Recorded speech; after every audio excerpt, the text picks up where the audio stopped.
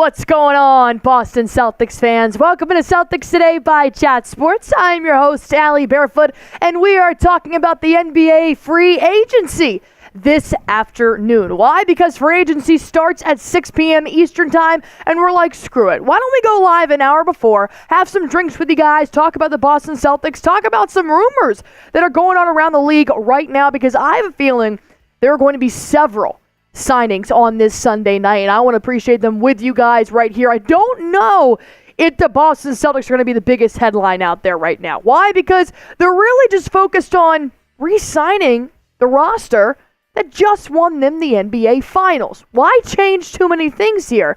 Plus, I don't know if they can afford too much out there. Why? Because winning is expensive. So we're going to be breaking that down, but we wanted to do it live with you guys. So all you guys got to do is go ahead, like this video for me, share this video, comment down below. Where are you guys watching from? Shout out your city. Let me know where you guys are at, because we are now officially 1 hour away from 2024 NBA free agency kicking off, and I believe there are going to be some big names out there that are going to make some moves. So think of myself, think of Smitty as your tour guides throughout NBA free agency today, tomorrow, all the way through Friday, if that's what it takes. But I see that we got a lot of people in the chat already popping off. 73 people watching right now. I got Matthew Sosa. I got Devin Armstrong watching from Huntington, West Virginia. I got Man watching from Cincinnati. Boston Bob watching from Boston. Baller 101 watching from London. Colby Reed from Connecticut. Same with Brian. I got Homer watching from Qatar, which is beautiful. I got Anthony in here from Fall River. Ron saying like the video. Christopher Domingo watching from Alabama. Christopher watching from Kingston, Massachusetts. I got a lot of people from all over the world in here right now. Randall watching from St. Kitts. I got Ron watching from the Philippines. Grover from Spartansburg, South Carolina. Theodore from Switzerland. Let's frickin' go. I appreciate you guys all over the world tuning in here to YouTube to watch this with us. We're talking about NBA free agency, anything and everything that's going to go down. We're going to be your tour guide for it. Whether it's the Boston Celtics or not, we're talking everything ball. Why? Just for example, Adrian Wojnarowski, ESPN Insider, just tweeted out that Max Christie is re-signing with the Los Angeles Lakers in a 4-year, $32 million deal. Like I said, I'm not 110% sure what's going on in the beautiful brain of Brad Stevens and what the Celtics are going to do. I think their highest priorities are re-signing guys, a.k.a. Luke Kornet or Xavier Tillman, and then extending guys, Hauser, White, Tatum.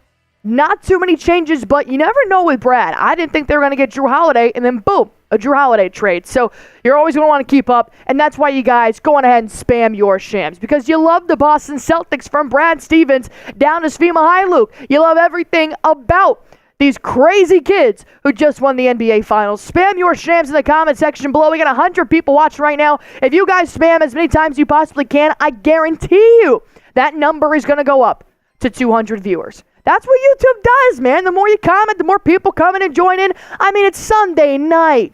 The WNBA is on, the MLB is on, and then that's pretty much it. So come hang out with us. We're still talking ball. We're still talking about the NBA. Despite the Celtics winning the NBA Finals 2 weeks tomorrow. It'll be 2 weeks from tomorrow, which is crazy because it feels like a lifetime ago, to be honest.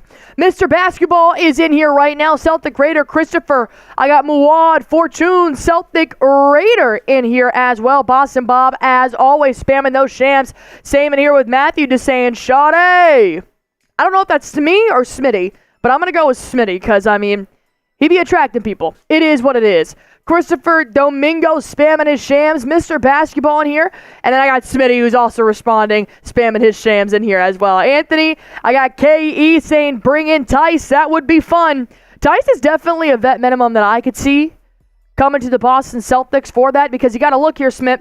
The Celtics offseason profile and what this team is actually searching for into the offseason. We know some key free agents here. Sam Hauser, which he did just get accepted by the Boston Celtics. They did accept his team option. He will make $2 million in the 2024-25 NBA season.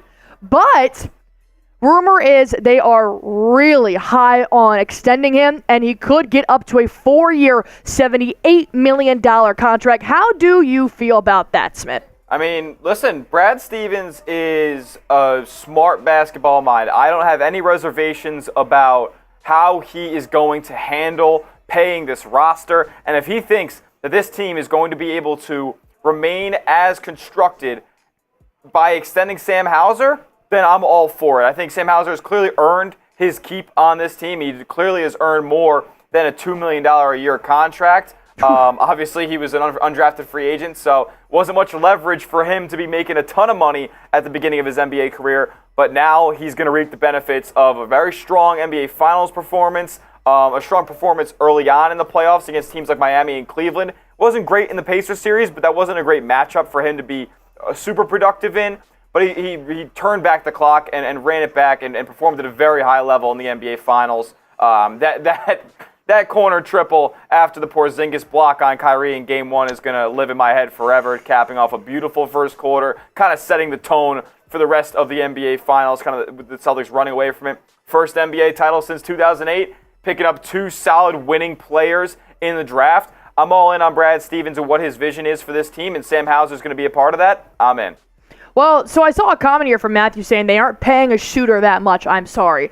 Am I the only one, or do you agree with me, that Sam Hauser has actually been a pretty good contending two-way player here for the Boston Celtics? I mean, he's definitely, you look back he's improved. You look back to, a year ago, 2 years ago, Sam Hauser is a total cone on defense. Guys would try to get switched on him. Yeah. And even in this postseason, you see teams try to get switched on to Sam Hauser, being Luka Doncic and company. And Sam Hauser held his own on the defensive end, contesting Kyrie Irving in the corner at a high level. And Luka Doncic, I mean, yeah, he got his fair share of buckets on him. But to be fair, nobody was really stopping Luka. It was a team effort, and Sam Hauser was a part of that defensively. I'm not going to call him prime Klay Thompson or anything, but I mean, if he did have that second round, third round kind of mishap in the NBA playoffs where he just was non-existent from a three-point line. But when he played the Heat in round 1, lights out. When he played the Dallas Mavericks in the NBA Finals, he was lights out. So I think if he does just really hone in on how to make himself a consistent shooter like prime Klay Thompson, I think that could be huge for a role player. And I do like what he's done on defense. I'm not going to call him, one of the best defenders in the Boston Celtics, but in terms of a two-way player, I think he took his abilities from not just being a catch-and-shoot three-point guy, but also when he's in there, he's not a defensive liability. No. I loved what he did against Luka and Kyrie, which are 2 phenomenal players in the NBA. So I think he is worth more than just a shooting contract. But before we get to the top NBA free agents that are going on right now in about an hour, they did take Baylor Shireman with draft pick number 2000. Jesus Christ. They did take Baylor Shireman with draft pick number 30 in the 2024 NBA draft, and Anton Watson with pick number 54, coming off first NBA championship since 2008, like Smitty said, and they're looking to repeat here as well. It's not just go. a Horford replacement that the team needs. They also need a Kristaps Porzinigis replacement now. For at least the first 2 months. No, they definitely need front court depth, and I see already in the comments section Celtic Raiders saying we need a big, and who are the top bigs available in free agency. We're going to go over the top 25 free agents here. Now, to be fair, I don't think the Celtics will be able to sign many, if any, of these top 25 free agents, but we want to give you guys a little bit of a stage setting as to what is going to go down here potentially in the next 50 minutes. Yeah. There could be a flurry of signings at the beginning. Things could take a little bit longer. This stuff's very fluid, and we don't know what exactly is going to happen. But we do have a ton of re-signings, extensions already in the works. So we'll talk about that after we go through the top 25 free agents. We do also have 4 players that we think could fit in well with the Boston Celtics here for a vet minimum that we're going to talk to you guys about as well. We put it in our video, but I also moved it over to the studio so we could talk about it a little bit more here in person. So just because the Boston Celtics are kind of slim with their spending right now because they don't want to touch that second tax apron, I do think that it's tough to look at these types of players. And I'm talking about the top 25 NBA free agents. And as of right now, it's hard to put LeBron James right there because we kind of know what's going to happen, but it is still free agency and, tables could be turned. But LeBron James right now, he did decline his player option for the next year with the Los Angeles Lakers, but reports show that the Lakers and LeBron James are working to make a different contract here. Obviously, gets a chance to play with his son, Bronny James, which they did draft him, pick number 55 in the most recent draft last week. Tyrese Maxey, which I also see the Philadelphia 76ers not letting this one go, or at least they shouldn't. Yeah, they already, I believe, basically agreed to terms that Tyrese Maxey will be making $50 million for the next 4 seasons. I believe it's a 4-year, $209 million extension for Maxey. Well, he's restricted, Yeah, restricted. So he was never going to leave the Sixers there. He's been a big piece for them to be contending, and they could be adding the number 3 free agent on our big board here, Paul George, in the coming minutes. I'm going to be honest, that scares the shit out of me. Yeah. It's definitely another top-end talent coming to Philly, but, Paul George has never been the model citizen of health, and neither has Joel Embiid. And, you saw when they had a big 3 of Maxey, Harden, who was number 4 on our list, and Joel Embiid, they didn't necessarily do much. They took the Celtics to 7, and Jason Tatum said, "Screw you, I'm putting 50 on your head." Yeah, right. He ended that trio, and then they're going to try their luck again with a new big 3, adding Paul George, it seems like, in the next hour or so. I saw a tweet that said it was a picture of Kawhi and Paul George, and it was like the end of an era. And somebody tweeted, it was like, they did nothing. Yeah, they did nothing together. Did just as much as the Lob City Clippers did, honestly. So I have a question before we keep going through these NBA free agents. I want to ask the chat here because we had this conversation in the office a little bit earlier. Now, LeBron James obviously declined his player option, so he's going to rework that contract with the front office in LA. And now he finally has his wish. This is what Patrick Steepman was talking about. He has his wish. He gets to play with Bronny. That's what he wanted to do. Do you guys think LeBron James would ever take the vet minimum? Because somebody made a point, they're like, look, he's already a billionaire. Yeah. I don't think the ego would allow him. Yeah, there's no chance. But there is also reports out there that LeBron James could be open to taking a big pay cut to get another superstar like a Klay Thompson or Paul George or somebody like that to come team up with him. But I am so nervous. I'm going to see a Shams tweet or a Woj tweet that says LeBron James signs with the Los Angeles Lakers for the vet minimum, $2 million. I'm not going to lie. I'm shooting that down. I'm shooting that down right now. There will be no more talk of LeBron taking the vet minimum. We know who LeBron is. The least amount. Hey, I wanted to get 165 other opinions on this. Yeah, what do you guys think? I want to see 165 no's because I feel like the Celtics Today chat knows ball. So, guys, let's be honest here. LeBron's not taking the minimum. I could see like a $25 million a year, but that is the bare minimum for me as far as what he would end up taking. No, that would be crazy. You know who could take a big pay cut? The number 6 free agent on our list. Yeah, buddy. Klay Thompson, who, like we just mentioned, could be teaming up with LeBron James in Los Angeles. But it would be for something that is along the lines of the mid-level exception or something under $20 million a year, which, by the way, the Warriors were probably willing to offer Klay Thompson somewhere in the early 20s per year on a 2 to 3 year deal, and they're deciding not to go with that. Klay Thompson, is deciding not to go with that now as he looks to find a new destination to play out the last couple of years of his career. But it's interesting that he's going to take a pay cut now after saying for all this time that he wouldn't take a pay cut with Golden State. He's going to do it with another team. Pretty nasty stuff, in my opinion. So, obviously, Smitty is the new channel manager of the Golden State Warriors here at Chat Sports. He's been doing a great job, and I want to get your take here because I know there's been a lot of reports out there saying that Klay Thompson feels disrespected by the Warriors for not coming to a terms with Klay Thompson, the future of GSW. But genuinely, what team do you think Klay could sign with here? I think he could, if some Sixers somehow missed out on Paul George, he could be in Philadelphia. I do think that the most likely option right now is going to be the Dallas Mavericks, actually. Wow. You think Magic's done? Like they're out? Yeah, I think the Magic are out for some reason. It's kind of weird. I think they might go the route of trying to sign, like you said, KCP and Isaiah Hartenstein are number 7 and number 8 free agents here. They could go the role player route and really just try to build a foundation around Paolo Banchero, Franz Wagner, and company. So I could see them going that route rather than just going out and signing a big fish like a Paul George or a Klay Thompson. And reports are coming out that I don't think Orlando was willing to pay Klay Thompson the $25-30 million that he was asking for. Yeah, I wouldn't. I wouldn't. Nope. The Warriors got to win with their last couple of years with Steph Curry, and I don't think the Splash Brothers are getting it done anymore. But with that being said, KCP is another name that you could see signing with the Orlando Magic, signing with a different team here other than the Nuggets. Kelly Oubre Jr., Tyus Jones, which he just recently played for the Wizards in the first year after coming over from the Grizzlies. Caleb Martin, which I think is going to be a pretty interesting fit for wherever he goes. I mean, according to Nick Roloff, this guy stinks, so he doesn't want him back on the Heat. He just stinks because he's leaving his team. That's exactly right. If you play for the Heat, you are Nick Roloff's favorite player in the entire world. Well, the minute you leave, you suck. Oh, you can't tell me if Jaime Jaquez Jr. right now went to go play for Los Angeles Lakers, he would burn his Jaime Jaquez Jr. shirt. He would. Okay. He would. I'm glad we're on the same page. D'Angelo Russell, on the other hand, not going to exactly hit free agency. I believe he has opted into his $19 million player option with the LA Lakers, so he'll be sticking around in LA. To Miles Bridges at number 13.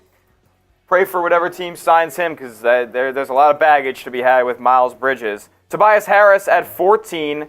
It could be interesting to see where he ends up. I think it's pretty much all but concluded that he's going to end up back in Detroit, where he's played a couple seasons in his career. They have a ton of cap space. They have to hit a cap space quota. I think they have to pay out $40 million in free agency for the next season. So before they face a penalty, so Tobias Harris could be one of the first deals done in free agency, in my opinion. And then Derrick Jones Jr., who the Celtics just washed up in the NBA Finals there at 15. Interested to see what type of payday that he gets. And then we go on, 16 through 20, Jonas Valanciunas. Interesting to see. I know everybody in the chat is saying sign Jonas Valanciunas. Unless he's taking a vet minimum, which he's not doing, the Celtics cannot sign him. The Celtics are above the second tax apron, and they are in a position where when you are in that spot, there's some pretty harsh parameters that they have as far as making you a better team. So you cannot use the taxpayer mid-level exception when you are a second apron team, which the Celtics are, one of the most expensive, if not the most expensive roster in the league, especially after these extensions kick in. So Jonas Valanciunas is probably not an option for the Boston Celtics. I know it might be disappointing to a lot of people. I would love Jonas Valanciunas in Boston, but he's going to look for more playing time and more money elsewhere. Bruce Brown has the Raptors have declined Bruce Brown's $20 million option, so he'll be an unrestricted free agent. Gary Trent Jr. is somebody I'm interested to see find a new home outside of Toronto. I like the way that he plays, a good shooter, decent enough defender. Buddy Hield at 19, another shooter, and Malik Beasley, another shooter at 20. Just people we can't afford. Yeah, people we can't afford. What we could afford these four players, which we did talk about here on our video that's already posted on Celtics Today by Chat Sports. You got Daniel Theis, former Boston Celtics. Gordon Hayward, a former Boston Celtic, which I'm going to be honest, there might be a little bit of bad blood there between Gordon and the Boston Celtics. Nah, with Gordon and Brad Stevens. I don't think so. That is fair. They are fair, but I don't know if he really appreciated his time. Ever since he got injured, they got traded, and then it's just been kind of downhill for him ever since. Yeah, I mean, he didn't get traded. He signed with he decided to leave on his own, and he signed with Charlotte. So he left on his own volition. I know he didn't enjoy his time here, but it was very tough with the injury and just coming back from that and not being the same player he was at the All-Star level in Utah. So, I mean, I don't know. I could see a reuniting with Gordon Hayward here, just basically due to his relationship with Brad Stevens for the most part. Cooper saying Justin Holiday for the vibes. I'm in is Drew Holiday's older brother. This would be the Antetokounmpos on the Boston Celtics, pretty much. But they're actually good players. Yeah. I was gonna say that it's not a Thanasis type of skill set. Yeah, Justin but I Holiday's just mean it. So playing with the brothers, I mean, I think it would be great just for Drew to have his brother alongside with him. And Holiday actually is not a bad offensive player here. He's a pretty solid 3-and-D type of forward. So he actually would not be a pretty bad signing if Brad Stevens ended up taking that deal. But Andre Drummond, I've had my eye on Drummond for a while now just because I think Chicago's kind of imploding. And I do think Andre Drummond just kind of fits the literal mold of a big in the NBA. He's got his flaws. He's got his pros. So I do think if you're looking for a guy to play a little while Kristaps Porzinigis is injured for the first 2 months, I wouldn't be mad about Drummond. Yeah, definitely still a good rebounder there. I mean, he's not going to provide much on the offensive end. He's not going to provide any spacing. No. You don't really want the ball in his hands, except for when he goes up and skies up for a rebound. And I guess maybe a little bit of interior defense. I really don't think Drummond's a great defensive player, but he's enough to be a body down there and affect shots at the rim, I guess. So I wouldn't mind him being the third big off the bench. Yeah, this is definitely not. You're not looking for any starters here. And thankfully you're not, because I know the Chicago Bulls are looking to even see who the hell is going to be in their starting 5 in the NBA regular season this year. So thankfully, the Boston Celtics are in a phenomenal standpoint right now with what they can do in terms of bench players. I know that we do have those graphics there talking about like who's under contract and free agents coming up and stuff like that, because it is tough, because I know the Celtics just won 13 days ago. They won the NBA Finals, so it's kind of tough to now start thinking about what can they do to be better, because they're obviously the best team in the NBA. But here's what Brad Stevens really wants to do this offseason. They want to extend Jason Tatum. They want to extend Derek White. And they want to extend Sam Hauser. Jaylen Brown is now the highest paid player in the NBA, which could become the second highest paid player in the NBA if Tatum does end up signing a 5-year, $315 million extension, which is what he could be eligible for. They just extended Drew Holiday. Porzingis is there through 2026. Jordan Walsh, he just kind of is a role player for the Celtics right now. Peyton Pritchard, they extended ahead of the 2023-24 NBA season, so he's good through 2028. And then Al Horford has one more year on his contract, and then I could see him retiring after 2025. Your team options here, which they did just accept for Sam Hauser, he will be paid $2 million next year, but they want to extend him. That's a high priority for the Celtics this offseason. Neemias Queta, I know that Brad Stevens does want to keep Neemias Queta on the roster, but I have heard reports that Neemias Queta, J.D. Davison, those type of players are not their highest priority right now. So if there is a contract for Neemias, Brad will be happy about it, but it's not going to come ahead of these other players. Yeah, I mean, they declined Neemias Queta's $2.2 million team option. They did that so that they could find a way to sign him for a multi-year deal, and it'd obviously be a very cheap deal. Yeah. But they want, I think they like what they saw in Neemias Queta, and they think he can develop into a better player, into a rotation piece. Like, I don't know, would I rather sign Andre Drummond, who doesn't give effort all the time, and I don't know what I'm going to get from him health-wise, age-wise, or would I rather take Neemias Queta, who's a guy who's hungry to get better, and a better rim protector, a better lob threat. So I don't know. I could see them bringing back Neemias Queta. I just, like you said, don't know when that will actually come. Jaden Springer as well, $4 million team option. I don't think I've seen any reports about them accepting or declining that yet. No, I don't know when the deadline to that is. I imagine they decline it, to be honest. There's just no point in accepting that extra $4 million for no reason. Well, you also have to think that O'Shea Brissett also declined his player option for the upcoming year, but then posted on his Instagram that he can't wait to run it back with the Celtics, so he could also re-sign with the Boston Celtics here now that he is a free agent. So that'll be interesting. I don't know what he exactly wants. I would assume more playing time, which he'll find elsewhere, probably not on the Boston Celtics. I mean, look at Delano Banton. The guy just re-signed with the Trailblazers, so it could be pretty interesting to see what O'Brizzy does as well in this offseason. My main thing here for free agency for the Boston Celtics is to re-sign one of these guys. I think it will be one. I do not think they're going to re-sign both. And I know that Brad Stevens has mentioned that he's fond of both of these guys, Kornet and Tillman. I don't think they re-sign Mykhailiuk.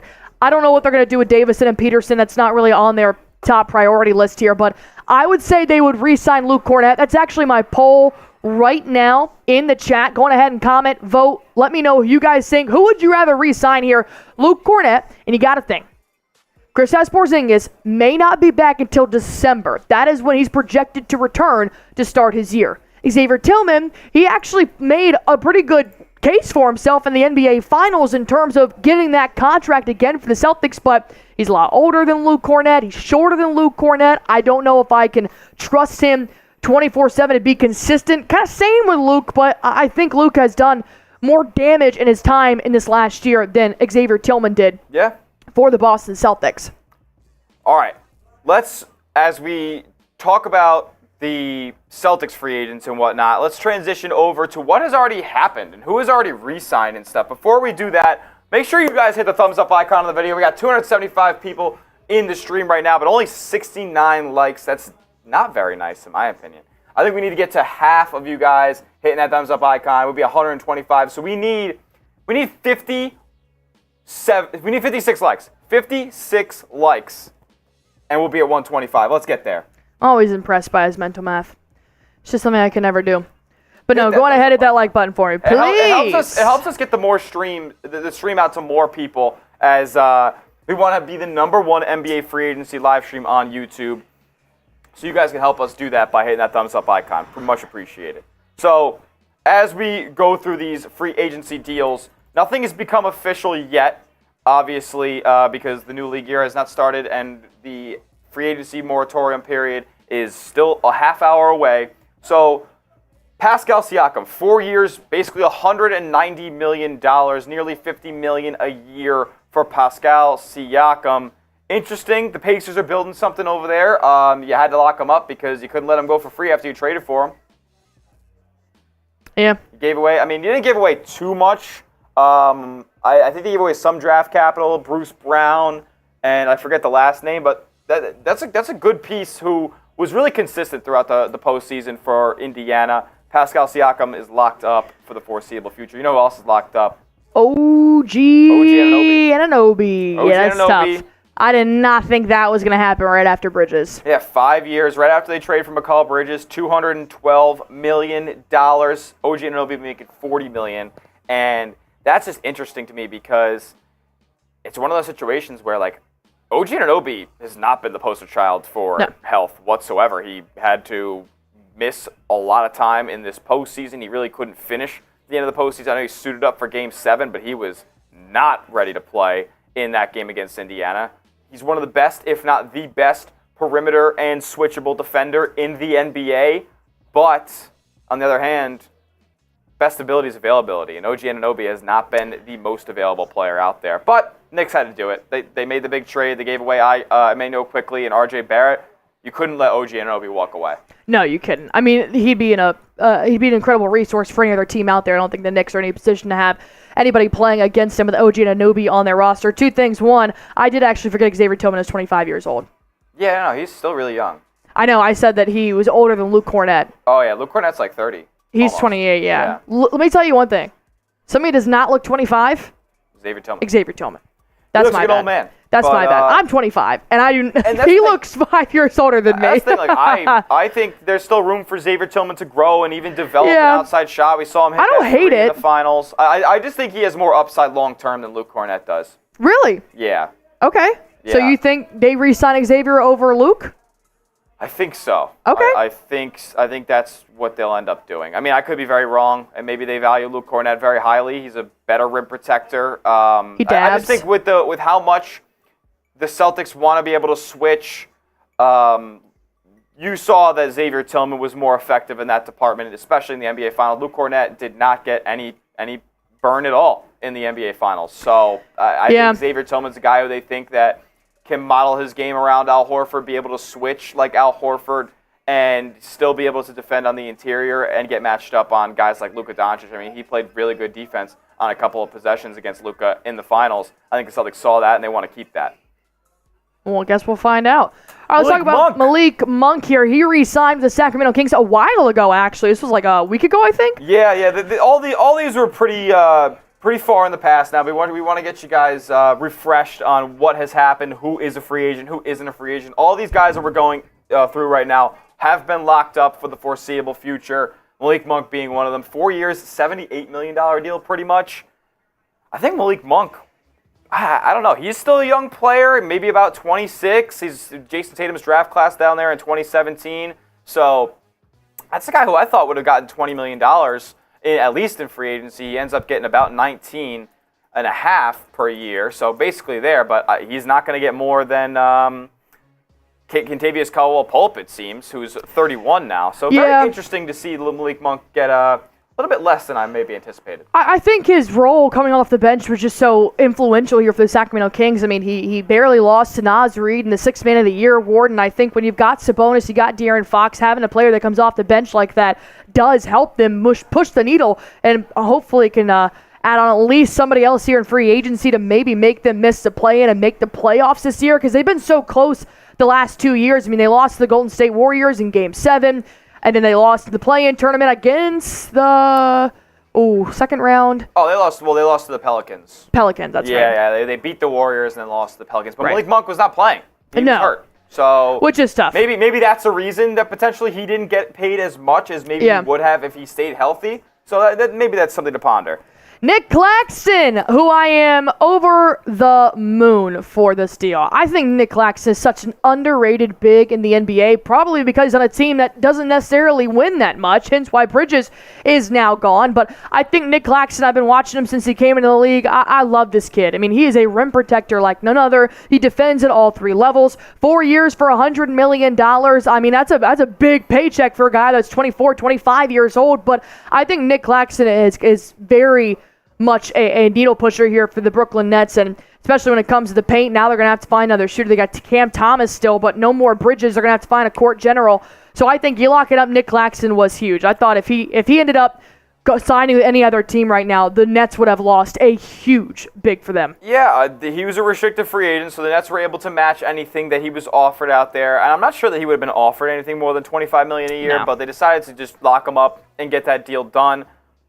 One thing about this deal is that in 2 years, when the Nets are still pretty bad and you don't really see them winning a championship or contending in the Eastern Conference, that is going to be a good deal, a very tradable contract, and something that can net you a good crop of assets if you're Brooklyn, sending away a $25 million player who's going to be a good value and affect the game at a high level. And, they're not going to be contending anytime soon. They said they want to use Nick Claxton as a building block, and I'm glad he's getting his payday. But there's going to be 2 years from now, and Nick Claxton's tired of losing, and he's going to be like, I'm not really seeing a future here in Brooklyn.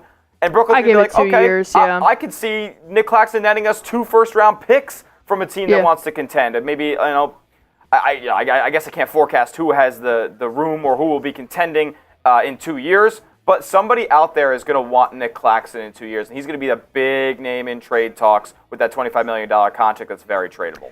A player that I think definitely found kind of a home here with the Toronto Raptors. I don't think this last year with the New York Knicks before he was traded was kind of working out for him. So I'm actually very excited to see what he does with the Raptors moving forward. A 5-year, $175 million deal. I think it's a bit pricey. Yeah, $35 million a year for Emmanuel Quickley. I think it's a bit pricey. Shout out to him, got his back. I mean, he's a good player. He's a starting point guard in this league. He's a good scorer, underrated defender. So it's a better fit for him with Toronto than it was New York. Yeah, the New York just couldn't coexist with him and Brunson there on the same roster. So I like the deal for Quickley. I'm not sure how much I like it for the Raptors. They look like they're not going to be in a position to contend for the foreseeable future. They just locked up Scotty Barnes as well. They're paying Scotty, RJ, and Emmanuel.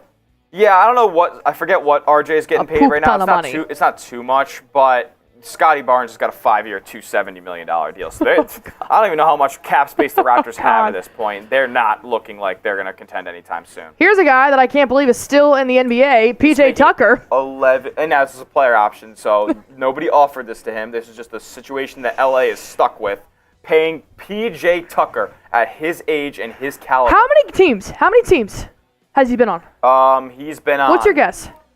I would say this is his 6th or 7th team. I know he's been on the Suns. He's been on the Bucks. He's been on the Heat. He's 39 years old. Yeah, no, he's really old. He's been on the Rockets. Good night. He's been on the Clippers, obviously. That's 5. His minimum 5. I'm trying to think if he's been on any other roster, and I'm drawing a blank. I don't think he has. I think this is 5 teams. Look, give me that. Give me that stat. Okay, so 2006. Played, whoa. Hold on. 6? 2006, 2007, he played with the Toronto Raptors. From 2007 to 2012, he played internationally. Oh, yeah. He was on an international tour. That's what I was about to say, because, I don't remember PJ Tucker being around in 2011, 2010, 2009. Nope. I don't remember him being around back then. I can't even pronounce out these names. 2012 to 17. He's a Phoenix Sun. Phoenix Suns. Then he went to Rockets. Then he went to, for half a season, No, Bucks. Then the Heat. Then the Sixers and the Clippers. Oh, Sixers I missed. Damn it. The Sixers. The Sixers 2022-23. He stunk it up in Philadelphia. Hey, but he got a ring. He got a ring in 2021, baby. For playing half a season with the Milwaukee Bucks. He didn't finish that season with them? That's crazy. Oh, wait, did he? Yeah. Wait, was it the other way around? Yeah. It was started in Houston, came to Milwaukee. That's right. He was on that route. Because it says on the way around Wikipedia, Did it say 2021? Then yeah. He started with the Rockets, ended with Milwaukee. I do remember him in that finals. Yeah, so shout out PJ Tucker. You got your ring, and you got $11 million coming back to you as well. Good night. Who else we got? Josh Richardson accepting a $3 million deal, player option deal with the Heat. He stinks. Shout out to him, though, because he's the reason we have Derek White. D'Angelo Russell, we mentioned earlier, $18.5 million deal. Basically $19 million player option with the Lakers. I know they're trading Rob him at the deadline. and LeBron James are sick that he They are trading him with everything in them at the deadline. Yeah, I mean, I don't even know what he'll net. Hopefully he plays well for the first 30 He better. That's like, if D'Angelo wants out of LA, you better play your ass off first 4 months. Yeah. Jackson Hayes, $2.4 million. He does not. You know what's actually really funny about Jackson Hayes? Tell me. He accepts a player option with the Lakers for $2.4 million. His new head coach, J.J. Redick, was his former teammate in New Orleans. They were on the Pelicans together. I hate that. It's kind of weird for me. I hate that. That's how Go. Speaking of the devil, Delano Banton, that beast, looking so big in that photo. God yeah, he damn. is. I love this for Ban, man. Dude, he popped off when he got traded. He just needed minutes. That's what happens when you're playing for the best team in the NBA. For a losing organization in the Trailblazers, and they give you the green light to do whatever the hell you want on the basketball court. Go. You just weren't going to get those minutes, but I'm proud of him, man. He's racking up like 32 minutes a game now for the Blazers. So yeah, I'm not gonna lie. Get your bread, my boy. That's probably. I will say him racking 30+ minutes a game is probably because the Portland Trailblazers are looking to lose those. Oh God, yeah. Games. If he goes like to the like Phoenix Suns on the West Coast, he's playing the same minutes for Boston Celtics. But I love this for him, man. But that just goes to show that there's so much talent in the NBA. Yeah, there's so professional basketball players. Anybody can go out there that is in this league and go out and drop a 30-piece, pretty much, right? There's specialists out there defensively, but most players in this league, if you give them the opportunity, can go out there and get some empty stats up in a city like Portland. Russell Westbrook exercising his player option with the Clippers, 1 year, $4 million deal. It's crazy to see Westbrook's getting basically vet minimum He's contracts. another oldie. Jayshawn Tate, the Rockets are picking up his team option. It's a good deal, $7.6 million deal for a young player like Tate. I like him. Royce O'Neal back to the Phoenix Suns, $11 million a year over 4. It's a good 3-and-D player. Suns need more of those guys. They're not deep at all, and Royce O'Neal was one of the only players they were kind of using for depth on that team outside of their starting 5. Cam Reddish, God damn. I'm going to be honest. He has disappointed me so much from college to the NBA. He stinks. I was so upset when he just flopped in the NBA. He's not a high-energy player. He's not a high-effort player. So. He was a college standout. I loved him at Duke. I thought he might have been. That's what I'm saying. And then he comes into the NBA. Barrett back then. And he just gets suffocated. Yeah, I thought his game was more suited for the pros than a guy like R.J. Barrett's is. Now, is R.J. Barrett a great pro? Probably not, but he's been better than Cam Reddish has in his career. Kobe Mean, I forgot my man. Kobe Mean, what up, baby? I also put all of your names on the ball that you guys did get last stream for the NBA draft. I have now put all those names on the ball, so they're on there as ball's looking fresh now. Well, it's filling up. Let's go on ahead and get this party started here, shall we? We'll get back to the free agents in just a moment. I got almost 300 people in here, and I want to see what you guys are doing on this Sunday afternoon. With 20 minutes left to go here in NBA free agency, I need you guys to get rowdy in here at least for the next couple of minutes. Here's our super chat menu: $5 Celtics beer shares, $20 on the green team. Just like all these beautiful names are already on here. When this bad boy is filled up, we are going to give it away to a very special Celtics Today person. $50 a beer bong and a shotgun race. $100 I dunk on Smitty. And if we get $500 in total, well, looks like I got to do a boo, which I'm not mad about. I think I insulted Matthew Souza in the chat. Why? He says, how is it empty stats? He was consistently doing it when he was playing. All right, that empty stats means when you're just putting up buckets on a losing basketball team. You're not affecting winning, but you're putting up pretty good stats. That's what empty stats are. Yeah. Basically, guys who have... Think about Miles Bridges down in Charlotte. He was putting up 20 a game 3 years ago. Those are empty stats. Devin Booker, for the first 5 years of his career, empty stats. Like, that's just how shit works. Like, you're on a bad team, you're putting up crazy numbers, empty stats. Yeah. Andre Drummond, for a long time in his career in Detroit, empty stats. All right, once we get a super chat, we'll move on here, but I want to see what we're rocking with here today on Celtics Today by Chat Sports. We are in a 3-way super chat battle, the 76ers channel and the Knicks channel as well. And look, we got crushed in the NBA draft in terms of Super Chat battle. So I'm going to need somebody out there, get us rolling, get to drinking. I've been drinking all weekend. Might as well keep this bender going. I got water, I got coffee, and of course, I got my watermelon Happy Dad. So I'm ready to go if you guys are. But free agency is going to be, it's going to be interesting because Celtics aren't, the main topic here. Oh my God. What happened? Chris Paul waived. Yeah. Golden State Warriors are waiving Chris Paul. 20 minutes ahead of NBA free agency, Paul had a $30 million guaranteed date today. He now becomes a free agent. Wow, Chris Paul waived. Oh. You got to go do something. I don't know. Chris Paul now becomes an unrestricted free agent. The Warriors cannot find a trade partner for him, and why would they be able to? Because who's trying to pay Chris Paul $30 million He's a Gordon Hayward to me.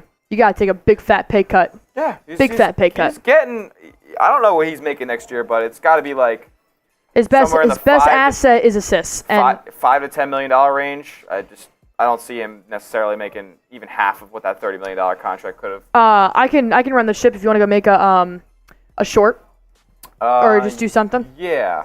Yeah, okay. Let me see. Pull up that super chat and or just keep this super chat menu up, and I'll entertain our guests here while Smitty, who has been doing a great job with the Golden State Warriors channel here at Chat Sports. We're a smaller company, so we got a double up here. That's how it is. I was the host of the Warriors Today channel for a while now, but then I just switched, and now I'm covering just Boston sports. So Smitty's got some responsibilities to do. He's doing them well. I got $2 super chat here coming in from Colby Mead. Klay to the Magic. Thoughts? I wouldn't rule it out. I wouldn't rule it out completely, but I do think the Magic have moved on to different talent that they want to surround their younger players with, because we know the Magic are stacked when it comes to cap space this offseason. That's why Klay Thompson was a huge topic going to the Magic. But now that there are other free agents out there, like a KCP, I just think Klay Thompson's stock has gone down. I think once you realize that he is not the two-way player that he once was, there's several two-way players out there that are younger and cheaper that they could possibly get. No, you may not get the credible three-point shooting that you get from Klay Thompson, but I wouldn't rule it out completely. And if I get a Woj bomb that says Klay Thompson is signing with the Orlando Magic, I wouldn't be surprised. But I do think the Magic are moving on to a different road here that does not involve Klay Thompson pit stop. But that's a good question there, Colby Mead. Feel free to send in any questions you guys have about NBA free agency. We'll try to answer them to the best of our capabilities. Senor Way saying, yep, big pay cut. I mean, that happens. He's old. And we thought he was going to push the needle for the Golden State Warriors, and he did nothing. He came off the bench for the first time in his career on a team that allowed two rookies to start underneath the veteran head coach himself, of Steve Kerr, who has said time and time again he loves veteran ball and small ball. And Chris Paul still couldn't crack the starting five unless one of those guards was injured. So I think you got to bite your tongue. He's not ready to retire. That's your choice. Then bite your tongue. You're not getting paid $30 million a year. And I think you can sign with the team here. CP3 to Boston? CP3 to Boston? Who said that? I know. Who said that? I didn't say that. Who said that? All right, here's our super chat menu here once more. Fortune 5 saying, wait, we are in a battle with other channels. If so, that's very sick. Yes, we are. We are in a three-way super chat battle right now with the Knicks channel and the 76ers channel. And let me tell you guys, the Knicks are sort of in the same bubble with the Boston Celtics in terms of what they're able to do in this offseason. But I talked to Marshall Green early, and he said the highlight is going to be what Isaiah Hartenstein decides to do. But the 76ers may be getting Paul George tonight. So we got to make sure this channel is popping, because we got to compete with some heavy headlines here. And we are in a super chat battle with the two of them. So we are free to get this thing started. $5 Celtics beer cheers, $20 a green team, $50 beer bong shotgun race, $100 I dunk on Smitty, and for $500 in total of super chats, we will do a beer boot race, which is pretty big. Pretty big for me. I don't like boots. Do not like boots. All right, I got 275 people watching in here with me. I got 122 likes. not going to cut it. Going ahead and hit that like button for me. God, I'm sorry. The coffee is getting to me right now. We're going to go through a couple other free agents here. Joanna asking, Allie, who do you think the Celtics should sign? That's a pretty good question there, Joanna. Why don't you guys let me know who you think the Boston Celtics should sign down below in NBA free agency. There are a couple of guys that could possibly be getting a vet minimum here. There are also a couple of guys that just haven't really ever been paid more than $2 million in their career so far. So I really like Daniel Theis. I think he'd be a good fit. He's already kind of been with Boston for a couple of years there. So I think he could sign a vet minimum and be an instant role player for Kristaps Porzinigis, be another guy good off the bench as the season goes on. I'm not opposed to what I had said. Andre Drummond, Justin Holiday, Gordon Hayward as well. I mean, we could always possibly look at Smitty's favorite, Thanasis Antetokounmpo. Oh, yeah, no, it's definitely my favorite. I'm completely kidding, guys. I'm completely kidding. But no, I mean, there's other players out there. You got a Lonnie Walker if you kind of want a shooting guard type of deal. There's a couple other players. Damian Lee, he's been around a couple of teams in the past couple of years. I'm just going on a list here of free agents that we could possibly afford. Jordan Nwora, he's played for the Bucks when they won the championship. Kelly Oubre Jr., $2.8 million campaign. He's moved around a couple of teams in the last couple of years as well. So go on ahead and drop who you guys want the Boston Celtics to sign in 2024 NBA free agency, which we are now 11 minutes and 40 seconds away from. Christopher Domingo saying, Allie, I subscribe to Celtics Today by Chat Sports. I appreciate that, man. Joanna saying, we want Theis.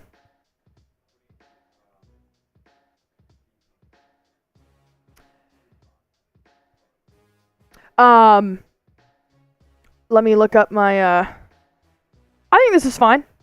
Yeah, I can always wrap around if we really need to, do you mind just putting up the Chris Paul thing? Okay. Okay. Yeah, I guess that makes sense. I just didn't know if they'd have a thing for it. Okay. No, you're fine. Yeah, you got shit to do. All right. You guys got me for the next couple of minutes here. Smitty's got to go take care of things because he does run different channels here. So you guys got me, which is all good. So go ahead and comment who you guys want the Boston Celtics to sign. So we cannot afford Valanciunas. It's just not in our cards. I mean, you got to think, guys, we are paying out the ass 8 players right now on the Boston Celtics, so we can't afford them unless Jonas wants to take that minimum, which I highly doubt that. We cannot get him. I would love to go out and get Paul George, but we can't afford him. That's kind of how this business works, so it's kind of tough. Carlos wanting Tyson Tillman as bigs. I don't hate it. I don't hate it at all. Let me see again how tall Daniel Theis is. I don't want to tell you guys the wrong height here. He's 6'8". So it's not bad. Yeah, I wouldn't mind that at all. You mix that in with Xavier Tillman, and then you kind of get rid of Luke Kornet. I think it'd be all right. Nora's saying, what if Tatum takes less money for his extension? He will not. He is one of the best players in the NBA right now. He's at his prime, 26 years old, just led his team the NBA championship, so he will not, and I don't think he should. I think he deserves it. I would not. He's not LeBron James. He's not 40 years old. He's not going to, think about a vet minimum when he's a billionaire, which he probably won't even do anyways. NBA players don't do this, man. It's just not. I wish that they could all be like, oh, I play because I love the game. You also get paid $1 billion. So I wish, but no, he's not taking it. He's not taking that. All right. James Harden. Back to the Clippers. He signs a 2-year, $70 million contract to stay with the Los Angeles Clippers. Wow, making about $35 million a year. That's going to be tough. That is going to be very interesting. Let me just swing around here. I'm going to play producer as well. Swing around here and see if we got anything going on in terms of a graphic that I could show you guys about what is happening here. It's going to be interesting, man. There are a lot of things going on. Oh, yeah. Allie's producing and hosting. Let's go. James Harden re-signing with LA. 2 years, $70 million. Oh, God. I mean, it's one of those beautiful things where you just won the NBA Finals, so you don't have to do too much, but it's also, I would love to have that butterfly in my stomach of, holy shit, we just signed this player. Like I did when Drew Holiday came to the Boston Celtics. But, I mean, you never know. You can get another Holiday. You can get Justin Holiday in there. All right, I got 282 people watching in here with me, 142 likes. Also, if you guys have not already, I'm going to be tweeting out any breaking news I see that would benefit the Boston Celtics or go against the Boston Celtics or about the Boston Celtics. Going ahead, follow me on Twitter. And also, feel free to retweet my pinned tweet here on my Twitter account, which does have the link to this stream. So if you guys retweet this, then that means your Twitter followers see my pinned tweet, their Twitter followers see my pinned tweet, the whole 9 yards. Go on ahead, hit that link for me, retweet my tweet, favorite it, do whatever. And let's get this thing popping because we are now officially 7 minutes away from the NBA free agency starting, which it is about dang time. Let me tell you. Also, would love to see where you guys, if you guys want a shout out, go on ahead and retweet my pinned tweet. Let me know what you guys are doing here. Let me see what else. I want you guys to get this chat popping. I need you guys to get this chat popping. Go on ahead, spam your shams for me, because let me tell you, the chat rate right now is at 3. That ain't going to cut it. All right, I got Sour saying resign Smart and Time Lord for the bench. Wouldn't that be nice? Wouldn't that be nice?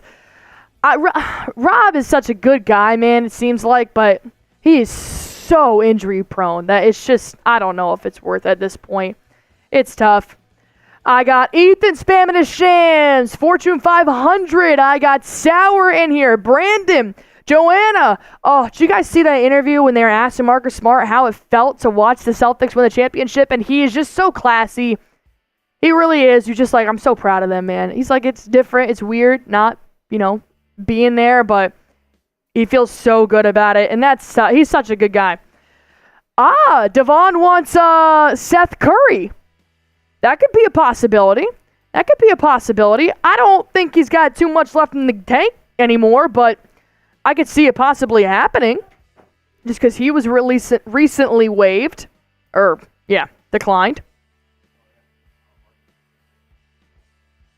Harden? Yeah. All right. Yeah, Patrick's saying Seth Curry's time has passed. Not the Curry that I want, but poor Seth. He needs love too. Wobble, Colby, Marty, Derek, Christopher, all spamming their shams. Tim Eston here as well. Tim Powell with a great question here. Who do we not want the Knicks to get? Isaiah Hartenstein. But then that means Mitchell Robinson's gone. They're not keeping both. They can't keep both, I don't think. I don't want them to have Hartenstein, to be honest. Or Paul George. I don't think they can afford Paul George anymore.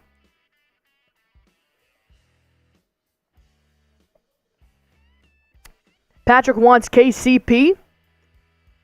Well, we cannot afford KCP. Costs $25 million. That's the going rate for Kentavious Caldwell-Pope. If you guys weren't aware, he's going to be making over $20 million next year. Kind of ridiculous. Yeah, it's not my favorite. Mitchell is not a free agent. Mitchell Robinson's not a free agent. No. So we can't get him unless it be a trade. I don't think we would trade for Mitchell Robinson. Damn, Colby Reed saying we can say the Warriors are finished. I don't think they're finished. They can make some pretty big moves here on free agency. They're now under the luxury tax, so they have the non-taxpayer mid-level exception. So they can sign a player for up to $13 million. There's some good names out there who they could get. I love their rookies that are now not rookies, I guess, anymore. Yeah, their young talent's good. Kuminga, Pajemski, Jackson. Yeah, they're solid guys, and I even like their second-round pick this year, Quentin Post. The problem is they're not in a position to really contend with Steph Curry here for what looks like the remainder of his career unless they land a big fish, which it looks like they struck out on in Paul George. Yeah, I mean, it's tough when you're really pushing the salary cap there. I mean, you got an extremely high-paid player in Steph Curry. You're not going to repay Klay Thompson's $40 million a year, which is nice. You also just waived Chris Paul, which is an extra $30 million a year. That's off your payroll, which is nice. But Draymond Green still about $20 million a year. Andrew Wiggins about $23 million a year, which I think his ass is gone. They will trade Wiggins. If they trade Wiggins, they could get some stuff for him. I kind of agree with that. Yeah, if they trade Wiggins, which I think is a damn near guaranteed. They really want to do. Could you get a Jared Allen? Probably not. You probably have to attach Moses Moody in that deal, which I wouldn't be mad at. I wouldn't be mad at it either. Could you get a Bobby Portis potentially? I wouldn't be mad at that. He's become a good shooter. I don't know, man. He kind of also plays the same position as Draymond Green. But so you're still just kind of like, meh. They're mid. They're just mid. There's nothing out there that I'm like, oh shit, it's not like when they went a couple years ago and got Boogie Cousins, and I was like, oh my god, this team just got unreal. Then he was trash. And then he was trash for him. It was tough. But I remember that interview coming out, and I remember they interviewed Jaren Jackson Jr. after a game. They're like, how do you feel about DeMarcus Cousins, now a Warrior? And he was just floored. He was like, no way. And then he ended up doing nothing. So all that hype for nothing. All right, we are 2 minutes away from NBA free agency officially kicking off. That's when we can start seeing signings happening here in the NBA. So I have one question for you guys. Who is your favorite player in the NBA right now? Go ahead and comment it down below. Let me know what you guys think. I think my favorite player in the NBA, it's probably going to be Jaylen Brown. I love Jaylen Brown. Another player that I absolutely love, which we haven't seen in a while, is John Morant. I think he's a phenomenal guard. He's extremely fast. So that's probably where I'm going to go right now. But go ahead and let me know, who's your favorite NBA player. You guys got 40 seconds to answer because I got something for you guys to do with 1 minute left to go here in NBA free agency. So let me know, who is your favorite player in the NBA. Oh, big predictions is DeMar DeRozan to the Clippers, Trae Young to the Spurs. The Spurs reportedly have interest in Chris Paul now. I knew that, yeah, with Popovich. With Popovich and with somebody who is... They don't have floor general to help out Wemby. They just need somebody to feed him the basketball. Get the basketball in Wemby's hands. Chris Paul is one of the best guys in the league that's able to do that. All right, if you guys are ready for the NBA free agency to kick off, go on ahead and spam GO in the comment sections for me as many times you guys possibly can. We are now 1 minute away from NBA free agency finally opening the floodgates, and better have your tweet notifications on because it is about to go nutty. Tune in. This is where you guys need to be. I promise Smitty and I are going to have the most breaking news out there that is anybody on YouTube, I would say. So go on ahead and spam GO. I got Patrick in here. I got Homer, Marty, Celeb, Justin, Ethan, Joanna. I got Donald, Fortune, Derek, King, Christian, all spamming GO. Let's get this thing rolling here, shall we? It's going to be big. There's a lot of big names out there that we've been watching for the last decade that could be playing for a new basketball team. I'm ready. If you're ready, spam GO. We are 10 seconds away from it being 6 o'clock Eastern time, and the doors are open for NBA free agency. Let's go. Let's go, let's go, let's go, let's go, let's go. All right, I do want you to make a quick weigh-in for me if you can. Sorry, I dropped my ball. Can you make a weigh-in? I want to know what everybody thinks. Who will be the first player to sign in free agency? Who do you guys think is going to be the first player to sign in free agency? Let me know down below. I think it's Paul George. I think it's a damn near a lock that man's going to the Sixers. Yeah, but he did say he was taking meetings, so I don't know. Maybe. Let's see if we got anything going on. Luke Kornet has agreed to a 1-year deal to return to the Boston Celtics. Well, there's the first. Luke Kornet, you're coming back, baby. He's back. Let's go. Let the Boston Celtics start free agency. Luke Kornet is back. Let's go. The Green Kornet is back. I love it. All right, let's move over some graphics, and we're going to get straight into that cut and tell you guys what we think about Luke Kornet coming back to the Boston Celtics. I know the locker room's happy, man. They love Luke Kornet. Let me tell you what I did not expect to see first. The first signing of NBA free agent, Brad Stevens. Stevens, baby! Brad's working. Brad's working, baby. All right. We should have list for stat and such moved over. All we do is win. Let's go, baby. Let's go.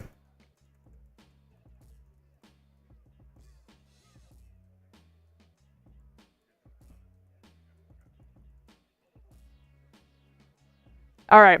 We should have a couple of stats and stuff in there. Let me see.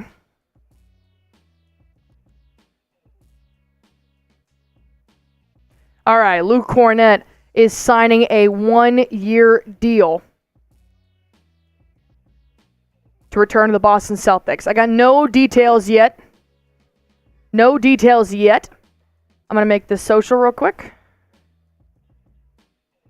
Beautiful. Beautiful, beautiful. So that, I don't know if that means, I don't know what Tillman's going to do now. I don't think he comes back. I don't think he comes back. We might not. We may just have to pull it real quick. Wow. Good for Brad, man. Kevin Love, back to Miami. All right, so we're starting off with re-signs here. I don't hate it. I don't hate it. Wow, look at that. Right at the 5 o'clock mark. Good for Luke, man. He doesn't have to sit through and wait and see what they're going to do. Not bad at all. Not bad at all. How you guys feel about Luke, my man? How do you guys feel about Luke? He's coming back, baby. He's coming back. I'll move over the weigh-ins. I do have weigh-ins for it already.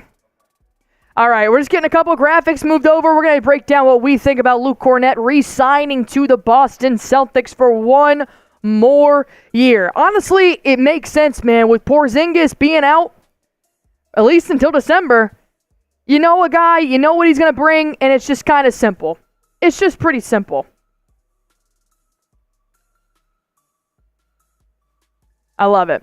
I got no details just yet on if he signed, how much he signed for, and what it's going for.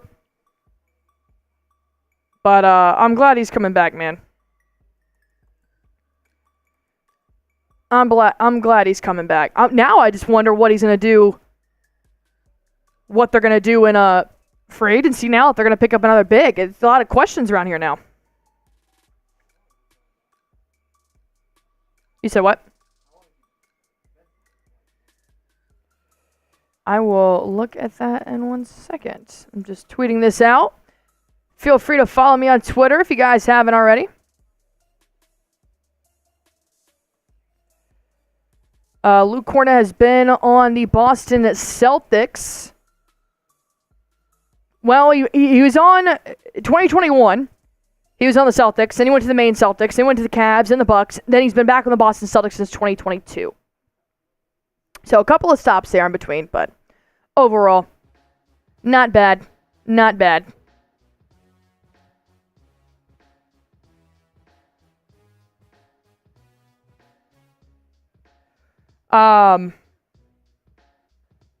Shams tweeting out, did you know the Warriors are trying to work through a sign and trade now with Klay? Okay. All right. We're going to rip this cut here and let you guys know what we think about this recent signing, which just happened. Brad Stevens, you are a genius. Yep.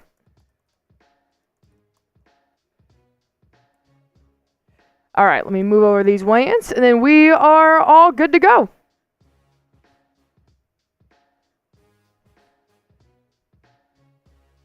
All right, I've got moved over the social. Those weigh-ins at the very top for you to reach. You got the stats? Perfect. Then we can just two-way that. Klay Thompson plans to have discussions with the Mavericks, Lakers, Clippers, and 76ers in the next few hours. Yep. All right, let's go ahead and talk about Luke Kornet here, shall we? See a lot of Lukes in the comment section. I love it, man. I love it. Brad Stevens is a genius. Brad Stevens is a genius. Yep.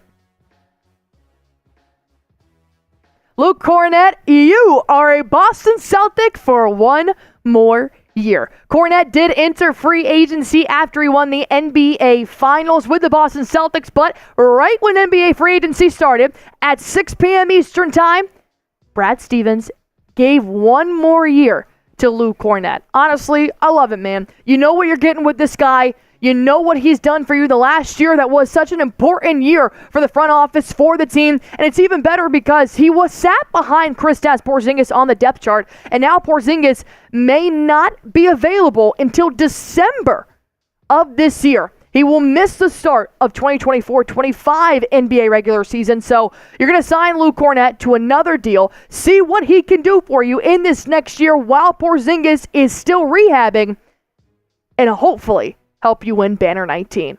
All right, let's go ahead and dive deep into what we think about this recent signing from Brad Stevens, the Boston Celtics. But first things first, non-stop Celtics videos all year long, including live shows once a week. We're talking rumors, we're talking news, trade rumors, free agency signings, breaking news, does not matter. We've got it all here for you guys. Plus, it's free. So go on ahead, hit that sub button for me. Join 38,000 loyal subscribers here on this channel. We're talking anything and everything that has to do with your Boston Celtics. So all you guys got to do is hit that sub button for me. Producer Smitty is going to join in here with me talking about the big man, the green Kornet, Luke Kornet, the dab king himself. That was the biggest ick I've ever done in my entire life. But you know what? Something. If Kornet does it, I could do it. All That's right. He was let's doing talk it at the about parade this. too. Let's talk about this because we knew coming into free agency, it was probably either going to be re-signing free agent Xavier Tillman or re-signing free agent Luke Kornet. Brad Stevens wasted literally 0 minutes. He did it once free agency opened. The first signing.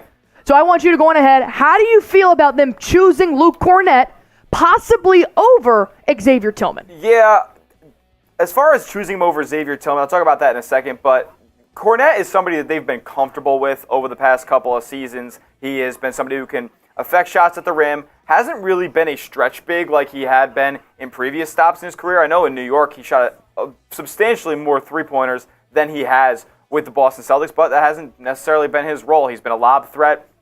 He's been a pick-and-roll guy, and he's been somebody who can protect the rim and play decent enough interior defense to stay out there on the court. Now, when you're playing a team like you did with the Dallas Mavericks in the NBA Finals, it wasn't exactly a situation that Luke Kornet was suited for, I guess. With how much the Celtics wanted to switch on Dallas ball handlers, Luke Kornet really wasn't somebody that they were comfortable having out there because, honestly, Dallas would have been smart to just put Luke Kornet on an island and get him switched onto one of their guards or forwards or somebody who can handle the ball, take him right to the rack off the dribble. So as far as perimeter defense goes, Xavier Tillman provides probably a better option there. But Luke Kornet, with the way that he affects the rim, with the way that he knows the flow of the offense, I think that is the biggest key here 100%. With re-signing Luke Kornet, is he's so comfortable in the offense. He makes the right reads. He's a very underrated playmaker. He always knows where the right pass is to make, and he's so comfortable in this Boston Celtics offense that I think that they were comfortable with giving him another short-term deal here. He understands his role. He's not Porzingis. He's not Al Horford. He understands he's going to be number 3 on this depth chart here. But when he does come in, I'm going to be honest, it took me a while just to not completely grunt out loud like, come on, you're putting in Luke Kornet. Mm-hmm. It took a while, but I do think his game developed a ton this last year. He only averaged 10 minutes for the Boston Celtics throughout the NBA playoffs. That's what he was averaging minutes per game.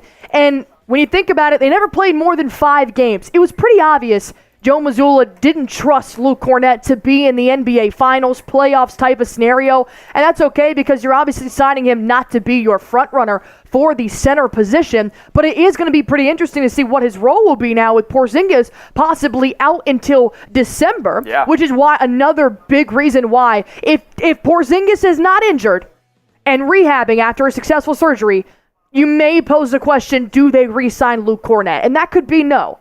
But like you said, he knows the system. He's already shown you what he can do. He's also shown you that he got better this year. He can still continue to get better throughout the years. I mean, look at what he's done in just the last season. He played 63 games.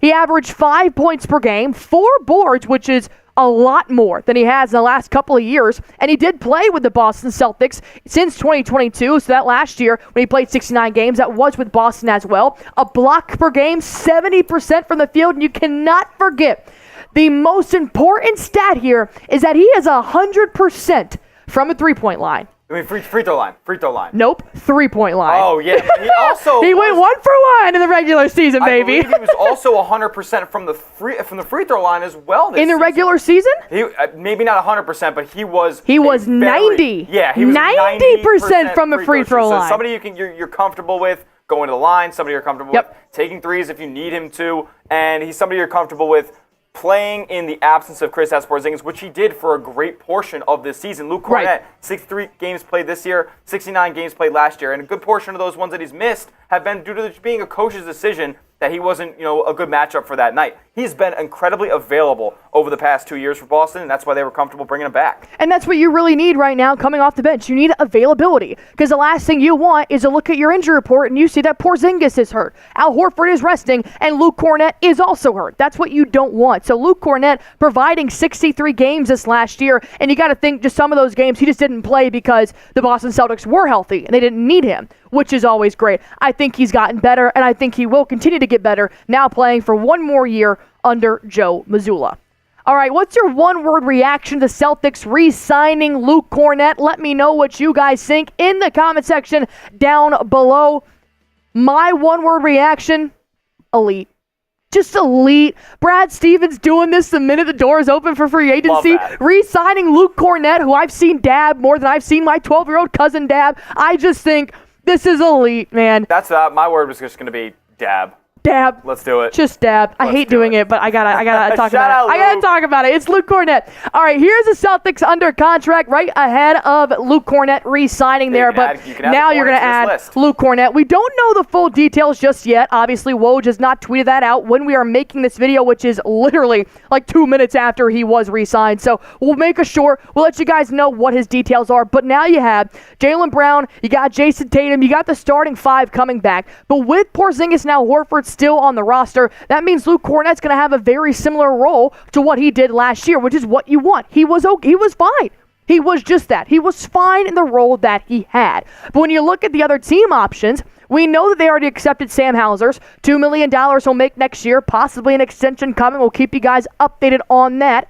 Now Neemias Queta, they did not accept his team option heading into the year, but it doesn't mean they can't re-sign him moving forward. But it's kind of interesting now because I think this sets up a pretty interesting free agency for the rest of the Boston Celtics because they just re-signed Luke Kornet. Now there's a big fat question mark. Do they bring back Kornet and Tillman from free agency? I don't know if there's really a point in bringing back both because I personally think you could still possibly go out and get another NBA big if you really didn't want to re-sign Tillman for the vet minimum, and you could just kind of leave it at that. I don't know if you bring back Tillman, Smith. Yeah, it's interesting because they also declined the team option on Neemias Queta, which is a move that they made in order to help facilitate a long-term deal with Neemias Queta. So I think they like what they've seen as far as the development from him goes. And it seemed like, as per all the Celtics beat reporters over the past couple of days, it seemed like an or situation, not an and/or situation. Luke Kornet or Xavier Tillman. Yeah. I personally thought that Xavier Tillman was a better big to play the Celtics style of basketball with the switchability that he has on defense and the improving three-point shot that he has. He nailed that one in the finals, and it was a big momentum shifter. Celtics bench got real hyped up because of that. But who knows? Maybe Luke Kornet has more of a stretch big opportunity for him this year. Maybe they'll let him take a couple more jumpers out there. But I like the efficiency Luke Kornet plays with. I like the intelligence that Luke Kornet plays with. And he's one of those guys who, like I said, is just comfortable in this system. He makes the right plays, and he'll be effective like he was in Boston. I don't see any reason as to why he drastically improves, but I don't see any reason why he drastically declines in production either. He's going to be there. He's going to be serviceable, and the Celtics are happy to have him. He's a great locker room guy.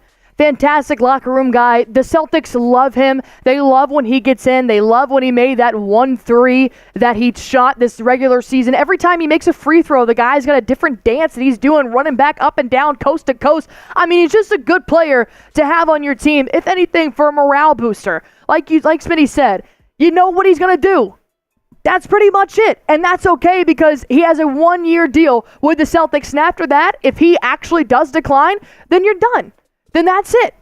And, the Celtics were comfortable not playing him in certain games and in certain scenarios this season. I'm sure that it'll be the same situation this year. I think that this was a safe move made by Boston and Brad Stevens. Brad likes Luke Kornet. And you can't forget, he's got that funky contest where he jumps from about 10 feet away from the defender, puts his hands up, and hopefully he's blocking the rim and affects the shot. It works. I don't know. If you turn him horizontally, it would look like he's diving into the pool. It's nuts. With how that he blocks from the three-point line. He hasn't been doing it a ton lately, but you never know. That could come back into the arsenal as well. I like the signing.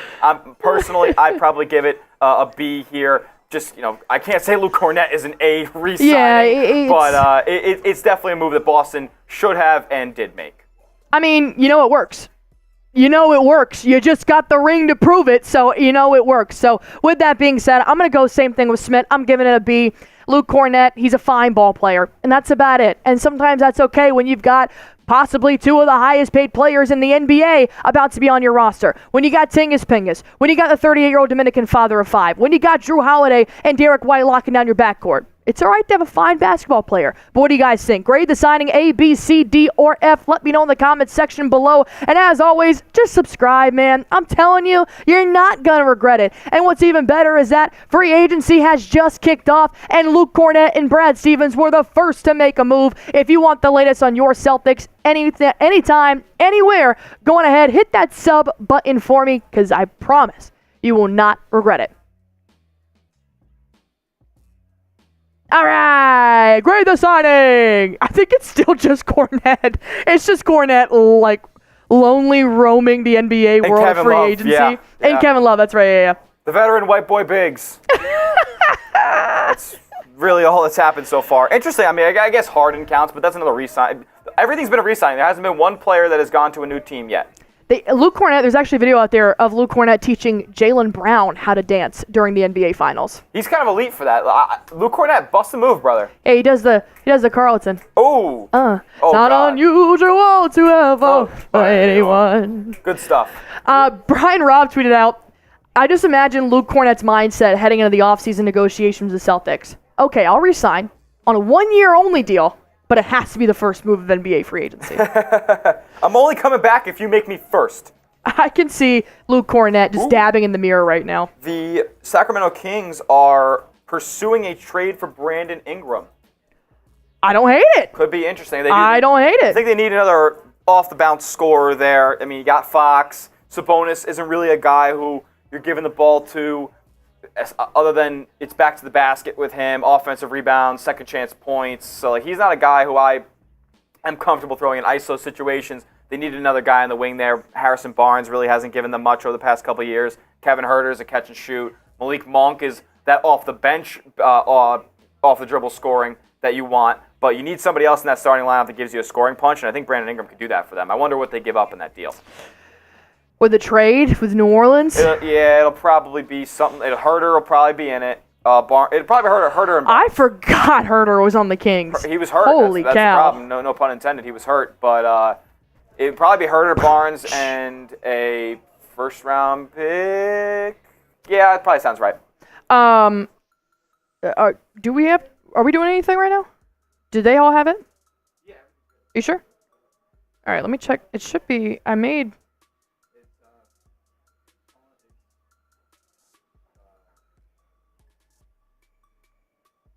Okay. All right, cool. All right. Grade the signing down below. Let me know what you guys are thinking. I also made it the recent poll. It looks like 42% of you guys are saying B. 4% said D or F. So obviously, I think you guys are saying D and F because you want somebody better. You want another center. And they still could. But I believe they rescinded the qualifying offer, if anything. I know he had a team option, but I think they rescinded that with Neemias Queta so that they could facilitate a longer-term deal. You said a bunch of big words. Yeah, you said facilitate like 3 times. Honcho, that's a good point. Like that's what I said in the video. I was like, who knows? Maybe Luke Kornet could come back into a little bit of a different mold here, being a stretch big. The Celtics being able to feel comfortable with him shooting outside shots. Celtics are handcuffed right now due to the new CBA rules, but I think that they're very comfortable with the roster they have in place. They just won a championship. I don't think that they're necessarily displeased with the fact that they're paying good players a lot of money and success is coming from it. So Shout out Jason Dyer, obviously, doing the dirty work in the chat, saying please like, comment, share, and subscribe to Celtics Today, and click the bell icon to get new video updates. I love that, man. This way, you can get all Celtics talk all the time. I love that. I just saw a pretty important tweet, and now it's gone. Chris the Wizard, I love that. Chris Paul, where you at? Come get a ring. Come off the bench. Sorry, Peyton I just Pritchard. tweeted that out. I'm fine. Chris Paul, come join the squad. My issue with that is his ego is so big. Chris Paul has a big ego. And he got no ring, too, and, we got one. Maybe he sees that he could come get a ring. Maybe he would suppress that Chris ego Haynes just tweeted out, or just reported. I hate Haynes. That Chris Haynes reporting the Bulls offered the Warriors Zach LaVine for Chris Paul and Andrew Wiggins, and the Warriors said no and waived CP3. Yeah. Damn. Does anybody want Wiggins? Well, I think Wiggins is still a fine basketball player. No, I think Wiggins is fine. Yeah. I'm Nicholas surprised. Batum will not be returning to the 76ers. Okay. I'm curious as to what Golden State was asking for that would have pushed that deal over the edge, because they really wanted to deal Chris Paul. And I thought that they would have turned their attention to a guy like Zach LaVine after Paul George declined his player option. They had about a day to get something done in between him declining the player option and them having a deadline to waiver or guarantee Chris Paul's money. I'm pretty sure I said that to Patrick Seaman before. I was like, yo, you want Chris Paul, Wiggins, give me LaVine? And he was like, yeah, let's do it. And I wanted to attach a first-round pick to LaVine to come back to Golden State as well. I guess Chicago was not willing to do that, and that's probably why the deal fell through. You'll have that. Patrick's saying the Wizards are going to surprise people next season. What Wizards? Wizards aren't surprising nobody next season. They just got rid of their best Washington player. Wizards. They just sent their best player to Portland. Ron saying get Batum on a vet minimum. What is Batum making right now? Batum is making $11 million right now. He is not signing it. Well, he's 35.5. Okay. Yeah. Wait. I honestly was just saying okay to you just now. What was what you just said about Batum? Batum was not re-signing. Yes. With the 76ers. Yes. So somebody commented and said sign Batum for a vet minimum. I just looked it up. He makes 11.2, and he's 35.5 years old. He made $11.2 million last year. Yep. That's kind of interesting. The problem with Batum is that, one, not super comfortable with him as a defender. Two, he had a really good playoffs offensively, so I don't think that he is in a position to be taking a vet minimum deal right now. I think he could get more in the $7 to $10 million a year range, maybe another 1-year deal, maybe a 2-year deal with a team option or a player option, something in there. I don't think the Celtics will be in position for Batum just because I don't think he'll be a vet minimum guy. So I'm now intrigued. What else does Brad do? Probably done for the night. All things considered, he's probably just working on the extensions and going to leave it at that for now. Could he bring back Xavier Tillman? Signs probably point to no right now, which is interesting. But it'd be so nice if Brad just ripped it out just from 6 p.m. Just re-sign Luke Kornet, just picks up this player, picks up this player, just like all done. We're good. We're loaded. All done. We're reloaded and ready to roll for the next 3-4 years. Oh, God. 351 people in this chat right now. 185 likes on this video so far. Let's go ahead and see if we can get 200 right now. Why not? And get that like button up as well. Who wants to drink for Luke Kornet? Who wants to drink one for Luke Kornet? What's up, Maya's World? What's up, Catching Rag? What's up, Jason Dyer? You're just randomly spamming F. Rolly. Same with Muad. KW saying Kornet is a B. No system, solid backup, above average roll man, and offensive rebounder. All good. Better may be out there, but it's not that important. Couldn't have said it better. Could not have said it better myself. If you're happy with the Luke Kornet re-signing by Boston, like today's video. We're trying to get up to maybe 250 likes. You never know. That's crazy. I mean, that might be crazy. That's a terrible idea to get up to 250 likes. I must say. Yeah, and Mark with a good point. Kornet is a team guy, good for the locker room, and at this point, you know what your 7-8 man rotation is going to look like during the regular season. You know what your 7-man rotation is going to look like in the postseason. And Luke Kornet is just along for the ride, and he's going to make the right play when he's asked to, when he's called upon, and that's what you pay him to do. You pay him a cheap contract to come back, be a good teammate, and make the right play. Like I just said, there are teams out there that don't even know their starting five, and the Celtics know who's playing the first half. Kind of a good point by G-Flow. I don't know if he technically qualifies for this title, but Kornet was a 50-40-90 player. He was actually a 50-190 player. He only took 1-3 and made it last year. So good on Kornet, but yeah, I wouldn't be walking around saying, yeah, we got Luke Kornet, 50-40-90 guy. Yeah, he's once again, it's just... He's a super efficient player. It's just not really a high volume. I feel like it doesn't matter to anybody but Boston Celtics fans. That's pretty much how it is. But hey, I did see many teams, many channels here at Chat Sports having Luke Kornet on their potential free agent signing targets. So he was coveted, but he decides to come back and run it back with the Celtics, try to get banner 19, try to become a 2-time champ. Yeah, buddy. But do you guys want to drink for Luke Kornet? I want to drink for Luke Kornet. I want to drink for Luke Kornet. Let's drink for Luke Kornet. I love drinking for Luke Kornet. Let's do it. Super chat menu up on the board. Yeah, buddy. All right, let's see who's going to send this super chat in and start drinking for Luke Kornet. Let me know. If I'll do a one-time special here. First $20 super chat, I'll rip a beer shotgun. First $20 super chat. First $50 super chat, and I'll do a shotgun. Whoa. Not a beer bong. I'll do a shotgun. You'll do a real deal shotgun. I'll do a real deal shotgun for the first $50 super chat that we get. First 50 that comes in. But I'll still do a beer bong for a 20. Okay. I'll do a beer bong for a 20. Basically, the beer bong shotgun race is on discount right now for a $20 super chat. First one that comes in, we're ripping it. And I mean, pretty much, Allie's drinking. We want to drink for Luke Kornet. Let's get the vibes going. I love that for us. Love that for us. Sorry, I'm just making a tweet here. I promise I am not ignoring you beautiful, beautiful people. I'm definitely not ignoring you guys. You already know I'm locked in. I had to leave the studio and make a Chris Paul short, and I came back within maybe 5 minutes. It's pretty good. Did phenomenal work, man. It's what we do here. So Klay Thompson taking several phone calls in the next couple of hours, bro. Yeah. Every time I see a notification go off, I'm so nervous. Yep. Nothing yet. Klay Nothing Thompson yet. Plans to have that tells me that he's ready to make a decision today. Like, he wants out of Golden State.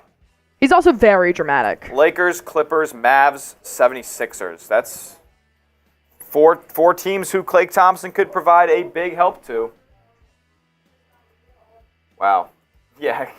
KW. I don't know if we're throwing $500 super chats around right now. Shout out Maya's World, though. Kevin Calderon saying they should get Drummond. Yeah, he's on our free agent targets list. I could see them going with a Drummond route, but I don't know how well Drummond fits in with Celtics Joe Mazzulla ball. He doesn't. He does not. He's not a good transition player. He's not a good floor spacer, and he's really not that great of a defender. And he's definitely not switchable. So I'm just not on the Drummond train for the most part. He was cool when we didn't know we were going to re-sign Luke Kornet. Then we re-signed Luke Kornet, and now I'm kind of out on Drummond. Yeah, it's a tough one. That's a tough one. Klay stock dropped after the season. Yeah, no, definitely did. That's why the Warriors really weren't willing to give him, whatever he was asking for from Golden State, i.e. $25 to $30 million a year. They were offering something in the low 20s, I believe, but I don't even know if there was ever a formal offer made. So Klay Thompson felt a little bit disrespected and decided to take his talents elsewhere. We don't know where that'll be yet, but he's taking calls with the Mavs, Clippers, Lakers, and Sixers in the opening hours of free agency here. He wants out, man. Which, he's not taking meetings, so that means, he's trying to get this shit. He's taking phone calls, he's taking calls. He's just whoever's offering the most money. I was about to say. Whoever's offering the most money, whoever's offering me the best situation, best opportunity to be a starter, play a lot of minutes, which, who knows, could be the Lakers, which would be crazy. The Warriors are trying to facilitate a sign-and-trade for Klay as well, so they can get something back for him and land him at one of his preferred destinations, because the Clippers and the Lakers don't really have a ton of cap space to work with here to get a deal done straight up, signing him for nothing, or signing him and the Warriors get nothing. Yeah, I think he signs tonight. I think he signs tonight. He signs tonight. Klay is. Oh. He's adamant, man. That man is adamant. I don't blame him. I don't blame him at all. Sam Brown, our own Sam Brown here at Chat Sports, says this is the slowest first 30 minutes of free agency I've ever seen. Yeah, and which makes me a little scared. It is kind of right, though, because it's usually a flurry of signings right when the clock hits 6 o'clock. But maybe teams aren't trying to get hit with the penalty of potential tampering and losing second-round picks and what have you. The Sixers and the Bulls both did that, and it happened this NBA draft. We were just talking about you. It's slow free agency, right? I mean, what the hell is happening? It's kind of ridiculous. Bullshit. The highlight of the free agency so far is Luke Kornet.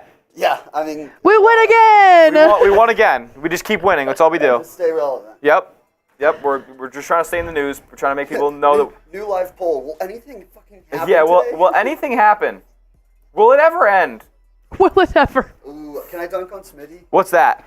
Ooh, Sam Brown wants to dunk on Smitty. Am I getting dunked on? I would yam on. Is your price, is your price 100 or what's your price? I'm tomahawking. Tomahawking Smitty? I thought he wanted to verbally dunk on me like I was doing something wrong. But no, he wants to physically rock the rim. What's your price? 100? It's 100. Hey, so you want Sam Brown to dunk on I guess Smitty? it's a special Sam Brown dunks on me. I feel like you guys are the same height. If we get a $100 super chat. About the same height? It'd be pretty good. Let the record show I'm also above average height. Okay. Oh, yes. Sam Brown is would that number above be? average height. Average height for a male. You heard it here first. Sam Brown is above average height. 5'10", closer to 5'11". That's sick. And 6 foot on the driver's license. Okay, $100 super chat, and I'm doing a beer bong, and Sam is dunking on Smitty while I do a beer bong, which is so fun. So the only 2 official signings of NBA free agency right now are, I guess that's teams. That's because all this news was coming out ahead of free agency. Yeah, it's kind of wild. All these trades, all these deals, everything. Like the offseason, between the NBA Finals and free agency has been electric. And now free agency's here, I'm kind of like, you up? Kind of crazy, right? Like these deals here, maybe not Alex Len, but at least the Obi Top and Max Christie and James Harden all happened today. Fair. And then, as well as these 2, Luke Kornet and Kevin Love. Kevin Love getting $8+ million over 2 years. He declined, I believe it was a $5 million deal on his player option to stay in Miami, and they decided to just give him 2 years and shorten the money a little bit. So good on Kevin Love. He enjoys it down there. He's a good locker room presence for them. Yeah, when he declined it, there was going to be more of a rework. Yeah, it's more of a rework, yeah. Still nothing. The only Woj bomb has been about Luke Kornet and Kevin Love. What an NBA free agency we have here, folks. I know. This is kind of ridiculous, right? But hey, at least we're involved. At least we're doing something. I know. I can't believe I asked that question of who signs first, and I was like, Luke Kornet. Who do you want the Boston Celtics to sign? But who do you want anybody to sign right now, to be honest with you? Like, there's nothing going on. Where do you want Where do you think Klay Thompson signs? Can you get a pulse on that in the chat? Kevin, where do you see Chris Paul going? Spurs. He's a Spur. He's a Spur like I've never seen before. Which, by the way, that is really an insane amount of teams for Chris Paul in his career. For somebody who's a for sure first ballot Hall of Famer, he's been with the Hornets. You got it. He's been with the Clippers. He's been with the Rockets. He's been with the Suns. And he's been with technically the Wizards for like a day. And then he was with the Warriors. So 5 teams going on 6 for Chris Paul. I honestly thought he was going to be a Spur at the trade deadline. Yeah. I thought that was like a done deal. I think the Warriors really screwed up by not trading Chris Paul. You could have gotten resource. You're getting nothing for him. To a team like San Antonio who has a ton of cap space, they're willing to take on bad contracts. Dude, you didn't even get a draft pick for him. You could have got a second round pick. You could have just let San Antonio absorb that money and get a second round pick for him. Or I don't know what picks that San Antonio owns. Maybe they own another team's first that isn't particularly projected to be super high up, or something that's protected, or even a Keldon Johnson if the Warriors wanted to attach a second round pick in that deal, and you pick up a decent rotation wing player. They kind of shot themselves in the foot there a little bit. I thought that maybe Chris Paul's deadline to guarantee his money could have been extended into July, which is what they'd been talking about in the past. But with the Paul George stuff circulating, and they probably thought they were going to be able to get Paul George, but the Clippers decided to be stubborn and not send him out there. Because I don't know if you saw the package that was circulating around that the Warriors offered to the Clippers for Paul George. Now, it wasn't all of these players. It was probably a couple different packages that combined all these players. But it was Chris Paul, Andrew Wiggins, Jonathan Kuminga, and maybe Trace Jackson Davis, I believe, was also involved, and a first-round pick. So a couple different deals there. I'm assuming that it was Chris Paul and Kuminga.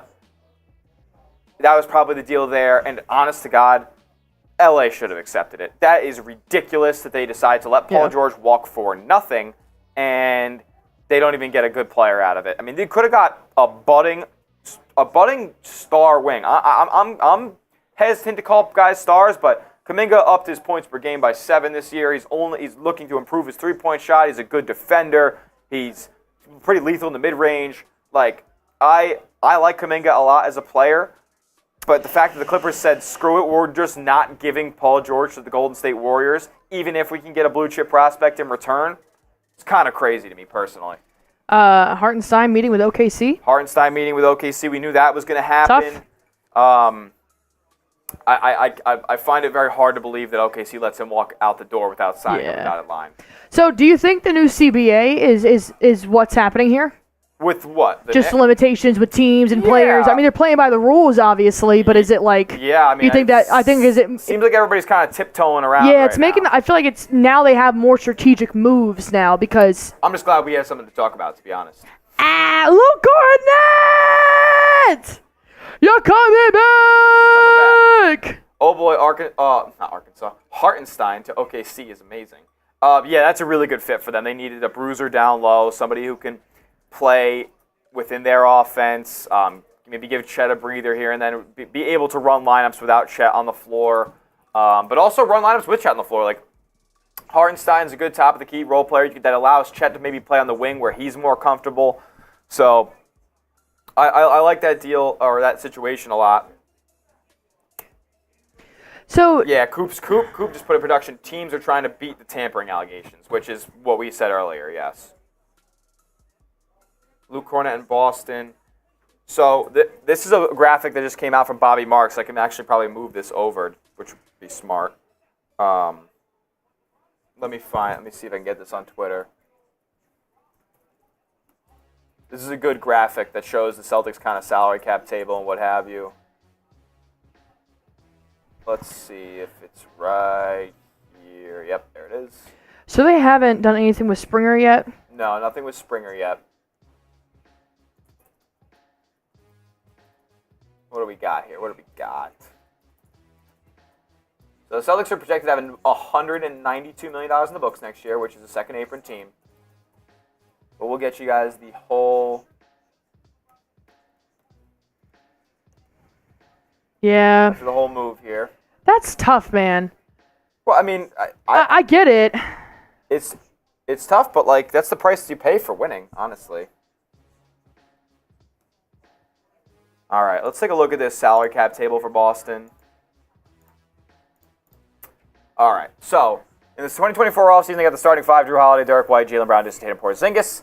The reserves would be Peyton Pritchard and Jaden Springer. Obviously, his team option is yet to be determined. Baylor Shireman off the bench, Sam Hauser, Jordan Walsh, Al Horford, and Luke Kornet, which, honestly, as far as that being your 12 guys on the roster right now, I am more than okay with that. I don't hate it.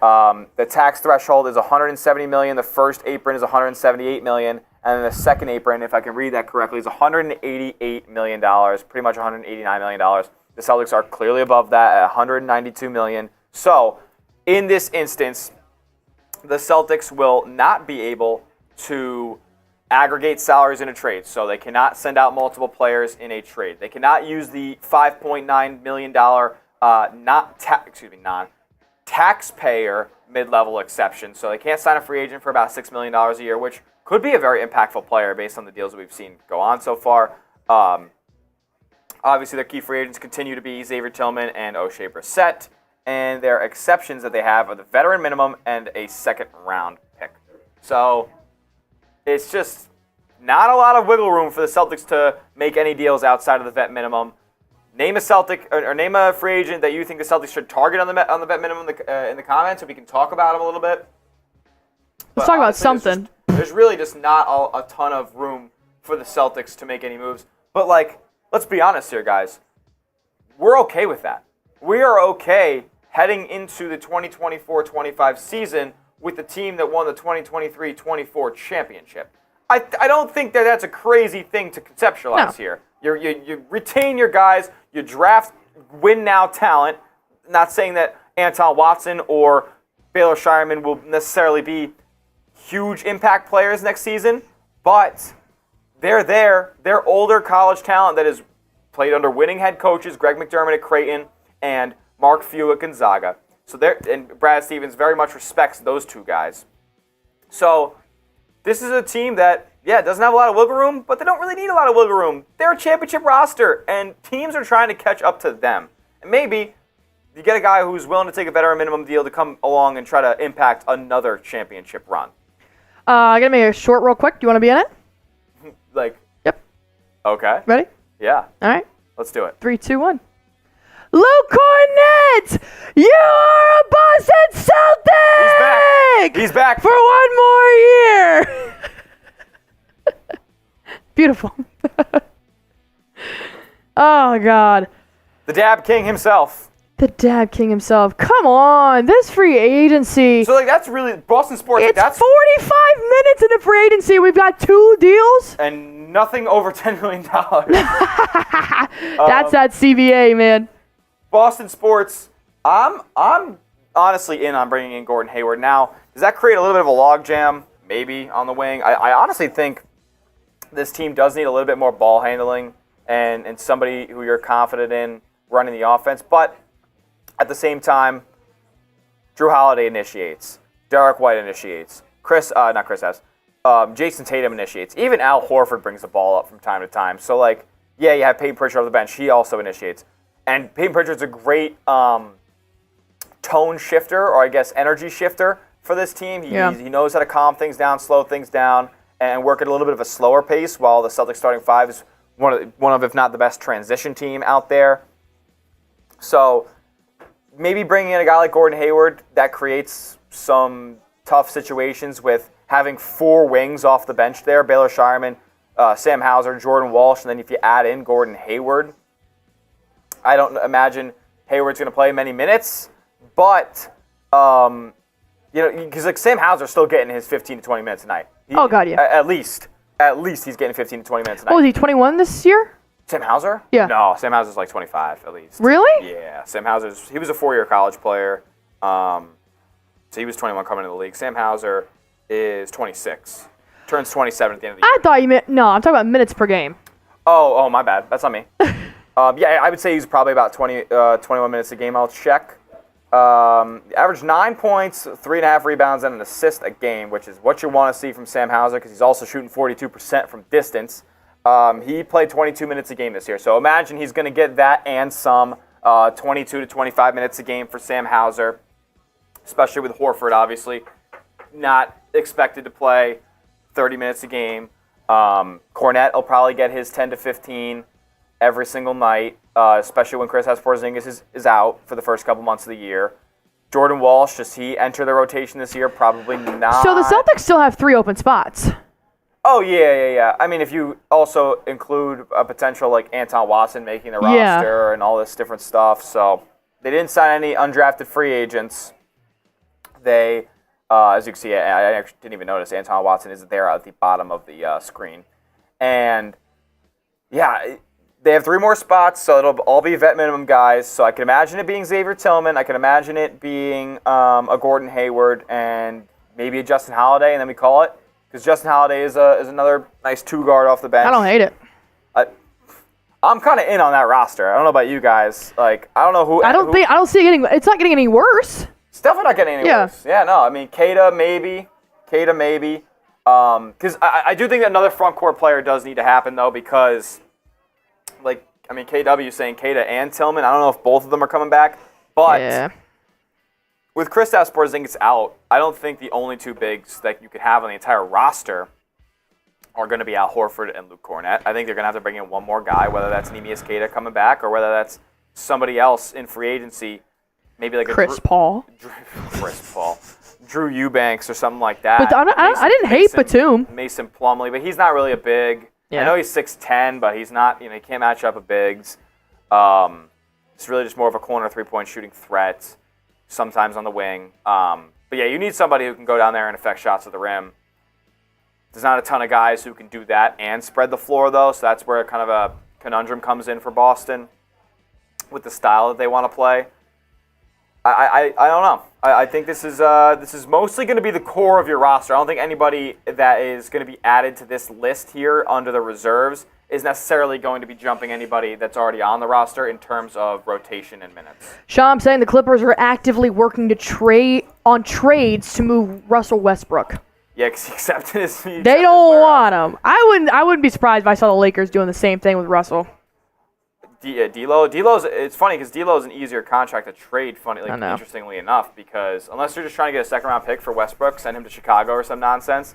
I don't know what you really get back in a trade for that, but D'Lo trade, like, it's $20 million. You're going to get something back, even if it's a negative asset or a bad contract, something different than D'Lo, and maybe you get a second-round pick out of it too. So what do you guys think the next free agency move is going to be? Yeah. Let me know. Let me know. I mean, they got time. Ain't nobody. It's not like it's a race to see who gets there first. Yeah. What will be the next NBA free agent signing? Let's find out. Sorry, I'm pushing this short. What will be the next NBA free agent signing? Let us know down in the comments. I mean, there's been two moves of after the 6 o'clock Eastern. And it was like 6 o'clock. It was like 6 o'clock, 6:01. Yeah. And now it's 6:48. Yeah, 6:48, and no other deal has been agreed upon yet. No. I guess teams are trying to beat the tampering allegations, like we've said, so they don't get penalized by second-round picks getting taken away and what have you. So. Wow. What a free agency so far. Yep, so it's funny because Coop said teams are trying to beat the tampering allegations, and then Chase said, I wonder if the slow start is because NBA teams are spooked about tampering. And then it was the same exact time those two messages were sent. And that seems to be the consensus right now, that the teams don't want to get caught tampering, so they're waiting on these deals. So Smith, what does this mean? Like, talk to the people. Like, what are they trying to avoid right now? They're trying to avoid, being penalized by the NBA. You face a fine, and you face the possibility that your draft picks may be rescinded, forfeited in the next year's NBA draft. The Sixers had it done this past season. Everybody knew Kyle Lowry was going to be a Philadelphia 76er on a one-year deal. It was going to be pretty short-term, but pretty low money, but everybody knew that was going to happen, right? And it was very public knowledge that the Sixers and Kyle Lowry were working on a deal before free agency moratorium period opened. And keep in mind, today isn't none of these contracts can even be signed today. No. This is a moratorium period. July not. It honestly might be like July 3rd or something like that. Actually, have it right here. I have it right here. Yeah, she's got the date. So don't be July 6th. July 6th. That's when the new league year starts. At noon, yeah. I remember that because that's when the New York Knicks and Brooklyn Nets trade for Mikel Bridges will go into effect. It's July 6th. So that trade's not even really technically done yet. But these teams, these contracts can be agreed upon verbally right now, but they cannot be signed and a part of the roster until July 6th. So basically a full week of just talking. Yeah. And, now you're in a position where you don't want to show your hand basically and be put in the possibility of you forfeiting a draft pick like our own Patrick Seaman's Chicago Bulls did, didn't they? For Lonzo, wasn't that not a tampering? Yeah. Yep, that was a tampering. They got their second round pick rescinded. So hammered down. None of these teams want to face that penalty anymore. So it's probably one of the reason of not really much action through the first hour of NBA free agency.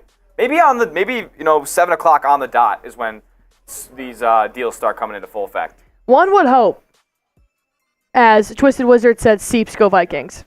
Nuggets want Westbrook. Nuggets want Westbrook. Okay. So are the good Clippers going to go help the Nuggets? I mean, is that helping? Is that help or is that harm? I mean, maybe the Clippers might think it's harm for the Nuggets, so they're willing to give him away. What is he going for? A second-round pick? Yeah. It's 1 second-round pick for Russell Westbrook. That's crazy. Like, I saw, he accepts his player option. Like, Russell Westbrook is getting paid $4 million in the NBA. This is an MVP we're talking about here. Like, Isn't that crazy? Guy who averages triple-double for 3 straight years.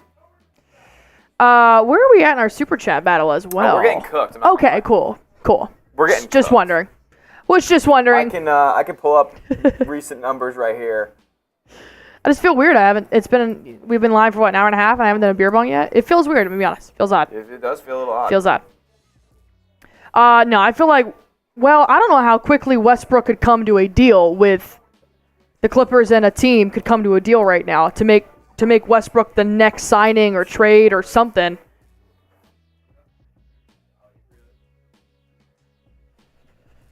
I'm going to get these numbers updated for you guys right now, and you're not going to like them. Oh. Well, we have $2. Shout out Kobe right. Mead. Shout out Kobe Mead. We got $2. We're live with we're in a super chat battle with the 76ers and the Knicks Now channel here at Chat Sports. And I'm going to be honest, we are the only team that has made a move so far, and I believe we are still losing the super chat battle, which is unfortunate because I feel like we'd be popping the champagne at this point just for being the first team to do something here in NBA free agency. But guess we'll have to... Oh. Guys. Guys. This is... What is this? What do we do? What do we do? I tried to make a deal for you guys. It's the first $20 super chat. I'm ripping a shotgun. Sam came in here and said he'll dunk on Smitty. I mean, we got celebrity shots in here. I said at first 50, I'm doing a shotgun. Sally Shepardson saying, what would Gordon Hayward have to sign for if he wanted to be a Celtic? Bet minimum. Bet minimum, I believe it's like $2.6 million, something like that. 2 milli vanillis. We declined Queta. Yes, Sauer, we did decline Queta, but we did that in order to facilitate a long-term deal with him, a multi-year deal. Not for much money, but for a couple of years. They were trying to lock up Queta. I'm not sure if that's still the plan, though. Ryan Shaw saying, I wouldn't call re-signing Luke Kornet a popping bottle move. I wasn't saying Luke Kornet re-signing. I'm saying the Boston Celtics being one of 2 teams in the first hour of NBA free agency and the first team to make a move in NBA free agency. Brad, don't quit. Yeah! Boston! Bob! Yes, sir! BB, BB, BB, BB, BB, BB, BB! Let's go, Bobby! Hey, Boston Bob been on the green team, so if you guys want to be on the green team, go on ahead and spam Bob in the chat. Because I'm actually going to pick a lucky winner to go on the green team for free because of Boston Bob's courtesy $20 super chat. Let's go! Shout out to B.O.B. Oh, B.O.B. Planes in the night sky like shooting stars. I can release the restraint. Keep spamming Bob, bro. Keep spamming Bob if you want your name on the green team for free. Justin B. Hello? Justin B. Coming in with a $5 super chat. Justin B. What is your last name? Justin B. coming in with a $5 super chat.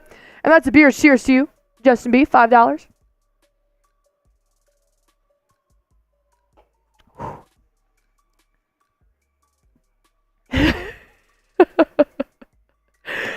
BB coming in. Keep spamming Bob. I'm going to pick a name after I do this beer bong. So if you guys want to get on the green team for free, spam Bob in the chat as many times as you possibly can. I'm going to close my eyes and pick a name at random. So you guys want to make sure that you guys did spam Bob as many times as you possibly can.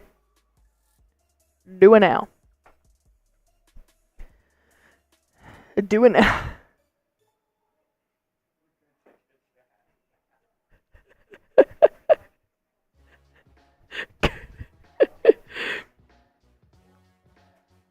where are those? I'm trying to find a picture. All right, we're about to do a little shotgun beer bong race.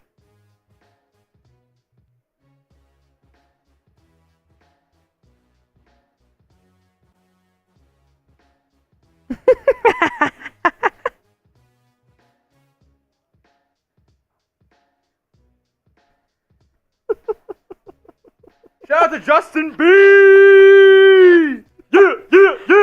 Oh, God. You ready? All right, let's go.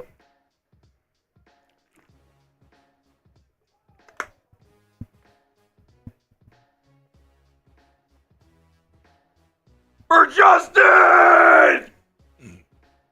You spilled on your shirt. Right on your chest. All right, let's pick a name to go on the ball. And bing. Tycoon! Right in the... That's wild.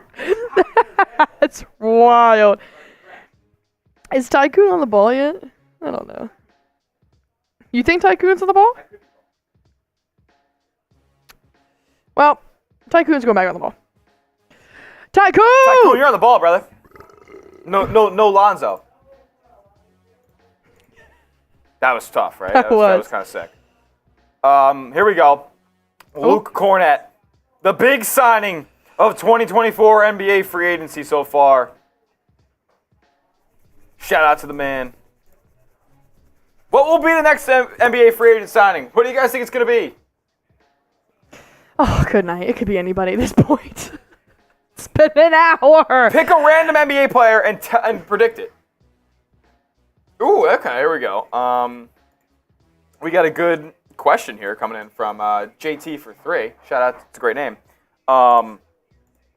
Ooh. Said, opinion on Patrick Williams. $90 million, 5 years from the Chicago Bulls. Patrick Seaman was just in here. I think he likes the deal. But, man, it's a lot of money for a guy who really hasn't done too much. Been a little bit injury prone. Doesn't have the best offensive game. Good defender, but hasn't had the best offensive game. Kind of inconsequential for me personally because he's just not. Imagine KW. He ain't going to Detroit. He ain't even taking a phone call from Detroit. Patrick Williams, like the Bulls are just so. Bulls might be in the worst position out of any NBA team now. With them trying to get off of DeRozan, trying to get off of Zach LaVine, they seem like they have a little bit more of an identity moving forward. But right now they're in this position where they're not the worst team in the league and they're not really a contender whatsoever. So they're never going to have that elite draft spot unless they hit the lottery. Where now in this draft, though, I thought they got somebody who could have been drafted in the top 5, top 7 of the NBA draft this year, Matas Buzelis. So maybe that really is a big hit for them, and they go into this new era of Bulls basketball with a core of Kobe White, Josh Giddey, Matas Buzelis, Ayo DeSumo, Patrick Williams, and they see where it goes, and they see what they can build upon there. Do I think it's going to end up resulting in them contending? No, not without another big-time piece or a big-time draft pick that they can go out there and develop. I mean, it could be a number of players right now to make this next move. Paul Wilcutt saying, why can't we get Drew's brother and sign him with the green team? Then we got all the holidays covered. I like him. I like him too. Not quite, though. You're forgetting about There's 3. Oh, Aaron. wait. Oh, Aaron. You're about Aaron Holiday. Now, Aaron Holiday, a victim to my St. Bonaventure Bonnies. I know. We cooked him. UCLA. We cooked him in the NCAA tournament 6 years ago now? You talk more shit about St. Bonaventure. No. I talk shit about the players that get cooked by St. Bonaventure. No, you talk the most about... I heard the word St. Bonaventure probably 1,200 times since I got hired here in August. You've never heard it before. Now you're just more educated and better I'm suited. Not because all I'm educated with is are. Smitty opinions, and that does mean nothing in the real world. That does mean nothing in the real world. Educated takes about my Bonnies. Shout out to Adrian Wojnarowski. Everybody knows the biggest NBA insider. He's a Bonnie, so I don't want to hear it. We're real and we're here. I'm not claiming you're not real. I know you're a real university. That motherfucker is not real. Well, there's nothing going on right now. We're just trying to keep it light, keep it fresh. I swear to God, this is what the new CBA has done. I mean, do you hear me, Adam Silver? You've given Tyler Smith the platform to talk about the St. Bonaventure Bonnies. During NBA free agency. During NBA free agency because nothing's happening. Somebody sign a bond. Do something. Can somebody sign Andrew Nicholson? Where's he? Who is that? Who is that? Top 20 pick. Top 20 pick in the NBA draft. Who is that? He's playing in China. He's really good. Okay. He was really He's playing good. with Dwight Howard. He was really good over there. He's a bucket getter. He honestly, if Andrew Nicholson was drafted, who knows who Andrew Nicholson is in the chat? If you know who he is. Queta has just signed a multi-year deal to stay with the Boston Celtics. Brad Stevens, baby. Yeah, we're really the only ones doing shit. Neemias Queta, you are a Boston Celtic. Yeah. Again! We're tough. Big Nemi and Luke Kornet are coming back to Boston, baby! Nemi! Yeah, baby! Oh, man. Let's go! Let's go! I love this.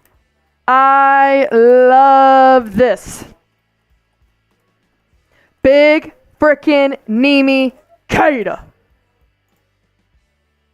All right, let's go. The bigs are coming back, baby. They're not picking anybody at a vet minimum in the free agency if they're taking all these bigs. Type Queta in the chat, baby. Let's Queta! go. Get the Queta's going. Get the Queta's going. Come on, man. Wow.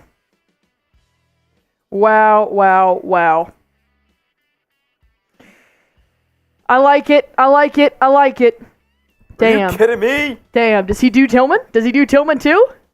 They're keeping their center rotation. They're keeping the gang together. Yeah, I'm liking this.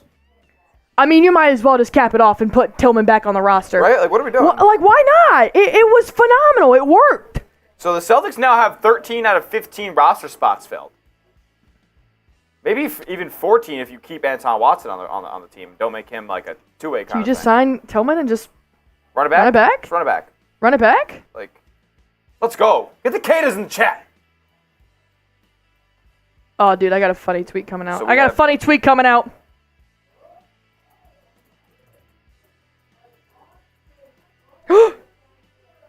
Oh, Andre Drummond. Where's he going? 76ers. Andre Drummond is going to the Philadelphia 76ers. His second stint in Philly.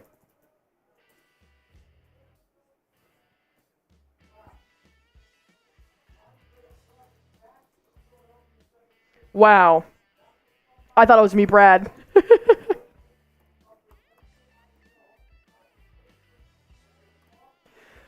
All right, we got another cut to do, baby. 2-year, $10+ million deal with the 76ers. A multi-year deal for Neemias Queta and a 2-year, $10+ million year for Andre Drummond to go to the Philadelphia 76ers.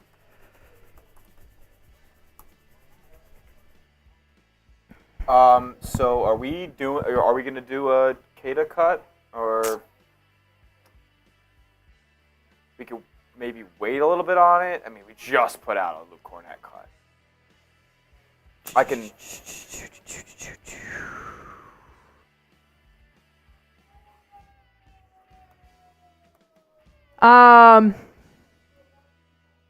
When did that video? I think they put it out a little bit later than we recorded it too. Well, yeah, definitely at least a couple minutes. I mean, how no, I don't think it was a couple minutes.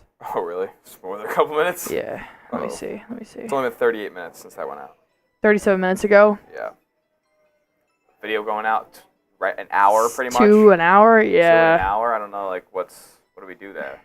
We can always talk about Neemias Queta. We can always do a recap tonight and look ahead to tomorrow's free agents. Yeah. Did you put it in production? I'm.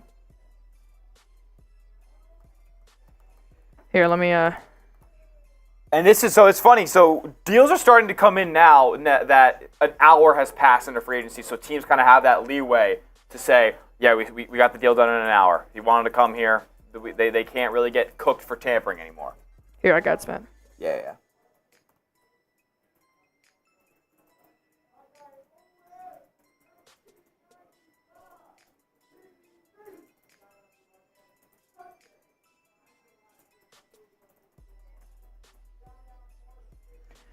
All right. Wow. Neemias Queta. I mean, they're just running it back. They are literally the definition of let's just run it back. And I don't hate it. I'm a fan. I don't hate it. That cut is also our video is now out on Luke Kornet re-signing as well. The real ones were here, though. The real ones. If you guys missed it, if you guys are just now joining in, our video on Luke Kornet is out right now if you want to go check it out. If you want to go check it out. Wow. Neemias Queta. Good for him, man. Good for him. Kevin Love has already re-signed with the Heat, Zombie.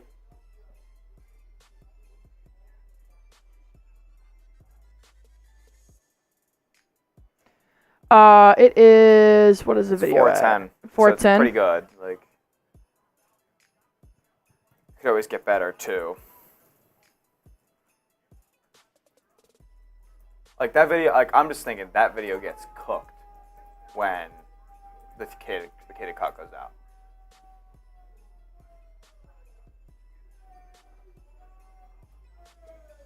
Okay, I said that. That's kind of what we've been doing for the most part. All right, we'll just wait. Yeah, we can wait a little bit. All right. Sounds good. All right. You guys spamming Queta.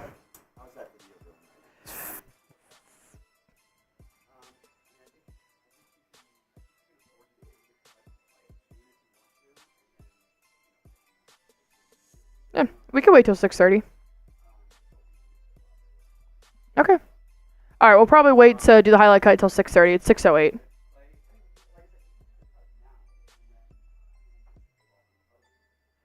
The only reason why I'm a little bit waiting is because they just re-signed two of their centers from last year, and Tillman is the last center they could possibly still re-sign for the last roster spot. So I'm I could see Brad doing it.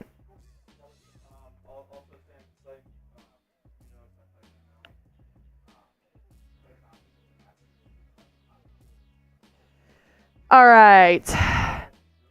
250 people watching, 224 likes here so far, which I like that ratio. All right, so far we got Kornet, we got Queta. Brad Stevens taking advantage of free agency, my man.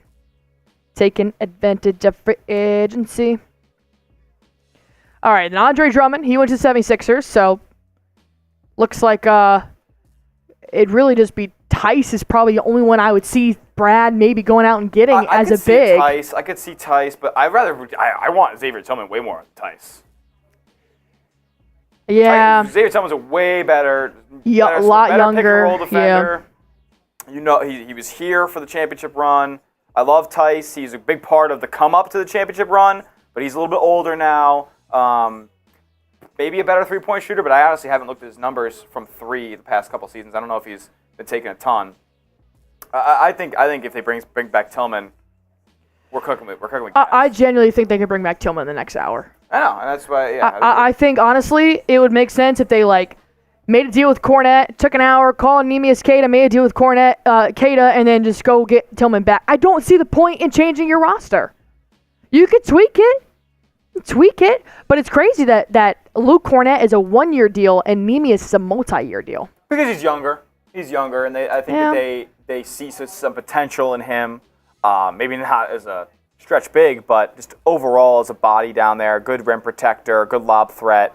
I think Neemias Queta has more upside long term than Luke Kornet does. Luke Kornet is 28, you said? Neemias Queta is probably 24? Should be. He's 24, yeah. 24. I good guess. I'm elite. Yeah, so I'm gonna make a player listicle for Neemias Queta real quick, just so we have it. Yep.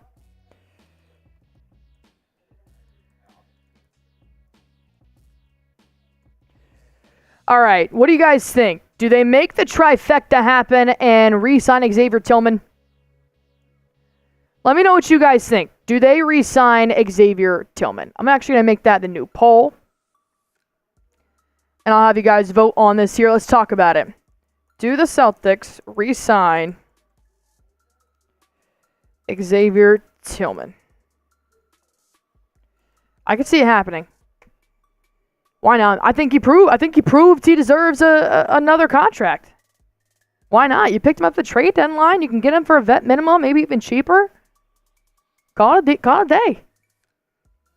Call it a day.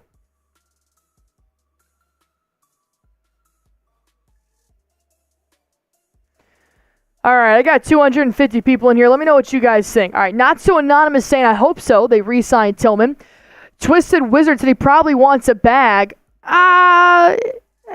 Maybe. What kind of bag is he getting, really? $2 million is probably the most I'd pay him. It's the most they can pay him, so. There you go. Maybe he gets $5 million from another team, and maybe he says, screw it, I want to double my money. He does not have better stats than Horford. No. Did somebody say that? Yes. That's great. Lay Baby said, I think so, unless Brad sees something better in free agency. And at this point, I don't see anything better in free agency than Tillman, which just says a lot that we can afford.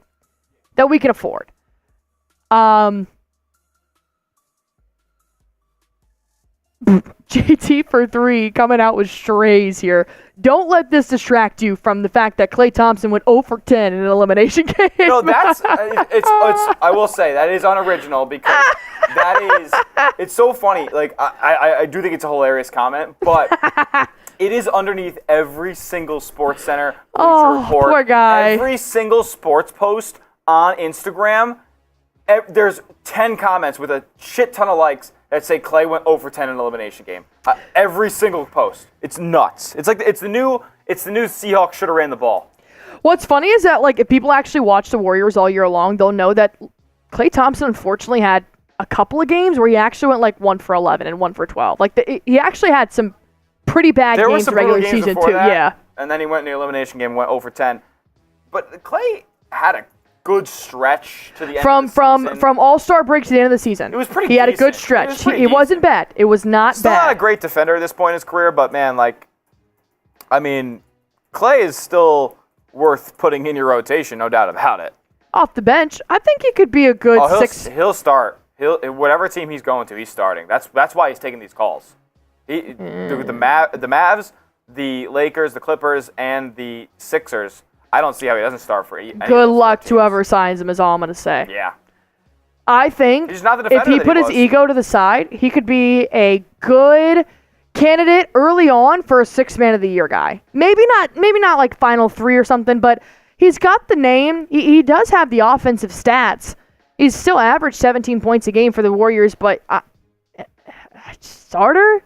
I didn't even like him starting for the Warriors. I thought he only started for the Warriors because Steve Kerr's got a soft spot for him, to be honest. He came off the bench a few games. They gave him a reality check. They put him on the bench.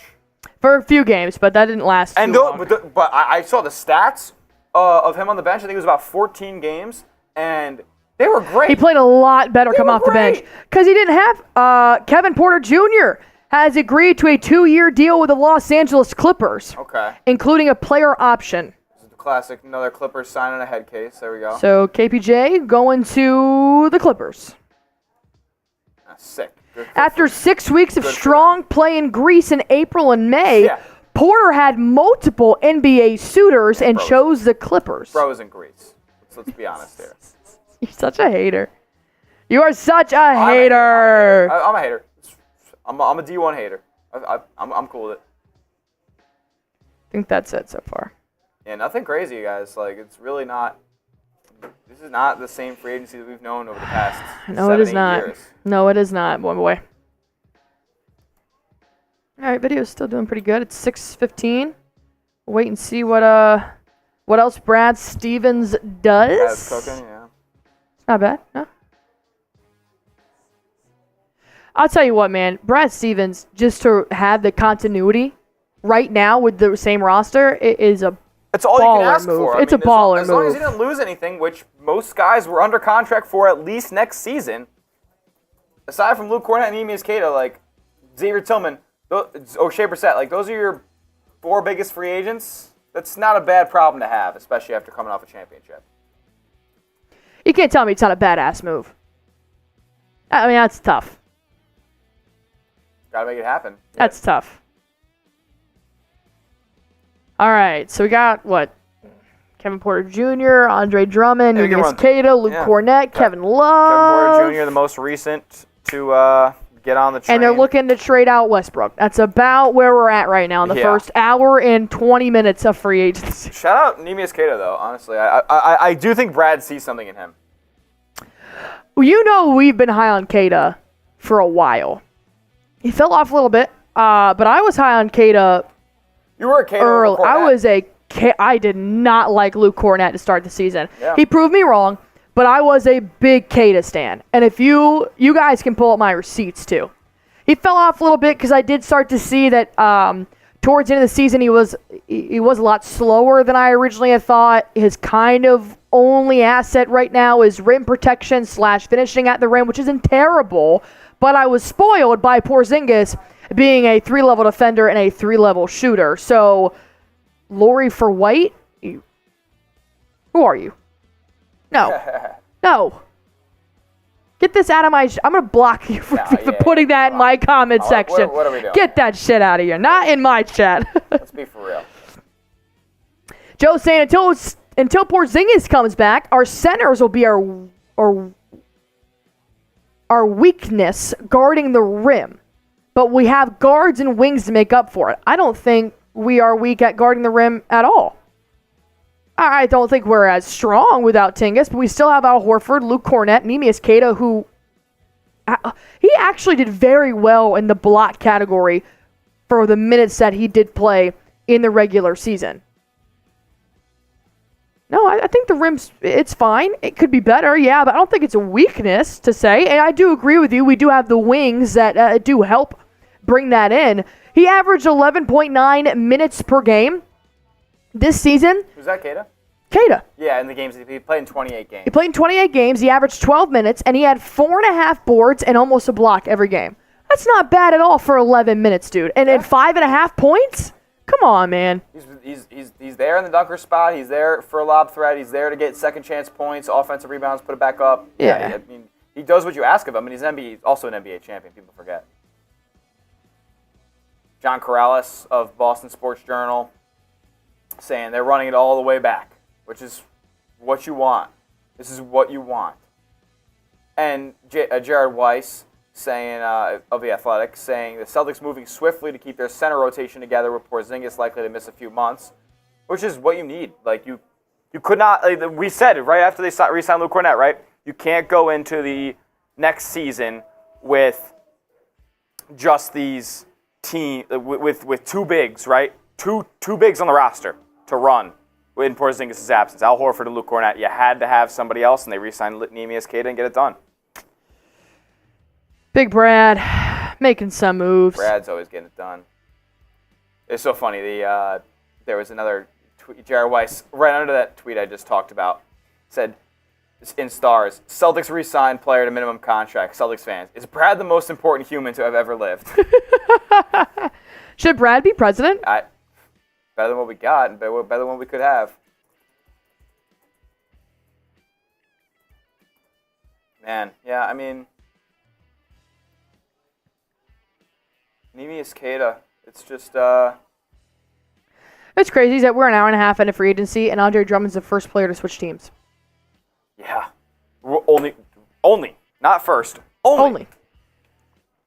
So, yeah, Andre Drummond going to the Sixers. Interesting to see if they pick up Paul George now. Sixers? Yeah. They signed him to a 2-year, $10 million deal, $5 million a year. Yeah. Not terrible.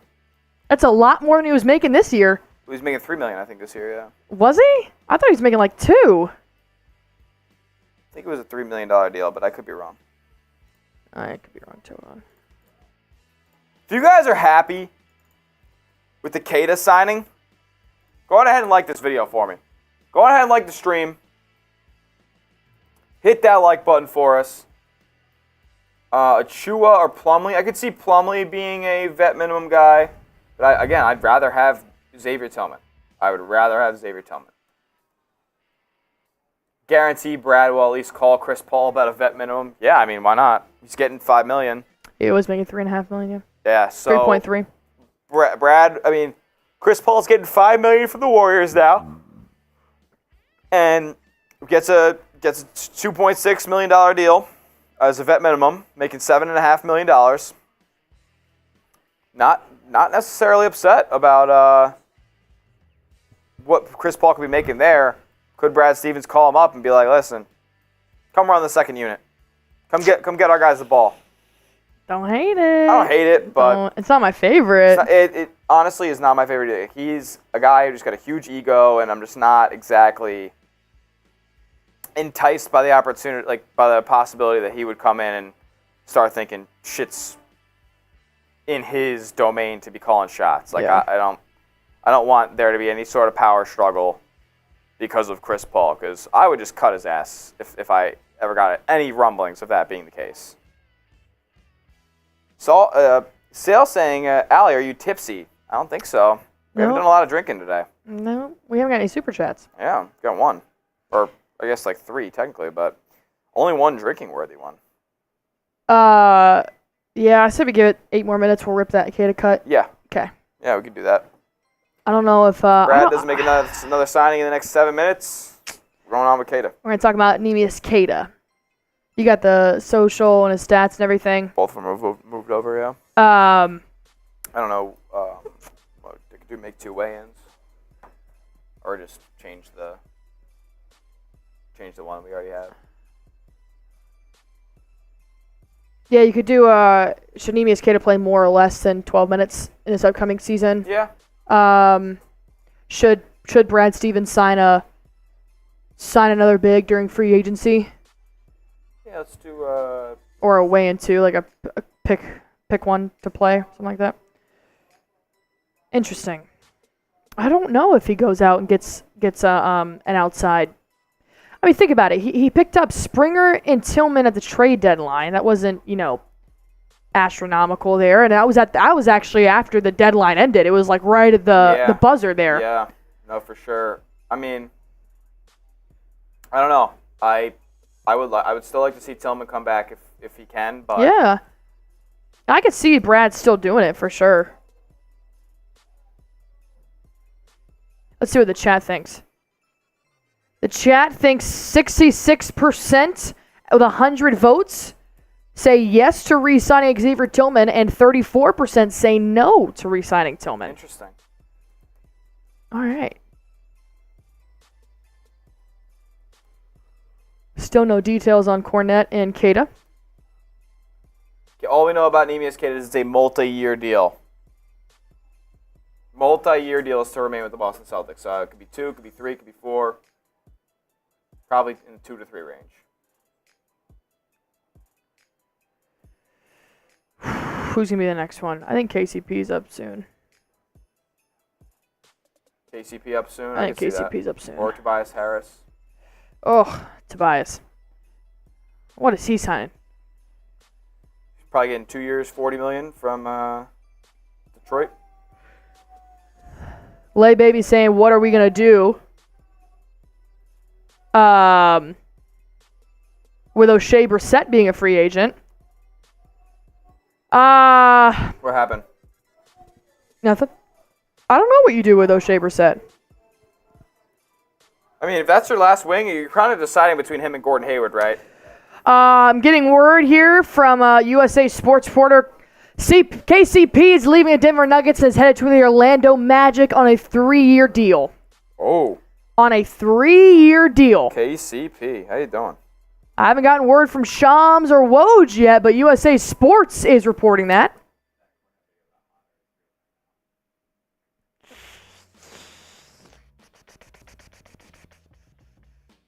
All right.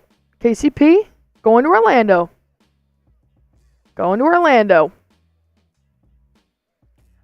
I truly think we could do a... Yeah, I guess we probably shouldn't put those 2 videos together because the free agent target's going to go out tomorrow morning. I feel like we could just do 2 cuts tonight. Wow, KCP, you are going to the Magic.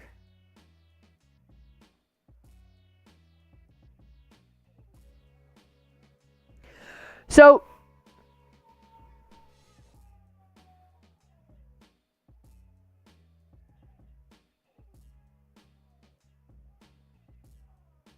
Super chat. So Keith Smith tweeted this out. Talking to teams and agents, here's what's being cited for the slow start to free agency. Fines for jumping the gun / tampering both teams and players and agents. I'm so smart. Teams are being very cautious with aprons and potential hard caps, and the Paul George domino is affecting so many teams. Impacting so many teams. 3 years, $66 million for KCP in Orlando. What a deal, what a deal, what a deal. Thought he could have gotten even more than that, but I wonder if they're trying to get Paul George now if they're bringing in KCP. Or Klay? Probably not. Klay, you're probably choosing between Klay and KCP, and they decided to go KCP. They didn't seem like they were even in Klay. Klay doesn't seem like Orlando was even on the radar as he decided to test the waters in free agency. They weren't on that list of teams he was taking calls from. Yeah. So, interesting. Looks like they... 3 years, $66 million for KCP. What do you guys think of that deal? It's a lot of money. It's a lot of money. KCP's made a lot of money in his career. Let me tell you. KCP's made $100 million, and there's... $22 million a year? Yep. Damn. Damn. 3 years, 66. So that's a big first domino to fall in NBA free agency. I believe he was our 7th ranked free agent or 8th ranked free agent of the year. Something like that, yeah. I don't hate it. Orlando now, from Jackson. Orlando has Fultz, KCP, Cole Anthony, and Anthony Black. Depth. You're not wrong. And Sale saying people want champions. You're not wrong. KCP I see all facts. 2-time champ in 2 different spots. It's a hot commodity.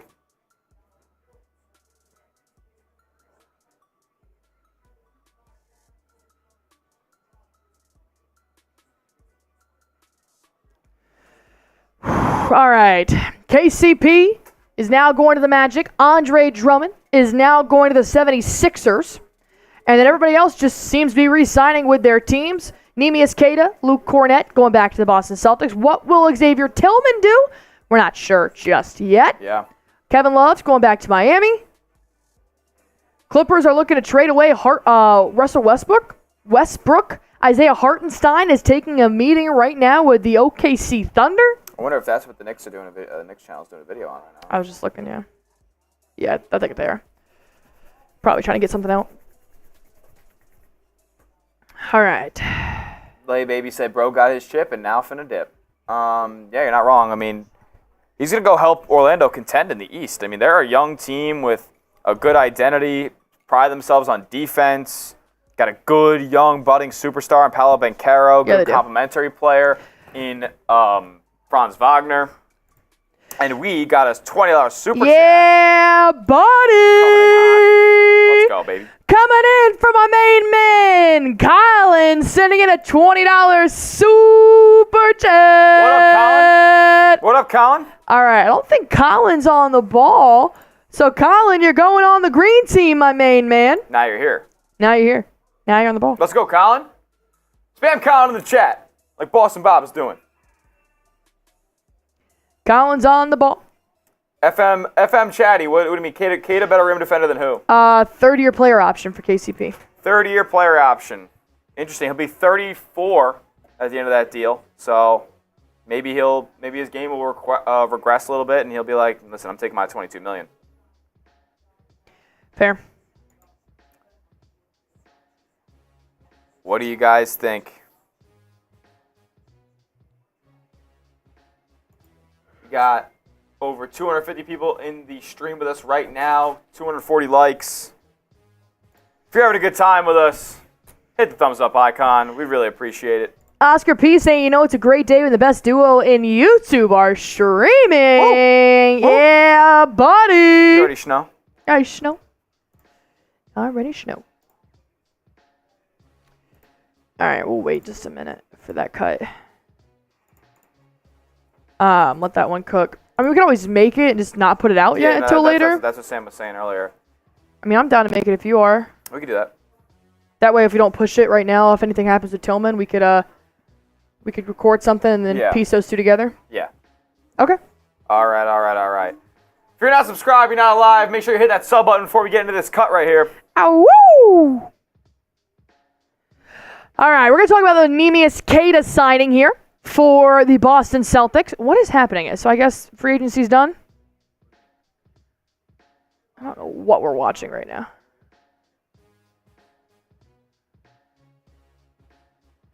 Maybe it was just only an hour-long kind of thing here. NBA TV got something going on? Yeah, there it is. Free agent fever. Okay. All right, we got something. That's weird. Till 7.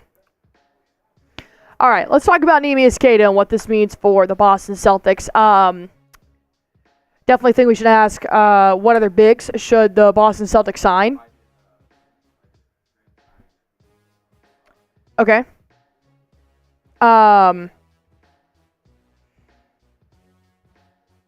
We could move over the Porzinigis social. Talk about his injury a little bit more.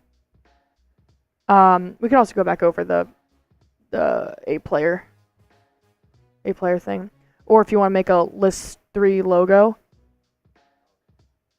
Luke Kornet sign, Neemias Queta sign, and the third one you could do like a TBD or something if we needed more graphics, but we should be all right. FM asking Theis versus Tillman, who will you choose? Probably Tillman. He knows the system. He just proved what he could do. He played with the Boston Celtics, got himself a ring. Why bring somebody from the outside in, you know?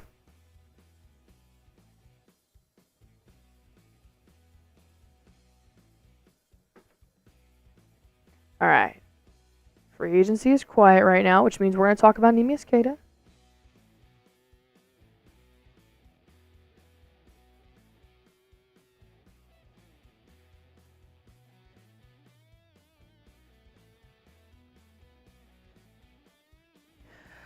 All right, got about 290 people here. Feel free to keep commenting. Feel free to super chat. Feel free to do whatever. We're going to run this video real quick talking about Neemias Queta re-signing with the Boston Celtics, what this means for the Celtics depth chart moving forward. You could also move over the depth chart of the centers.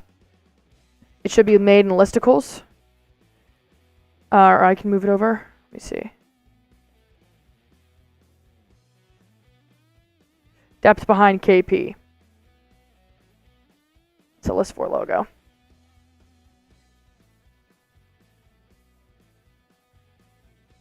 So maybe do like a TBD or something next to Tillman if you want, or an asterisk or something.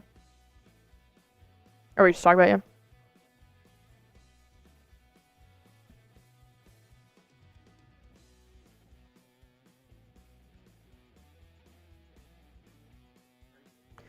Yes, sir.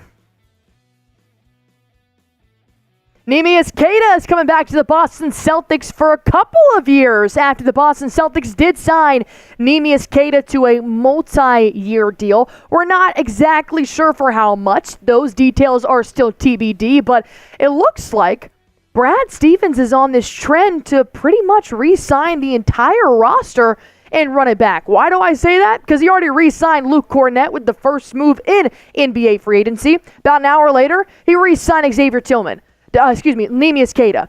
Now, what does that mean for Xavier Tillman? Will he also get re-signed? Will Brad Stevens sign somebody from the outside, or will he just completely run back the entire roster that just won the NBA championship? Well, here's the latest tweet from Shams Charania with The Athletic. Free agent big man Neemias Queta has agreed on a multi-year deal to stay with the Boston Celtics. And honestly, I was a little bit more surprised by the Neemias Queta deal than I was with Luke Kornet. Not entirely surprised, because I do know Brad Stevens had already previously mentioned that he loves Neemias Queta. He does hope a deal gets worked out, but it just wasn't on the top of the priority list. Why? Because the Celtics have a lot of priorities this offseason. They have to extend Jason Tatum, possibly Derek White, possibly Sam Hauser. They just re-signed Luke Kornet, and now Neemias Queta. So with that being said, if the Boston Celtics do make any other moves We will have it right here for you guys in Celtics Today by Chat Sports. Go on ahead, hit that sub button for me. 38,276 of you have already subscribed to the channel. Let's see if we can get to 39K here, while myself and producer Smitty, we break down what we think about Big Nemi signing back to the Boston Celtics. Listen, if they want to run it back, I am completely okay with this. You add 2 draft picks in the NBA draft, Baylor Shireman and Anton Watson, but other than that, you're bringing back the crew that just raised Banner 18 in Boston, and Neemias Queta is somebody that, when they signed him back at the beginning of the NBA season, it was not somebody who they envisioned would play huge minutes or be a high-impact player right away. This seemed like somebody who is going to be a developmental player for the Boston Celtics' future. And with this multi-year deal that they're signing Neemias Queta to right now, it seems like that is the plan. It seems like they have a belief in Neemias Queta that he can become an impact player over the next couple of years, obviously with Al Horford on the verge of retirement and maybe potentially after next season. Kristaps Porzinigis, with his health, you never know when he's going to be available or for how long. You needed more front court depth, and that's why Brad goes out, re-signs Kornet, and now re-signs Neemias Queta for a long-term deal. Could be 2 years, could be 3, we don't know just yet. But we know it's a multi-year deal, and it's something that they want to work on with Neemias Queta for the foreseeable future, being a member of this Boston Celtics team and making an impact.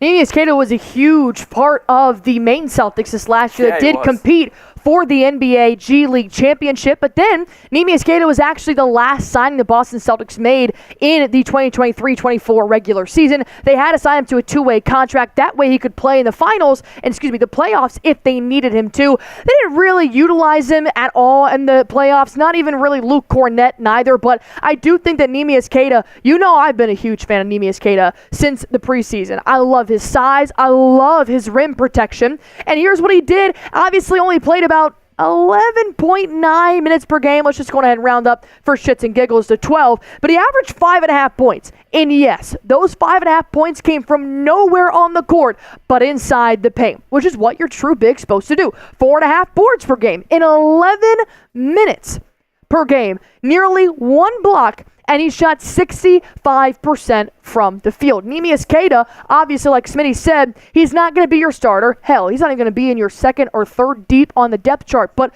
he is a progressing player. He's 24 years old. He has made most of his impact when it comes to the NBA G League, just like a lot of guys who got their start here. But Brad Stevens sees what he could be, not what he is right now. And you know what we saw with Peyton Pritchard as well, Smith, is that he signed Peyton Pritchard to a 4-year contract extension before he had a phenomenal season with the Boston Celtics. So maybe Brad Stevens is seeing something here in the depth chart behind Kristaps Porzinigis, because we do know KP is not expected to start his season until December. And I mean, that's still just a gauge, just a guesstimate of when he could return. We know he will not start the NBA season. He could make a return late November, as we do see here from Tim Bontemps. The Celtics say Kristaps Porzinigis had surgery to repair his dislocated tendon in his left leg, and he will be able to return to play in 5 to 6 months. So not only did you re-sign Luke Kornet, you also re-sign Neemias Queta, because these are two bigs who have already played behind Porzingis and they understand their role. The only person that has yet to re-sign with the Boston Celtics is Xavier Tillman. Now, could he get a bigger payday? Who knows? Maybe it's something around a $5 million deal for Xavier Tillman, because we know the Celtics, with their cap space situation, can only re-sign him to a veteran minimum contract. And he's only 25 years old. He still has a lot of room to grow and develop as a player and earn money in his NBA career. That taking minimum contracts is something you're not supposed to be doing until you've already made your money, right?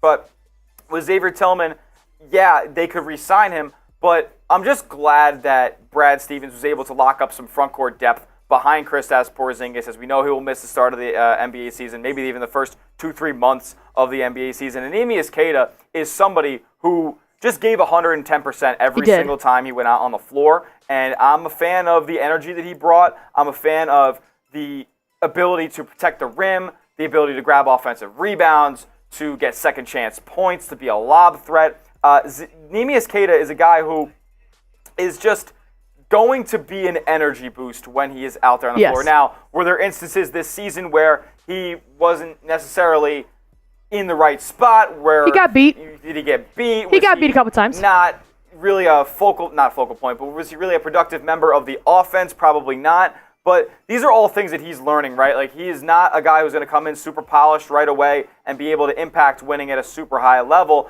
but he's going to be another depth piece for this Boston Celtics team that I think is going to make an impact over the next couple of years. He's not a finished product yet, and you just hope that with another offseason, with another year underneath this Celtics training staff and developmental staff, you hope that he can become a viable rotation piece, especially when you consider the health of Kristaps Porzinigis, the age and health of Al Horford, and the effectiveness of Luke Kornet in many situations. You know, that we talked about it earlier today about him not being super effective in many situations in the postseason. Maybe Neemias Queta can help mold himself into a player that is viable in those playoff situations. I'm excited to see what's to come of him, and I'm glad that they locked this up for a multi-year deal.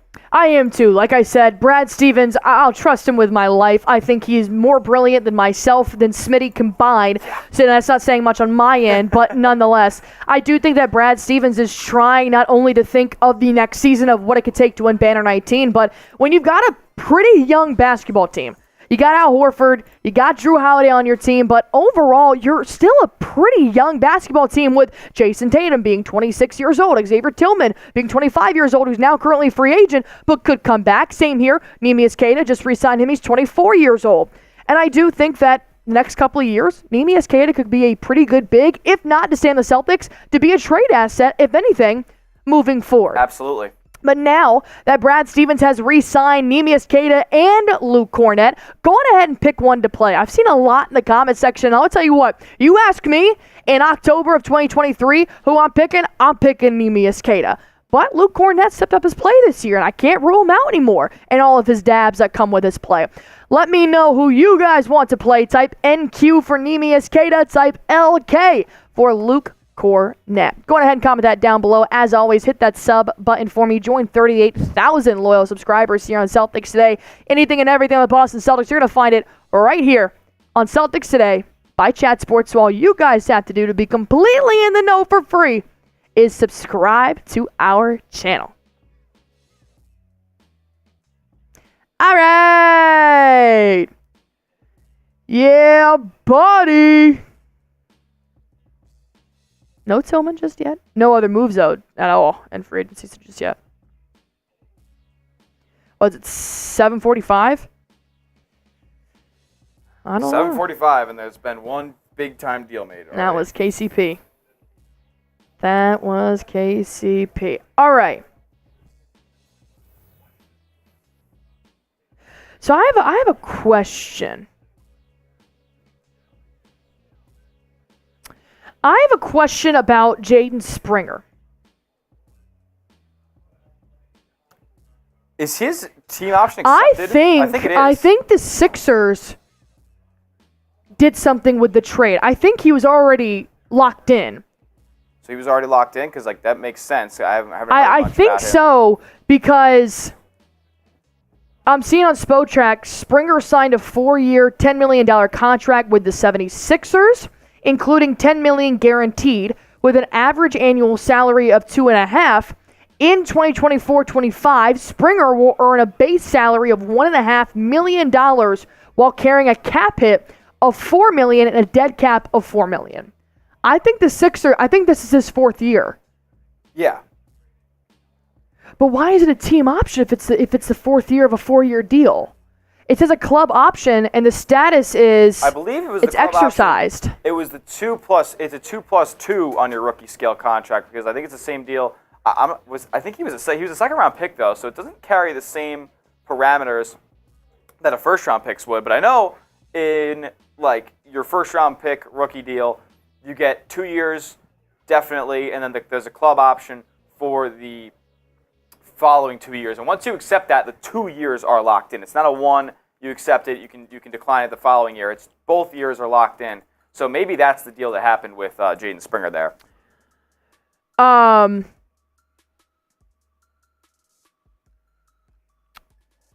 trying to. Why did this just joined? Jaden Springer's 4th year option exercised by the 76ers on October 31st.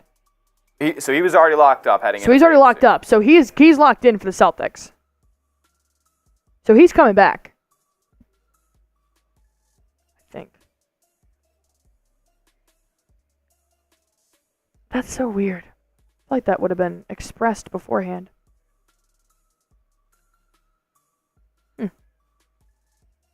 Well, there you have it. All right, go on ahead and hit that sub button for me. If we get to 38,300 by 8 o'clock, I'll do a beer bong. If we get 20 subscribers in 13 minutes, I'll do a beer bong. That'd be crazy. Let's get it going. Let's get it going. 20 subscribers in 13 minutes. That should be done yesterday. By 8 o'clock p.m. Eastern Time, I will do a beer bong to celebrate 38.3K. How about that? Catch me outside. How about that? How about it? How about that? Larry's saying Kornet's awful. Shake my head. I'm a Kornet guy. I don't think he's fits in awful. the offense. I don't think he's awful. Fits in the offense. He's never going to be a starter in the NBA, team but player. Oh, Ty B saying 100 to Larry H. Are you guys Kornet haters in our chat right now? Because that's wild. That's wild. I was once too. Smell good photography. What about Mason Plummer for a vet minimum? Mason Plumlee? No. He stinks. And I'm a Duke guy. He's old. I'm a Duke guy. KW saying we here are the children of the corn. We love Kornet. We do love Kornet. Took me a while, but I'm here. Took a while, but I am here. I'm on the Luke Kornet train. 3 years, $66 million for KCP. That's nuts. Oh man, oh man. All right, we still need. Interesting. We need 19 more subs in 12 minutes. What? Is Luke Kornet not necessarily a one-year deal? Why? I don't know. Jared Weiss said Luke Kornet negotiating the years on his new deal. That was only a one-year deal.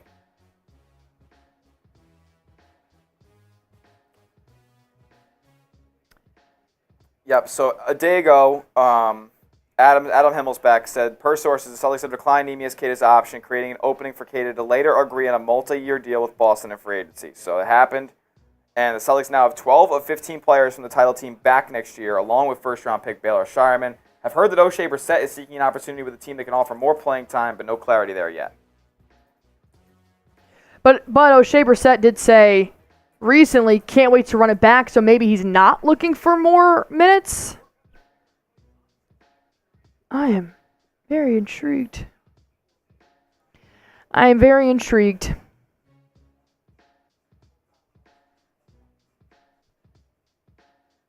He hinted at a future plan with the team.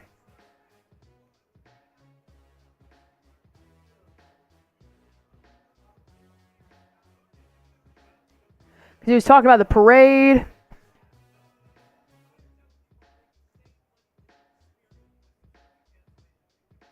Where did he say that? He said on X.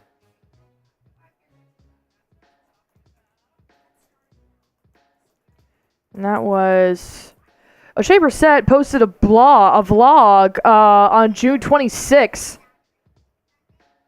saying when we win it next year. So I don't know.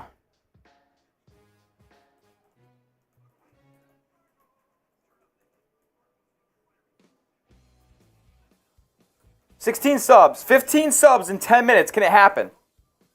Ali's doing a beer bong if we get 15 subs in the next 10 minutes.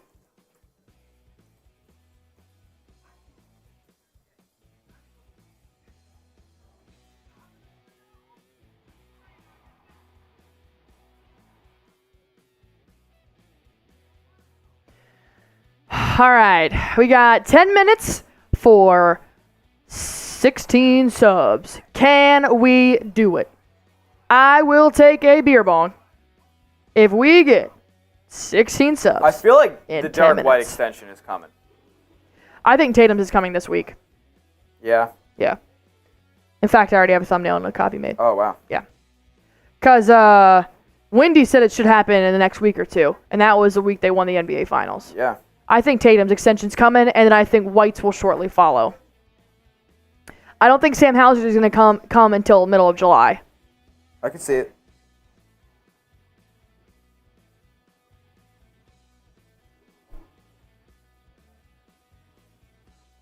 Come on, hit that sub button for me, baby! Can somebody make a deal? You mean free agency or for Super Chats? Both, maybe. Both. How long have we been live? I'm live for almost 2 hours now. 3 hours. 3 hours, sorry. 3 hours. Ooh, pop my neck. This is crazy. This free agency is nutty. I mean, it's really hindered that much.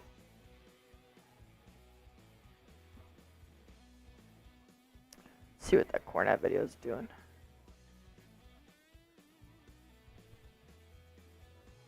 Did you tell them? Oh, the Nemius Queta video is going to go out at 7. Okay. Well, Let's tell them to wait.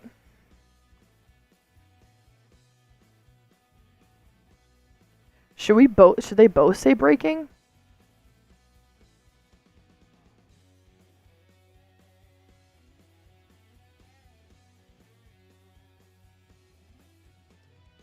I might actually change that thumbnail. Yeah. All right, come on, baby, come on. We got let's go. We got 8 more minutes. I gotta get to 38,300. Come on, come on, come on.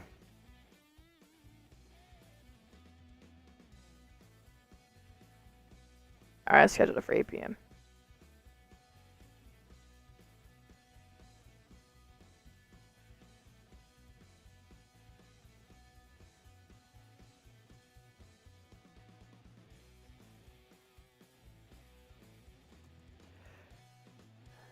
All right.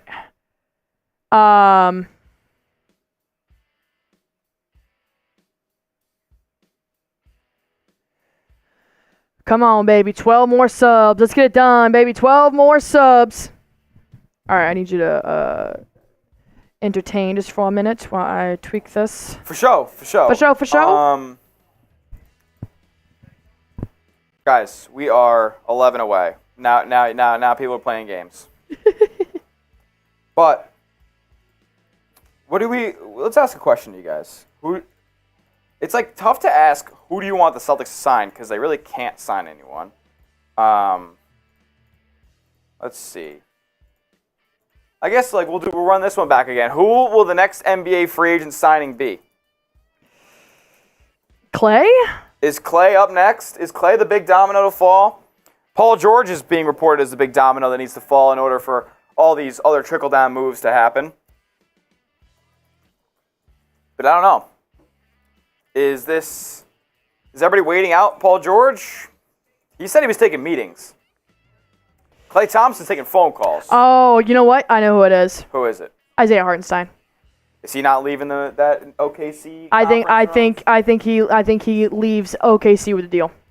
I would think so too. Maybe 2 years for 50. Yep. Ooh. Yeah, no, he's getting that. He's getting a bag. He's getting a bag. And OKC has the money to throw at him right now too, especially on a 2-year deal.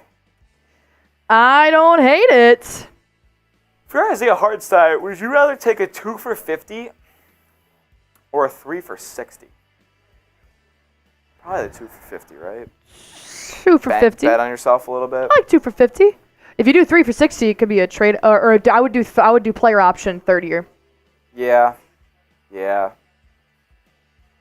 I like that. You bet. I think you take the 250, bet on yourself, make your money, and then see where it goes. If you're worth another $15 million a year dollar contract, or if you're not, you just made a bunch of money, and you probably pay for a play for.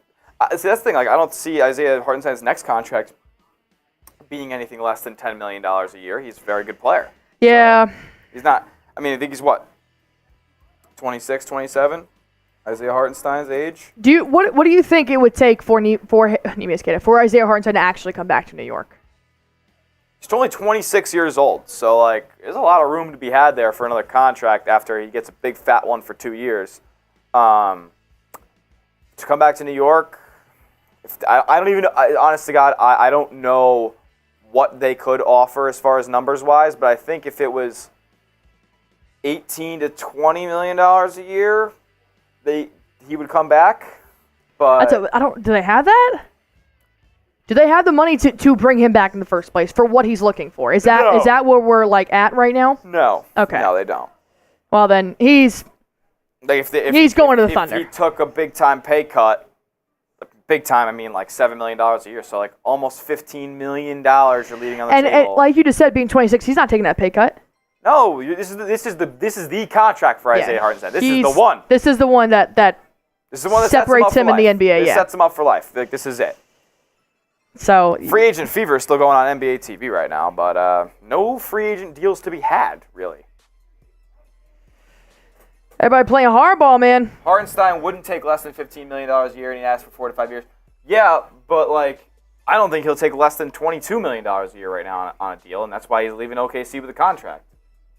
What kind of injury? He's still running the floor, catching. Did somebody say he's an injury guy? Is he injured? Not true. Paul George visiting the Clippers and Lakers. Is that a fact? I don't think that's true. Justin, where do you see that, brother? Paul George said he was meeting with the Sixers, the Magic, and the. Speaking of the Magic, they might be in the Isaiah Hartenstein sweepstakes. They need another big down there. I mean, they can afford him. They have the money to throw. They got the money. Have $30 million left in cap space.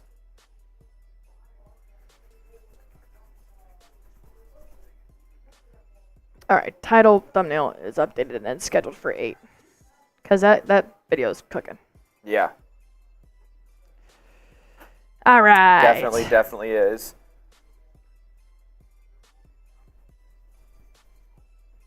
All right, say.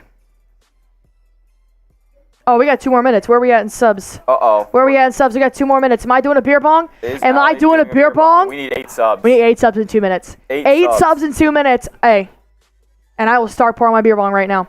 Give me 1 sub and I'll start pouring my beer bong right now. 1 sub and the beer bong starts getting poured. I smell it. We need to get to 38,300 here. Come on, baby. 8 more subs in 2 minutes. Let's go. Let's go.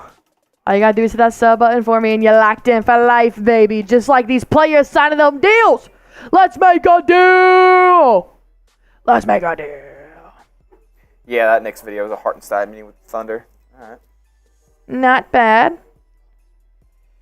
Still nothing, bro. There hasn't been a deal signed. I lost a sub. Come on, guys. What are we doing? We're trying to make up for a slow free agency. Help me help you. There hasn't been a deal made since Kentavious Caldwell-Pope, and I want to see what time. What time was that signed at? I think it was Woj who had the original. There hasn't been a deal made in 33 minutes. 36 minutes is when I believe the Orlando Magic. Beat reporter got Orlando Magic. Or maybe he's on. Maybe this might be a Denver Nuggets guy. Yeah, I think this is a Nuggets reporter. And oh wow. Yeah. Sorry.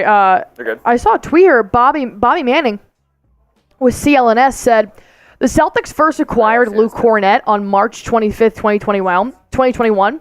He was a part of the 3-team trade that included Theis with Chicago and Washington. 5 subs. 5 subs. Mo Wagner. Hold on, I lost the tweet. It refreshed on me. God dang it. I should have clicked in on it. Do you have the tweet with you? I do. Mo Wagner looked like the real return, and Kornet could have been waived, but he showed out early. He only earned a G League deal for 2022 and jumped to Milwaukee and Cleveland on COVID deals before Boston called him up after the Derek White trade. He broke into a deep reserve role in 2022-2023, built on it last year, and now he's a champion and entering his 5th year in Boston. pretty improbable. Shout out Luke Kornet. The Queta video got pushed. Oh, it did? Yeah. Uh-oh, baby. It's all good. That's hurt. It's all good. 7 subs now. 6 subs now. Can we make it happen? We're going to get this beer bong done one way or another. Help us out. Help me. Help you. Help me help you. All right.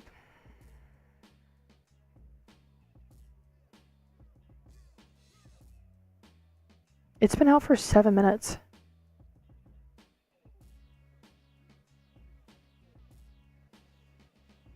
Weird.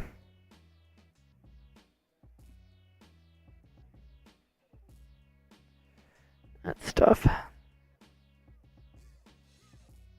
All right, well, the video on Neemias Queta is now out if you guys want to go see it. Go check out our latest thoughts here on Big Neemy. Big Neemy Q.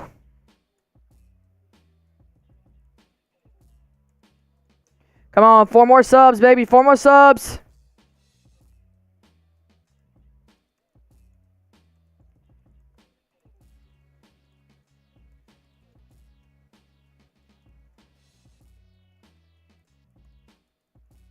What do we got? 5 more subs. Come on. Who's it going to be? What do we got? Chris Paul's nickname CP3 has more threes than Klay Thompson in an elimination game. So we need one more big guy who is available out there because the uniform probably won't be back until... Oh, the unicorn won't be back until maybe early 2025. Yeah, I know. We re-signed Luke Kornet and Neemias Queta, so... Yeah, we freaking did. What else we got? Clips working on a Westbrook trade. Yup. We're loaded. We don't got to do shit but develop Walsh and Springer. Yeah. Kind of in on that. This is just,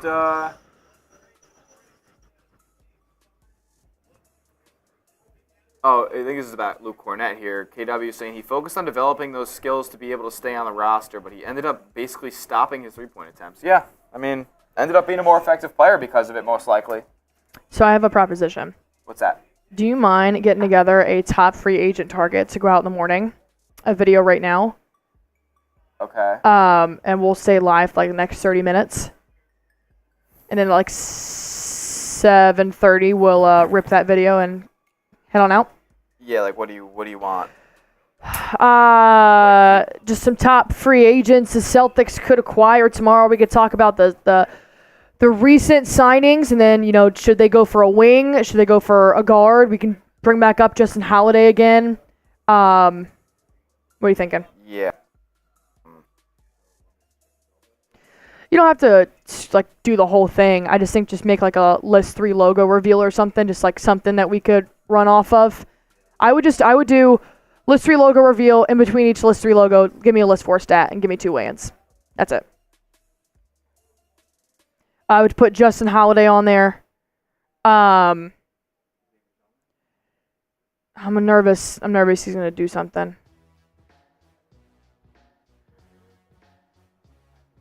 No, let me see.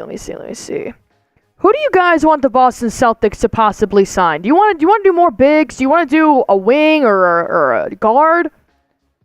Let me know what you guys are thinking. I definitely still like Justin Holiday. We could do Batum. Batum could be a good one. Najee Marshall is still there, 26 years old. He won't. He's too expensive. He's $1.3 million. Yeah, he won't be making that. Okay. Deal. He'll be at least $5 million. I would do Batum. I would do Isaiah Holiday. Justin Holiday. Let's bring in Isaiah Hardenstein. Why not? Yeah. Find the money.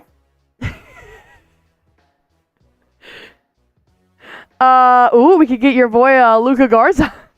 Is he a free agent? Yeah. That's kind of ridiculous. Luka Garza got Western Conference Finals minutes. It was wild. Who else could we get? Oh, you know what? Let's do O'Shea Brissett. O'Shea Brissett. Let's talk about what he plans to do here. O'Shea Brissett. Justin Holiday and Nicholas Batum. Those are my 3 free agents that I would look at tomorrow. Okay. Because if Brad Stevens is really running this roster back, I would like O'Shea Brissett to be in there. You think Nick Batum would sign for the veteran minimum? 35, because it's the Celtics, yes. Any other team, no. Okay. I will make that case. You can also use my tweet that I just tweeted out there that O'Shea Brissett said on June 26th he wants to run it back. Where is that? I just tweeted it out. I'll send it to you, or I can make the thing. I just sent it to you on Twitter. Okay. Yeah, I can make that. Yeah. I would be really intrigued to see. I don't think they re-signed Svi. I think they let Svi walk. But I could see them bringing back O'Shea Brissett. Maybe even over Tillman. I loved O'Brizzy, man.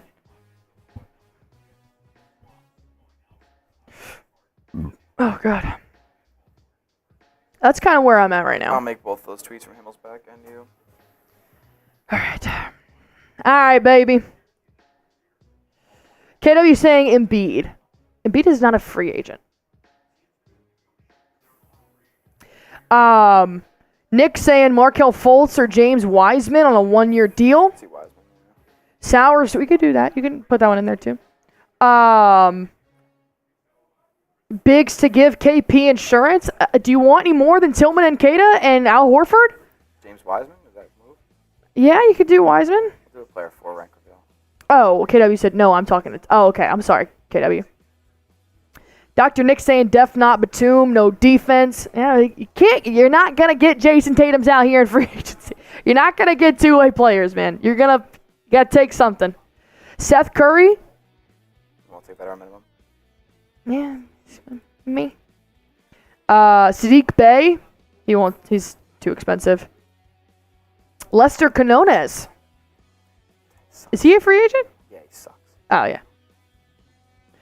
In the Warriors versus Kings play-in game, Lester scored 4 more points than Klay Thompson. Lester only scored 4 points. You got to give it a rest, dude. Boogie? No. Boogie's not even in the league right now. No. You want a Justin Holiday on here? Yeah, I'd still like him. It's a good storyline. Lay saying put Pat Bev, Thomas Bryant, Alec Burks on the team for fun. I don't want Pat Bev anywhere near Boston. Dwight Powell coming in from Ty B. Is he a free agent? There are way too many free agents this year. No, Powell's not a free agent. Should I put Nicholas Batum or Gordon Hayward on here? Batum. A little different. Plus, he's got some juice from declining. Yeah.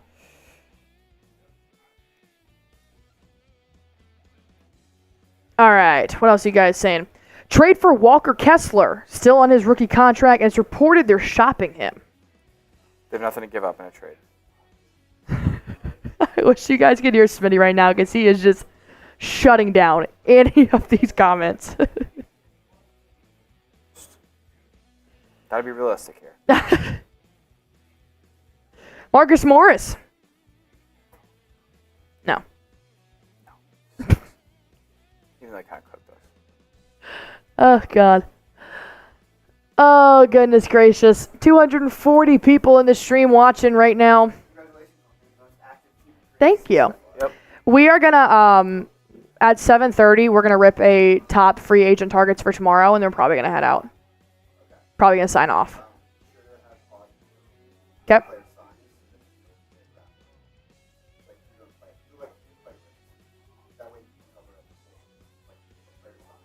Like, what do Okay. you mean? Like, cause I made the player rank for the targets. All right, Christian Wood. Obi Toppin actually just got paid, bruh. I think he just did a 4-year, $60 million contract earlier today. Yeah, he did 4 years, $60 million. So the Pacers like Obi. He was a good six player off the bench. So Toppin is no longer available. Christian Wood. J.D. Davison is a restricted free agent, yes. Gallinari, nah. He kind of sucks.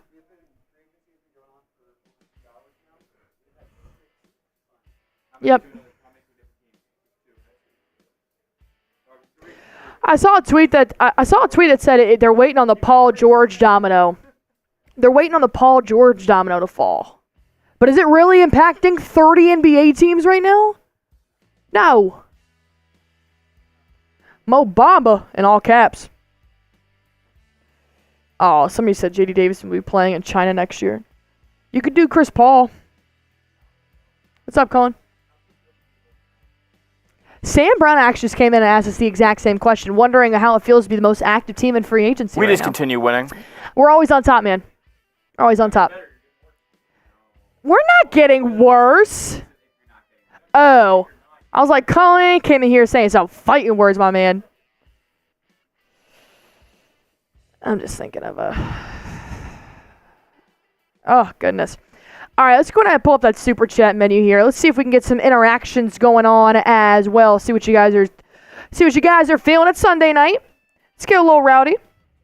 You got what Sam said? All right, I wasn't listening. All right. KW saying, Mo Bamba, no Bamba. I just love that song, man. I love that Mo Bamba song. That was my freshman year in college anthem. No, sophomore year in college anthem. I got hoes calling. Where's Ollie? The Clippers' exit leaves the 76ers as strong frontrunners to land Paul George on a free agent deal, sources tell ESPN. Could Paul George to the 76ers happen tonight?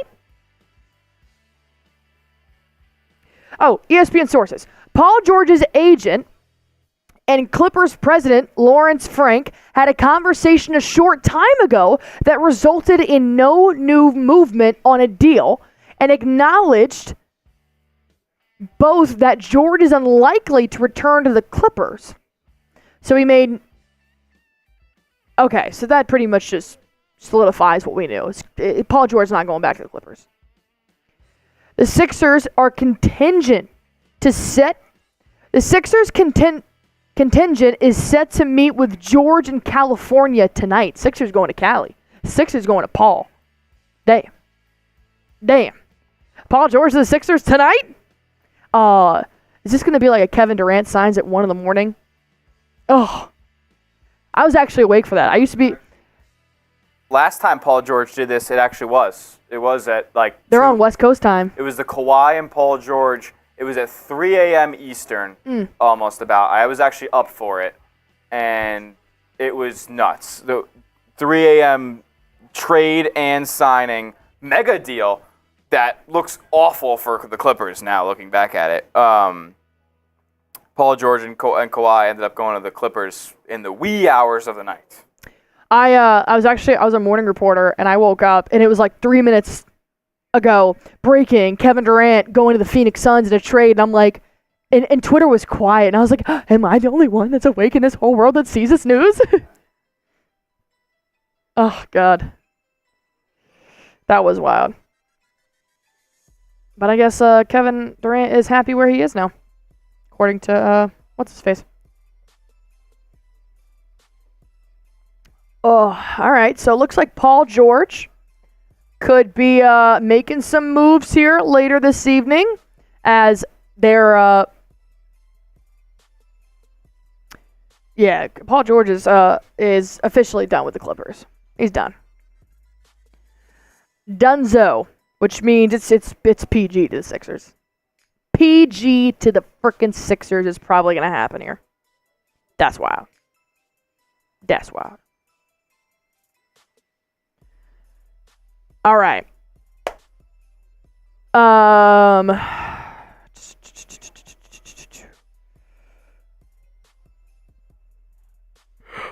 What other questions can we ask?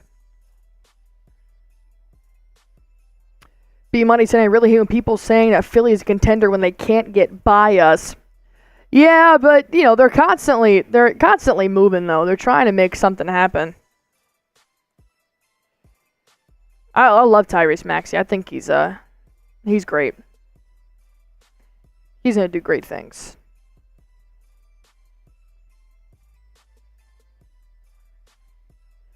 All right, let's bring up another way in here. You can do a Comet driver What are you guys drinking right now, or eating, or something? Or, perfect. All right. Who do you guys think is the most underrated NBA player in free agency? I'm going to go Hartenstein, to be honest. I thought he would have a little bit more suitors knocking at his door than just going and meeting with the OKC Thunder.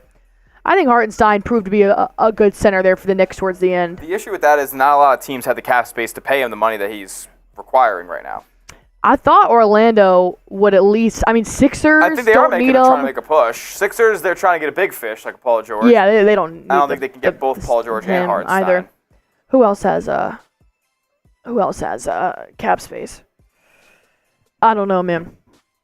Let me pull up the free agent list again one more time. Let's see if there's any names out there. Some people are saying Kelly Oubre Jr. Me, he did get better on defense and offense this last year for the Sixers. But me. All right, let's see.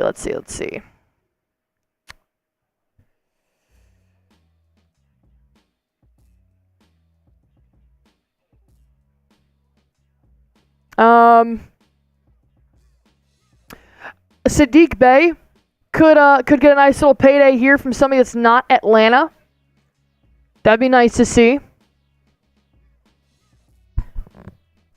Precious too. Precious kind of still on that injury train as well. I could see Precious Achua getting a little deal there. Oh, you want to know what's funny? Aaron Holiday is also a free agent. We should just get Aaron and Justin Holiday and just call it a day. Was he on a roster last year? He's on the Rockets, I think. Okay. Let me see. Is he? So if Justin's 35 and Drew's 34, Aaron is 27. Yeah, Aaron is much younger. Yeah. He played a couple years at UCLA. He played 78 games for the Rockets. Oh wow. He averaged 6.5 points, 1.5 rebounds, 1.8 assists, Good for him. half a steal. He shot 45% and 39% from a three-point line. Not bad. Should we sign Aaron Holiday? I feel like with Justin and Drew being so close together, 35, 34 years old, I feel like they're used to like living with each other or growing up or something. But I feel like when you get your little brother on the team, like Aaron Holiday, it's kind of like dads like traveling with you and stuff. I can see Drew being a protective big brother over Aaron. So I don't know. Drew's actually in LA right now. He's at a women's soccer game, I believe, with his wife Lauren, who's the owner of a club, or a part owner or a share or something. Celtic Raider in here saying, I would think the Sixers should focus more on re-signing Maxey and less on PG. They're re-signing Maxey. They're getting that deal done for sure. For sure.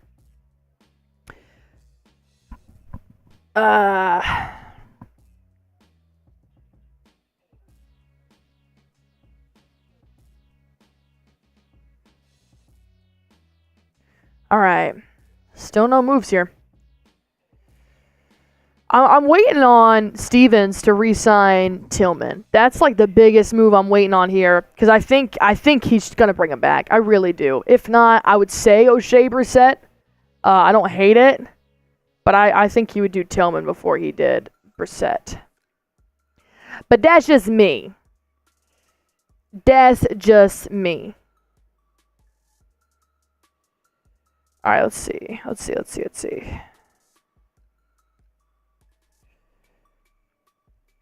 Damn, I'm surprised I got Nemi done so quick, too.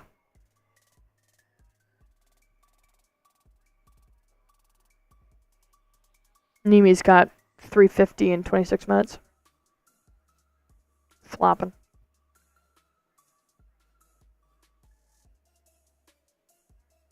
Banner 19 incoming. Yeah, you're not wrong.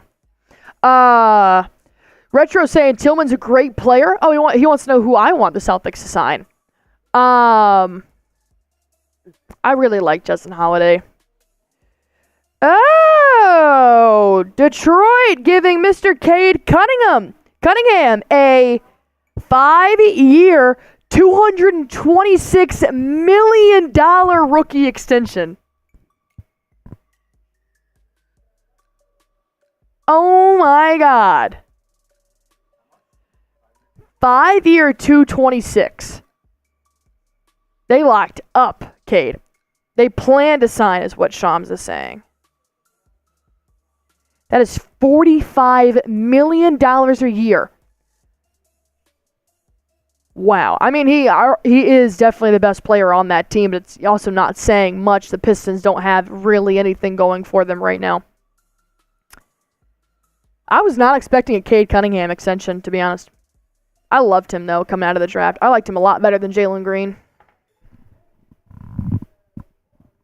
Well, good for the Pistons, man. Good for the Pistons. You're not doing anything else.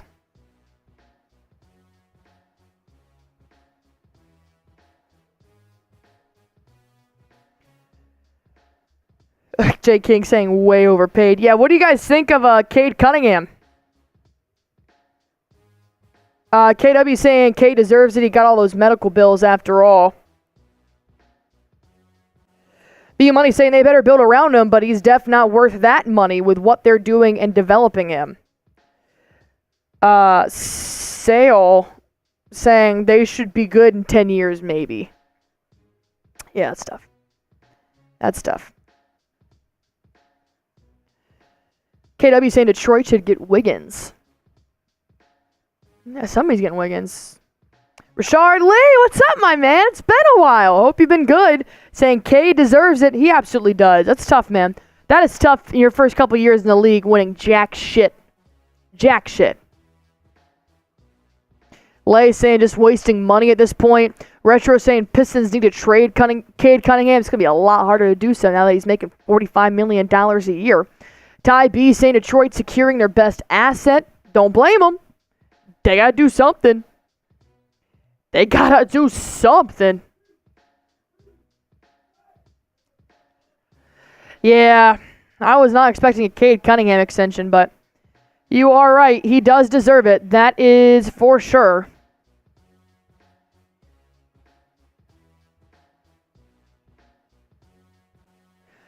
I don't...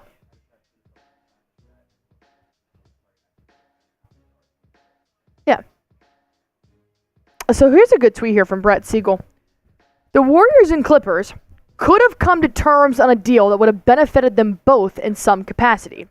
Instead, the Warriors lose Chris Paul and essentially Jordan Poole for nothing. And the Clippers are now going to lose Paul George for nothing. This is the Clippers' fault. This is not Golden State's fault, but it is kind of Golden State's fault because they should have traded Chris Paul earlier. And Wiggins. And you're done. You don't have to give up Moody. You don't have to give up Kuminga or Pajimski or nobody. Clippers probably weren't willing to do that. Like they just weren't. I know Jonathan Kuminga was dangled in a trade, and they still said no. No, they're never trading him. They be idiots. They offered it. Man, Andre Drummond's big ass just tweeted out, "I'm in the mood for a Philly cheesesteak." Saw that.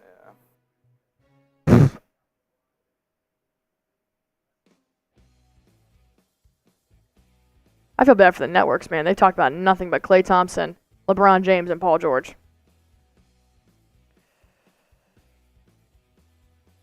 Oh, Woj said it's more than just unlikely. The Clippers and Paul George are moving on from each other. They're done.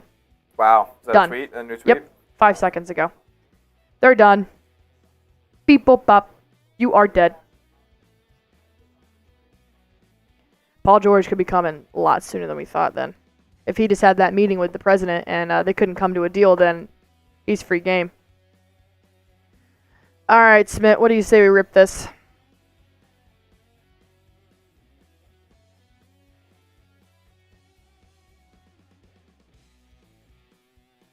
Boop, boop, pop. 5 of 10.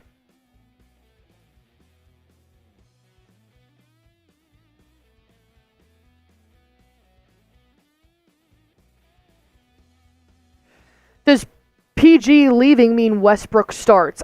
Last I heard, the Clippers want to actively trade Russell Westbrook. So I don't think that means any playing time for Russell in LA. Dr. Nick saying PG to the Lakers. Nope. He's going to Philly. Philly or Orlando. It kind of seems like the way that has to shake out. Unless, by the grace of God, LeBron James takes a vet minimum. Yeah. That's about it. That's how he could go to the Lakers. I don't know. I still don't think they'd have the money. It's crazy. Really? Yeah. Reeves makes like close to $20 million. Rui Hachimura makes $17 million. Jared Vanderbilt making over $10 million. Anthony Davis makes $50 million. I forgot about AD. Yeah. I forgot about AD. D'Angelo Russell just opted in for $19 million. They have a lot on the books. Get rid of D'Lo. They want to get rid of D'Lo.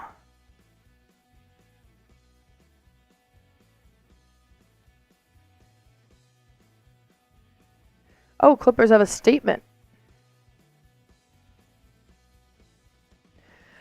Paul has informed us that he is signing his next contract with another team. Paul is a tremendous talent and an elite two-way player. We feel fortunate for the 5 years we spent with him. Over that span, we went to blah, blah, blah, blah. We traded a lot to pair Paul with Kawhi, and in exchange, we had 5 seasons of contention. Even though we fell short of our ultimate objective, we appreciate the chances we've had with Paul. Heading into this offseason, our roster was constructed 3 great players, 33 and over, 2 of whom could be free agents. We wanted to retain them on contracts that would allow us, under the constraints of the new CBA, to continue building the team. We have a new update on Paul George now, coming in from The Athletic. What is it? There are no other teams in the running for Paul George, and he can make his decision to join Philadelphia tonight. We knew this was happening. We negotiated for months with Paul and his representative on a contract that would make sense for both sides. We were left far apart. The gap was significant. We understand and respect Paul's decision to look elsewhere for his next contract. We explored an opt-in and trade scenario. Eric Gordon agrees to a deal with the 76ers. They're building a little squad up there. They said, screw it, can't get KCP and Paul George? Give us Eric Gordon and Paul George. Wow. Okay. I wonder how much he'll sign for. He only made 3.2 last year. Probably it's probably a vet minimum for him. He's old, though. Yeah, he's really old. What is he, 32? Probably like 35, 36 Oh, damn. maybe. He's been in the league a long. He's been in the league since like 2008, 2009, somewhere around there. Damn. All right. Couple of things are starting to happen here. Eric Gordon going to the Sixers. Sixers are the only team that's contending for Paul George. The only team that can afford Paul George. Yep. Damn. Pretty much, besides the Orlando Magic. Money talks, baby. Money talks. Orlando Magic. Oh, yeah. Orlando really can't. No, they only have $30 million in space now. They can't sign Paul George. They don't have the money for that. Damn. Maybe by the time we finish up with this cut, Paul George is already 76er. Who knows? We'll find out. All right, I'm ready when you are. Will you be live for Summer League? Probably not, Celtic Raider, but we can discuss it. We can discuss it.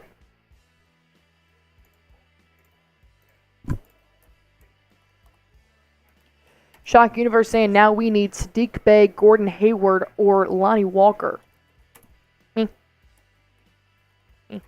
KW said cocktail stream? You have been asking for a cocktail stream for quite some time. We'll do it one day, KW, I promise. I promise.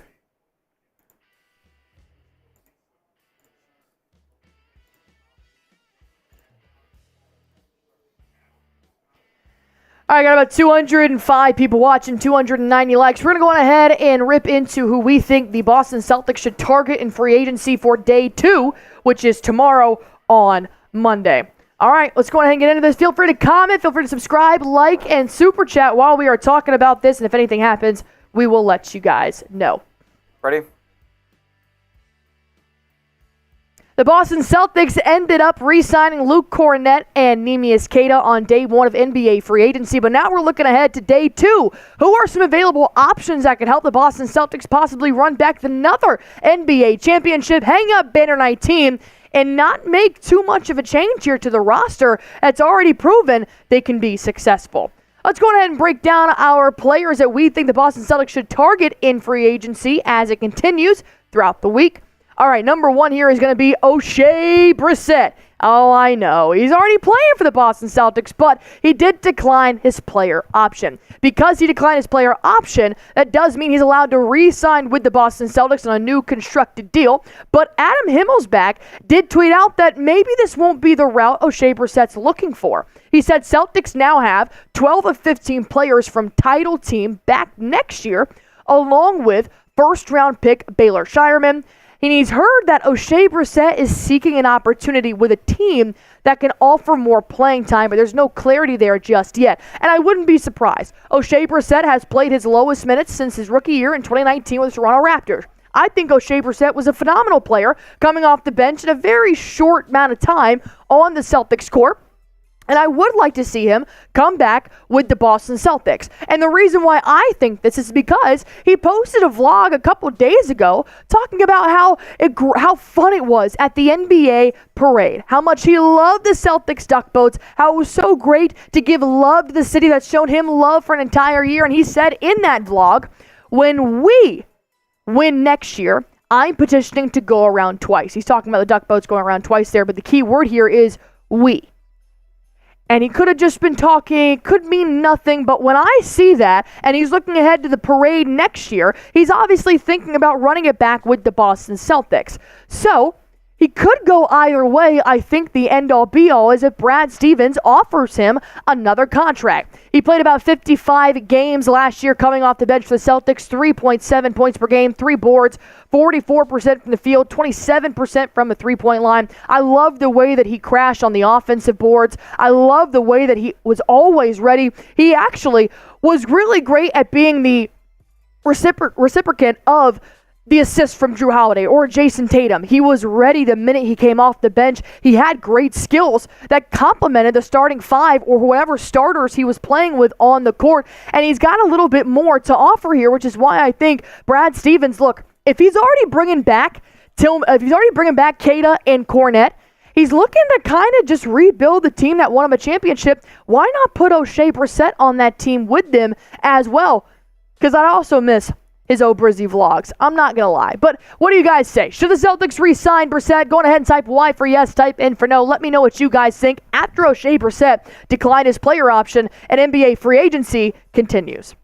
All right, another target that they should possibly look at here is James Wiseman, the center out of Detroit. Now, the Pistons, they just made a huge payday for Cade Cunningham, 5 years, $226 million.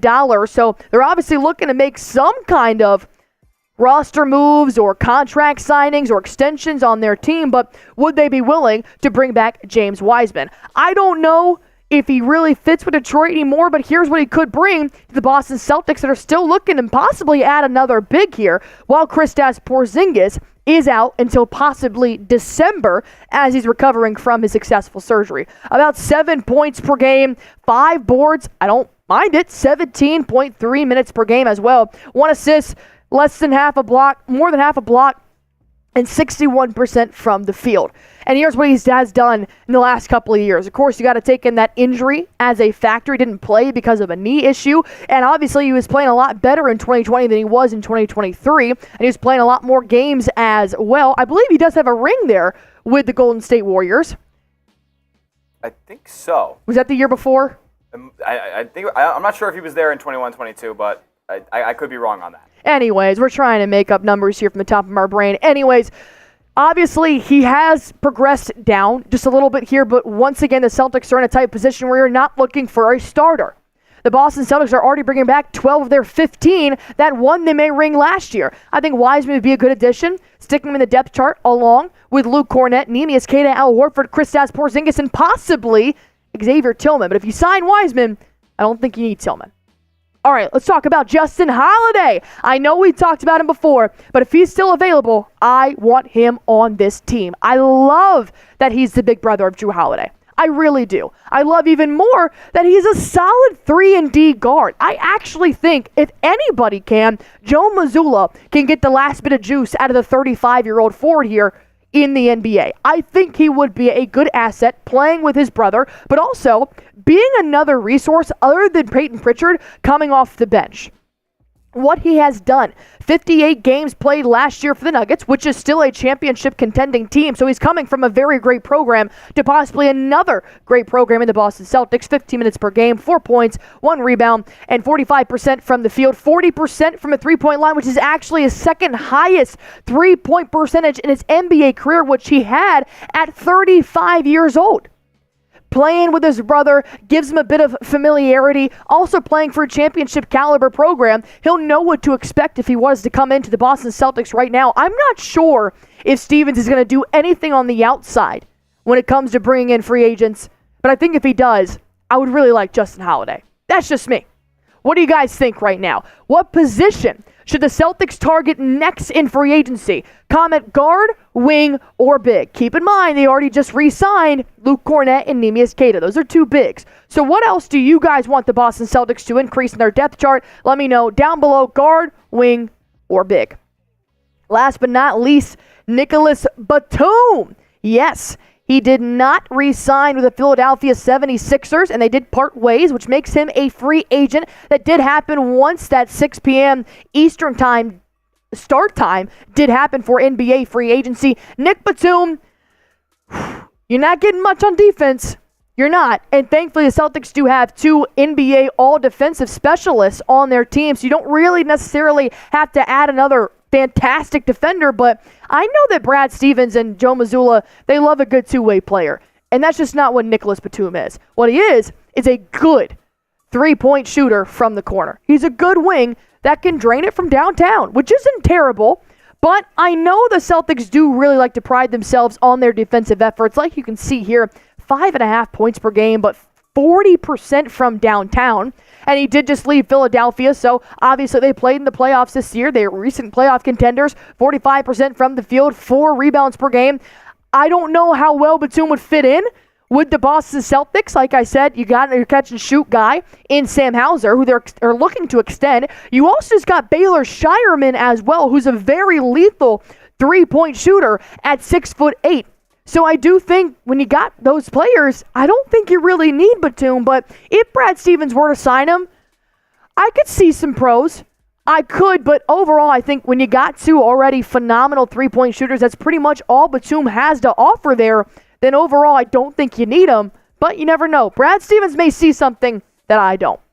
Once again, here are some top free agent targets heading into day 2 of NBA free agency. Let me know what you guys think down below. Do you agree with me? Do you disagree with me? Let's comment. Let's talk about it. That's why you guys subscribe to Celtics Today by Chat Sports. I talk, I show you the facts and figures, you guys talk, and then we talk about it. It's beautiful. Join 38,000 loyal subscribers right now by getting your latest information on the Boston Celtics free agency, offseason plans, summer league, trade rumors, breaking news, whatever. You got it right here. Go on ahead and subscribe. Oh, we reached 38,300. All right, everybody. I think we are about done. Unless there is anything else that I missed while we were recording. Chris Paul intends to sign with the San Antonio Spurs. Chris Haynes tweeted that out. All right. Wow. Do you need to do something? Probably not. We already talked about. We already put the video up of waiving him, so it's not like It's not your player. it's not a Yeah, player. you It's can not make my it short. team. You can make it short, yeah. Yeah. All right. That actually makes my heart happy. Good for Chris Paul. I think he and Pop will do good.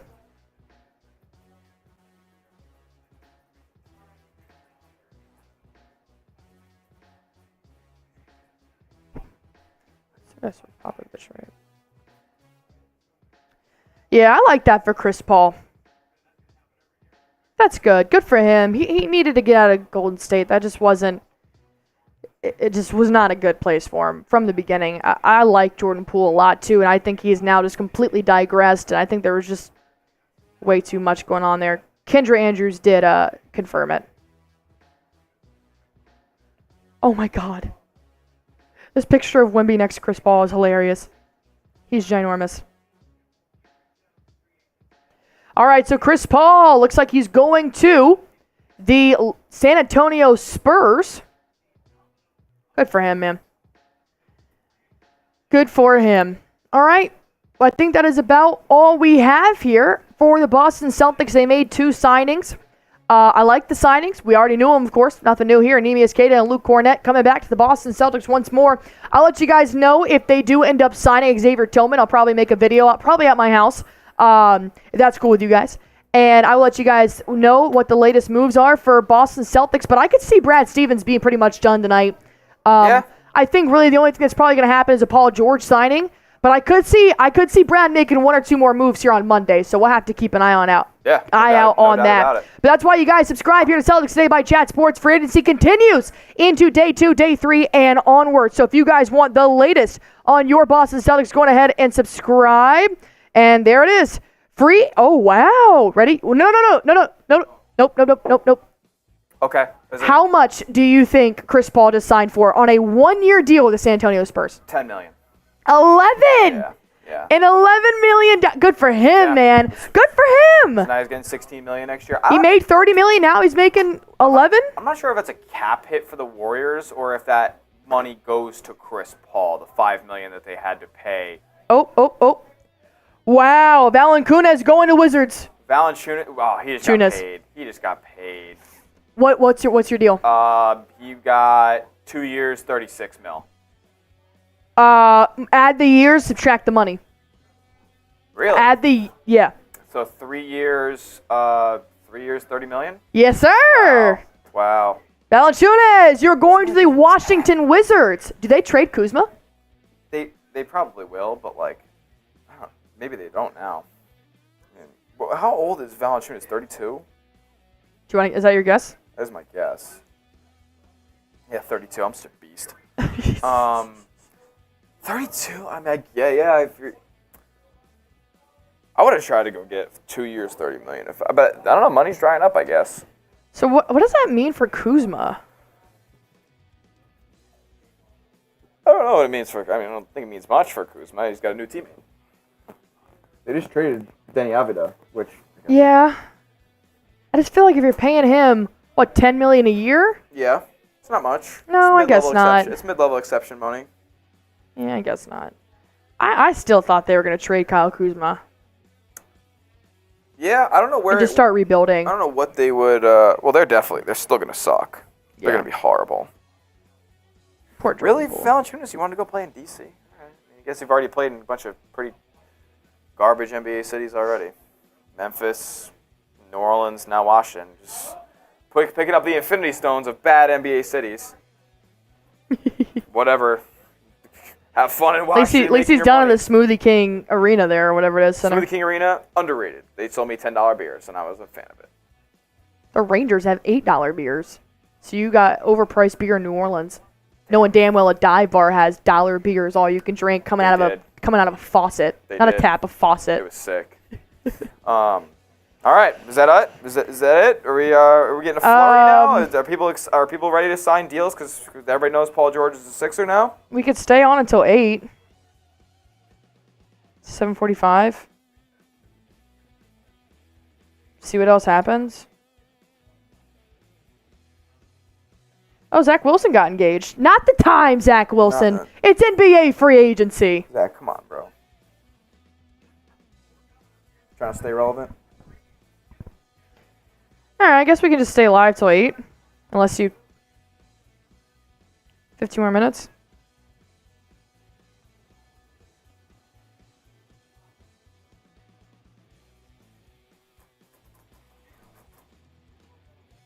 Will the Spurs make the playoffs? What do you guys think? Will the Spurs make the playoffs with Wemby and CP3?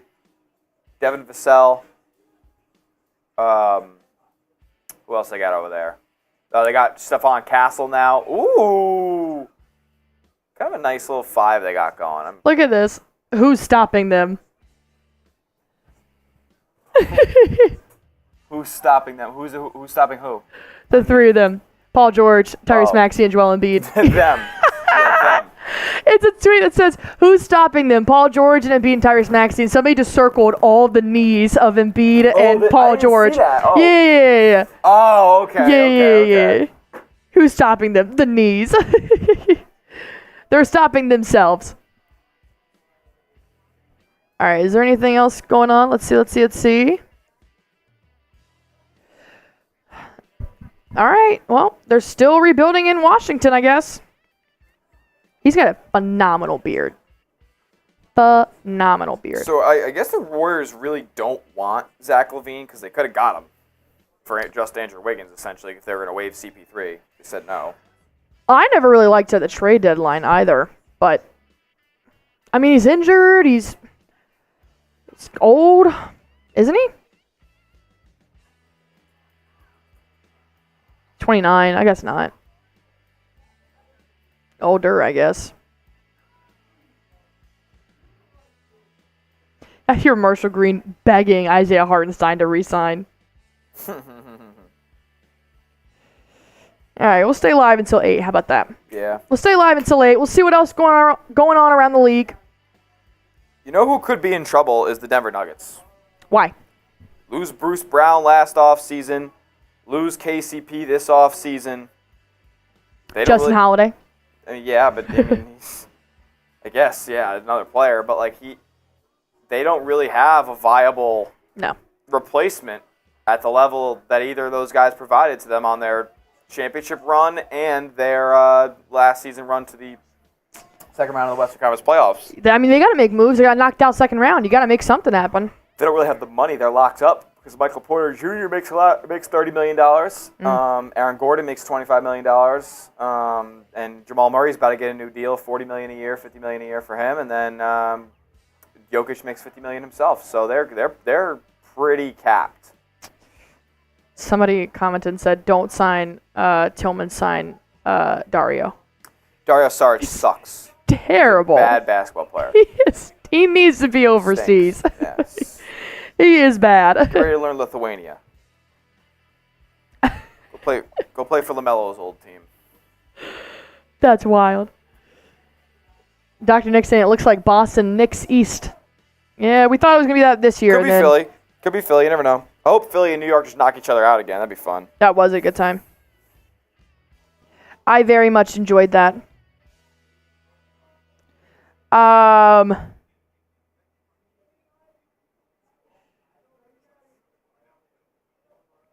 Somebody tweeted, Woj and Shams used to have a 15 deals tweeted right at the start of free agency. Now we got to settle for Luke Kornet scraps. What happened to the game I love? Yeah, it's tough. It hurts. It hurts. It's been a weird first day. I don't know what the rest of the week's going to look like. Right? Once this Paul George thing happens, I'm sure we'll see more deals, but... All right, be sure to hit that sub button for me if you guys haven't already. We may possibly be going live tomorrow for free agency as well, and I want you guys to be a part of that. So go on ahead, hit that sub button for me. 38,307 loyal subscribers here. After this is a good question. Assuming Wemby takes another leap this year, shout out at Cooked by Steph on Twitter. Assuming Wemby takes another leap next season, is he the best player Chris Paul's ever played with after James Harden? He's played with Durant. He's played with Steph Curry. CP3's never played with Durant. Chris Paul and the Suns. Oh, shit. You're right. Okay, so that'd be silly. Are we saying Wemby's better than Durant? Yeah, no, that's wild. He could be. Did I get baited by a troll tweet? He could be. I wouldn't say that right now. Yeah, I mean the guy said old Steph, old KD, Booker's good, but Wemby could be better by next year. I would put Wemby over Booker. I'd honestly put Steph. Yeah. You put Steph at top? Steph at the top, but like this year, Steph. So you have to take into account like which year they're playing with these players. Yeah, KD is probably still above Wemby. Steph, like this year, he was great, but like I don't know. He is still he's still one of the greatest NBA players to ever play, but it's also a different top. It's like a different comparison. Like I don't know. I think he's the best shooter ever, obviously, in the NBA. But, I think like LeBron James is the best NBA player. It's a weird conversation. So I don't know. I would say after Wemby retires, you could say that was Chris Paul's best teammate. But you can't say it right now, probably. Lay Baby saying It's so Suns funny. in shambles. Noah Dalzell and me on the same wave. She was like, she said, this one's confusing about Jonas Valanciunas. And she replied to her own tweet saying, I'm more confused why he wants to go to D.C. That's what I was saying. Like, I'd rather he's say addicted to bad NBA cities. But, like, you're also a playoff contender with the Pelicans. Yeah, no, like that. Why would you not go back to New Orleans? You have minutes there. They have a rookie center who, like, needs time to develop. And Jonas Valanciunas will play a lot of minutes there. And Pelicans got a good squad. Joe Vire is saying it's going to be weird how they incorporate Alex Sarr into this. Yeah. Who are the other bigs on Washington? They really don't have any, right? They had traded both of them away to the Dallas Mavericks and the Boston Celtics. So Their big Wizards is roster. Marvin Bagley, yeah, that brother stinks. Rashawn Holmes, Anthony Gill, Alex Sarr. Oh my God. So That seems horrible. that is interesting that he just went to the... Bilal Coulibaly is the other one. Oh, I didn't see that. Okay. So that is interesting now. Pelicans couldn't give him 3 for 30? Is that really what we were doing? I don't know, man. That's tough. So now you have to play Alex Sarr a ton of minutes. You picked him 2nd overall. You have to play Bilal Coulibaly a ton of minutes. You picked him like 7th overall last year. You have to play Jonas Valanciunas a bunch of minutes because you just paid him. And you also have to play like Kuzma minutes at the 4 too. Like what's going on? While also incorporating a rookie into his first year at the NBA. Yeah, like the Wizards are weird, man. They're gonna It's just weird. they're gonna lose a lot of games. All right, what is it? 7:52. Still no more moves. God, what a weird free agency day. I don't know how to feel. I don't know how to feel. Don't know how to feel. How do you guys feel about the first day of NBA free agency? How do you guys feel? Because I feel cheated. I feel cheated of a day I once loved. I guess you take a little bit of pressure off of Alex Sarr though, with getting Valanciunas down there.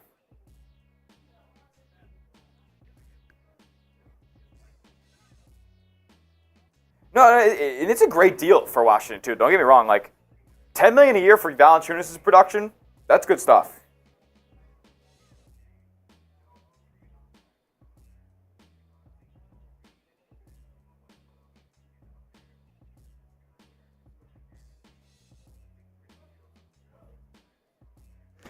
Huh.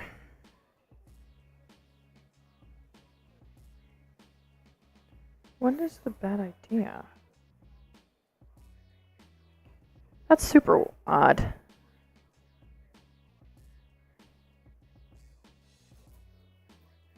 Where does Isaiah Hartenstein end up? What's the move there? Valanciunas taking the 3 years, $30 million from Washington. Chris Paul going to San Antonio. Eric Gordon going to Philly. Possibly awaiting Paul George along with Andre Drummond. Hey, the Celtics, they've re-signed Queta, baby. Let's go.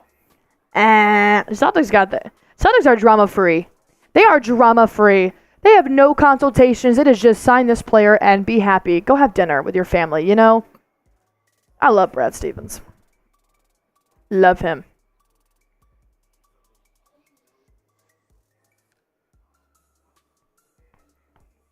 I feel like the Sixers are gonna stay alive for a little bit, waiting for this to happen.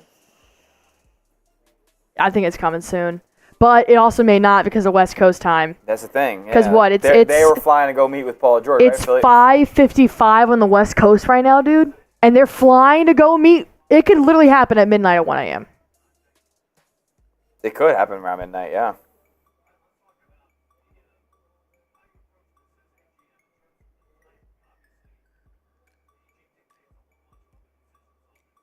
Golden State really gave Draymond Green $100 million. It's crazy.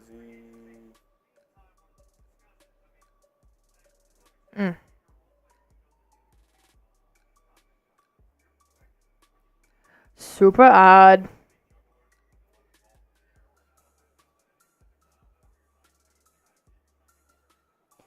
All I got 185 people still watching in here.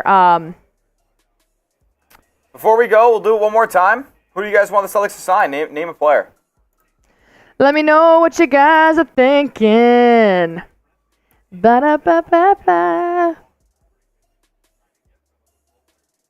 You're telling me, could Jonas Valanciunas really not get $10 million a year elsewhere? That's insane to me. It's not like a heaping amount of money. It's not. It's the mid-level, Celtics honestly could have done it. It's mid-level exception stuff. The Warriors could have went out and signed him now. They're under the tax. That's so interesting. Maybe he wanted to be a part of a rebuild? I don't know. Dacho's saying Theis. Lay's saying Lonnie Walker. Anthony saying, seriously, please question, where is Gordon Hayward going? Could be the Boston Celtics. Could be Celtics. He makes $30 million a year. He's probably I don't think he's going to do a vet minimum, though. Yeah. If Chris Paul is not doing a vet minimum, I don't think Gordon. I think he wants $10 million, probably. Yo, what? Disney Plus is basically doubling their price in October. Yeah, I'm canceling that shit. Yeah. Christopher Domingo saying O'Shea, Brissett.